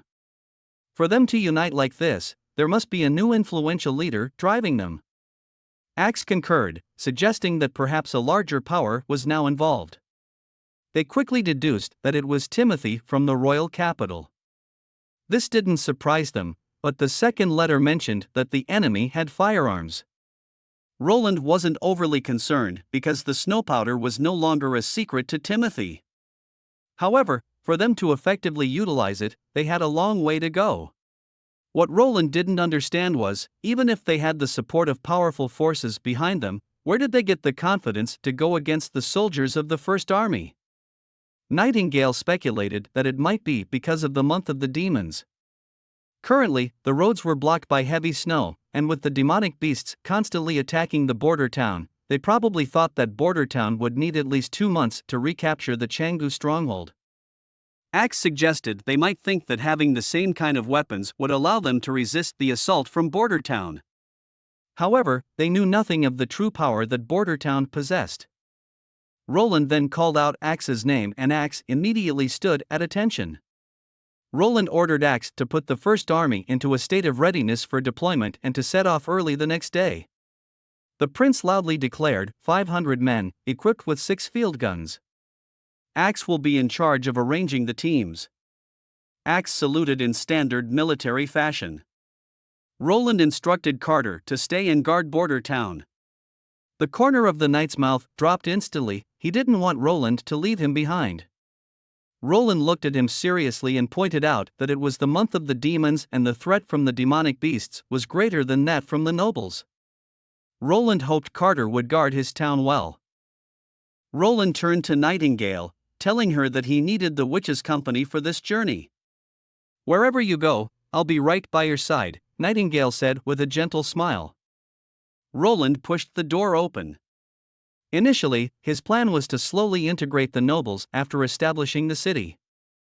However, this rebellion presented him an opportunity to swiftly annex the lands beyond the stronghold, and this time, he wouldn't let those nobles off the hook. In the early hours of the morning, the housekeeper reached the docks, seeking an old boatman to transport him to the border town, offering a handsome payment of 10 gold. The boatman, stuttering, explained, his boat doesn't even have a proper shelter against the snow. It's fine for river crossings, but if they head to the border town, they might survive the journey, but the freezing nights would be their end. When the housekeeper inquired if there might be someone else capable of making the trip, the boatman waved his hands dismissively. Only the larger ships in the stronghold can manage such a journey. All they have here are small boats. The housekeeper's face contorted in despair as he stared at the crimson water river. Suddenly, a massive fleet of ships was approaching. Kakosin commanded the sailors to keep stoking the coal. They were making a beeline for the stronghold. Roland was aboard, with Wendy manipulating the wind direction. Lightning had already scouted the situation inside the city and briefed the prince. Roughly 200 men besieged the castle. They had already breached the first layer. These attackers wielded weapons resembling firearms, yet they were nothing like what Roland's side used. Roland's primary concern was for Petrov's safety. Lightning relayed that Petrov was unharmed, but shaken. However, there was a pause, and Lightning somberly added that Petrov's family had suffered greatly. It seemed that Petrov had received word beforehand and had summoned his father into the safety of the castle. Yet, the rest of his family, including the countess who remained in their home, were taken hostage by the treacherous nobles and executed one by one as a ploy to force Petrov's surrender. Seizing an opportunity, Lightning managed to slip into the castle and relayed the news of Roland's impending arrival. Petrov only had one request for Lightning to transfer to Roland. Roland listened intently. Lightning turned to him. Petrov says the debt must be paid in blood. A chilling look overtook Roland's face. Among the nobility, there was an unwritten rule: rarely would one lay lethal hands upon another of a noble title. The audacity of these nobles to inflict such harm on Petrov's family, aside from their resentment towards Roland's substantial profits from the partnership with the merchants, indicated another force was likely pulling the strings. Roland was now fairly certain that the person behind this assault was the newly crowned king, Timothy Wimbledon. He gazed towards the direction of the stronghold, and ordered coldly, "Full advance into the stronghold. Secure the docks." Atop the city walls, soldiers from the Second Army relentlessly fired upon the enemies below. The invaders had secured the city gates and launched several waves of attacks, yet they had not been able to capture the northern section of the wall. The battle had raged on since noon the previous day. The Second Army's ammunition was quickly depleting. Enemy troops, shielded by heavy shields, inched closer. Watching his comrades fall one by one into pools of blood, he found himself unable to think of anything else. The captain signaled to his squad to fix their bayonets, preparing for a final, bloody standoff. They would not surrender. They knew that surrendering would lead them down a path to certain death. He lunged at an enemy shield with his bayonet, only to be knocked off his feet by a powerful kick, his weapon flying from his grasp. Despairingly, he looked up, thinking his end was near, but suddenly noticed a looming shadow in the sky rapidly descending onto the steel-clad soldier. As the person became clearer, he realized it was a massive creature. Just as he thought they were faced with a demonic beast, a silhouette jumped from atop the creature. The giant creature tells him they are the reinforcement. The sight of the talking beast still instilled fear in the soldiers, until they saw the giant creature approach the injured among them. She helped lift them onto the creature, reassuring them to hang on, and that she'd swiftly take them to where Manhwa was for treatment. The man looked at the beautiful woman with numerous questions, still unable to believe they were the reinforcements dispatched by Prince Roland. The enemies swiftly reached the top of the city walls. When they realized it was a woman defending, they burst into laughter, spouting derogatory remarks. The captain raised his weapon, thinking he'd need to protect Ashes. However, Ashes grinned, and in a flash, a silvery light slashed through the air, immediately silencing their laughter. The enemy leader was cleanly cut in half, with neither his shield nor his iron armor able to halt the blade even slightly. He hadn't even seen how the woman had attacked. The once laughing faces now froze in horror. Yet, this was merely the beginning. Ashes took a step forward, swinging her great sword in a wide arc. The movements were so swift that they were nearly imperceptible, and in moments, the adversaries lay defeated on the ground. Ashes turned to the captain, instructing him to gather the remaining comrades atop the wall, assuring that someone would soon come to transport them. Ashes immediately leaped off the wall, charging through the enemy lines with unrivaled ferocity. Her weapon danced fluidly in her hands, cutting down any who dared stand in her path as if she was merely harvesting wheat. In less than minutes, the enemy forces had collapsed. The captain sat on the ground, cold sweat drenching his back. So, this is the power of a witch, he thought to himself. Regardless, he had survived. The stronghold was surrounded by the forces of the four major families, making escape seemingly impossible. After a day and night of relentless combat, the second floor of the castle was taken. Petrov's family and his guards had been pushed back to the very top, presumably enduring the tortures of hunger and fear. Meade stared at the imposing lord's castle, recalling the secret letter from King Timothy. The message had stated that if the capital could maintain control of the Canggu stronghold until the snow melted, the royal army would rally here to suppress the rebellious Prince Roland Wimbledon. If they could successfully quash the rebel prince's influence, it wasn't impossible that Meade might be given governance over the western territories. Furthermore, he could also divide the lands obtained by Petrov's family. By then, he would be a duke in both name and rank. A night approached to report, the 6th Assault Team has retreated. Should they send in the ironclad squad next? Meade nodded in agreement, signaling the knight to make the necessary arrangements. The so-called Ironclad Squad was a team specially designed to combat firearms, typically made up of 3 or 4 members. 2 of them would hold shields, crafted from layers of heavy iron and metal which covered them entirely. They'd slowly advance behind this protective barrier with the new snowpowder weapons. Meade couldn't help but scoff internally, although the enemy's swift reaction was somewhat unexpected. By the time the united forces of the 4 major families stormed the stronghold, a significant number of the patrol soldiers and guards had already been pulled back into the castle. Nevertheless, their numbers didn't even reach 100. They could simply be worn down through attrition. It would probably be days before this news reached the ears of the 4th prince. He wondered how Roland Wimbledon would react if he were to send him Petrov's head as a gift. A steward approached, reporting something amiss at the western docks. He had dispatched 2 teams to investigate, yet none had returned. Meade casually suggested that perhaps it was just a homeless person snoring. But the steward shook his head, saying that for such a loud snore, it would have to come from a titan nearly as tall as the city walls. A soldier, torch in hand, headed towards the dock, puzzled by the darkness. He wondered where were the guards. From a corner, dozens of rifles aimed right at him. Shortly after, Roland and his rifle team appeared, swiftly taking down these soldiers. A guard stumbled back to Meade, loudly exclaiming, "The rebel king is here! Thousands of them, they're approaching the castle!" Meade angrily kicked the guard. How could there be thousands? He warned the guard that if he continued with such nonsense, he'd hang him from the castle gates. The guard, not daring to dodge, knelt and insisted, "It's truly the banner of the great castle royal family." The guard then said they saw the rebel king and charged at him when a volley of concentrated gunfire took them down. He had never seen such intense shooting before. Without at least 1,000 men, how could they have instantly wiped out the noble's guard force? Meade wiped the sweat from his forehead. He figured the guard was exaggerating the numbers, probably having his wits scared out of him by the enemy's simultaneous gunfire. In Meade's mind, these snowpowder weapons only had a range of about 40 steps. Although they packed a punch, their loading speed and accuracy were extremely poor. He quickly devised a plan.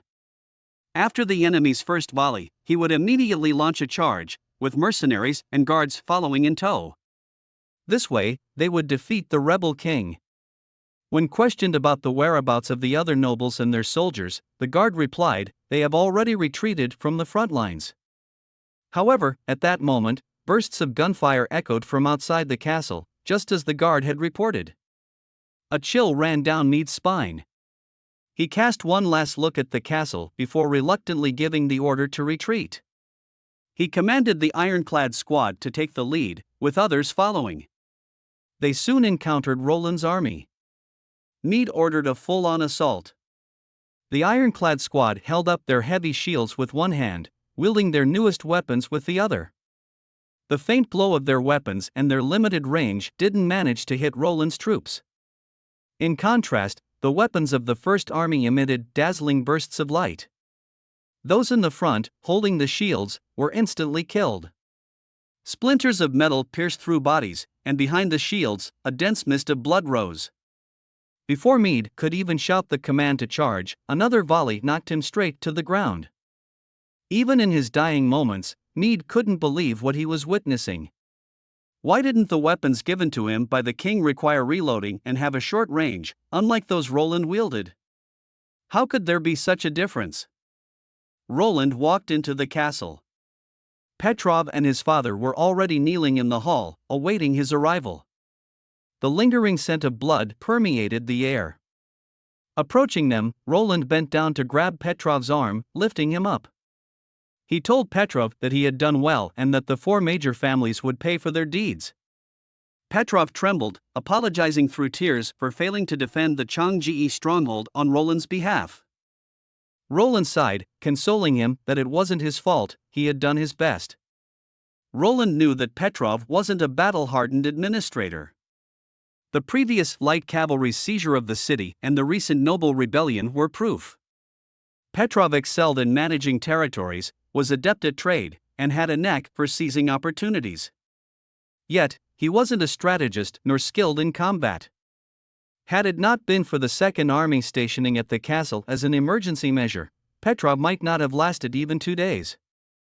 However, this didn't mean that Petrov wasn't a competent administrator.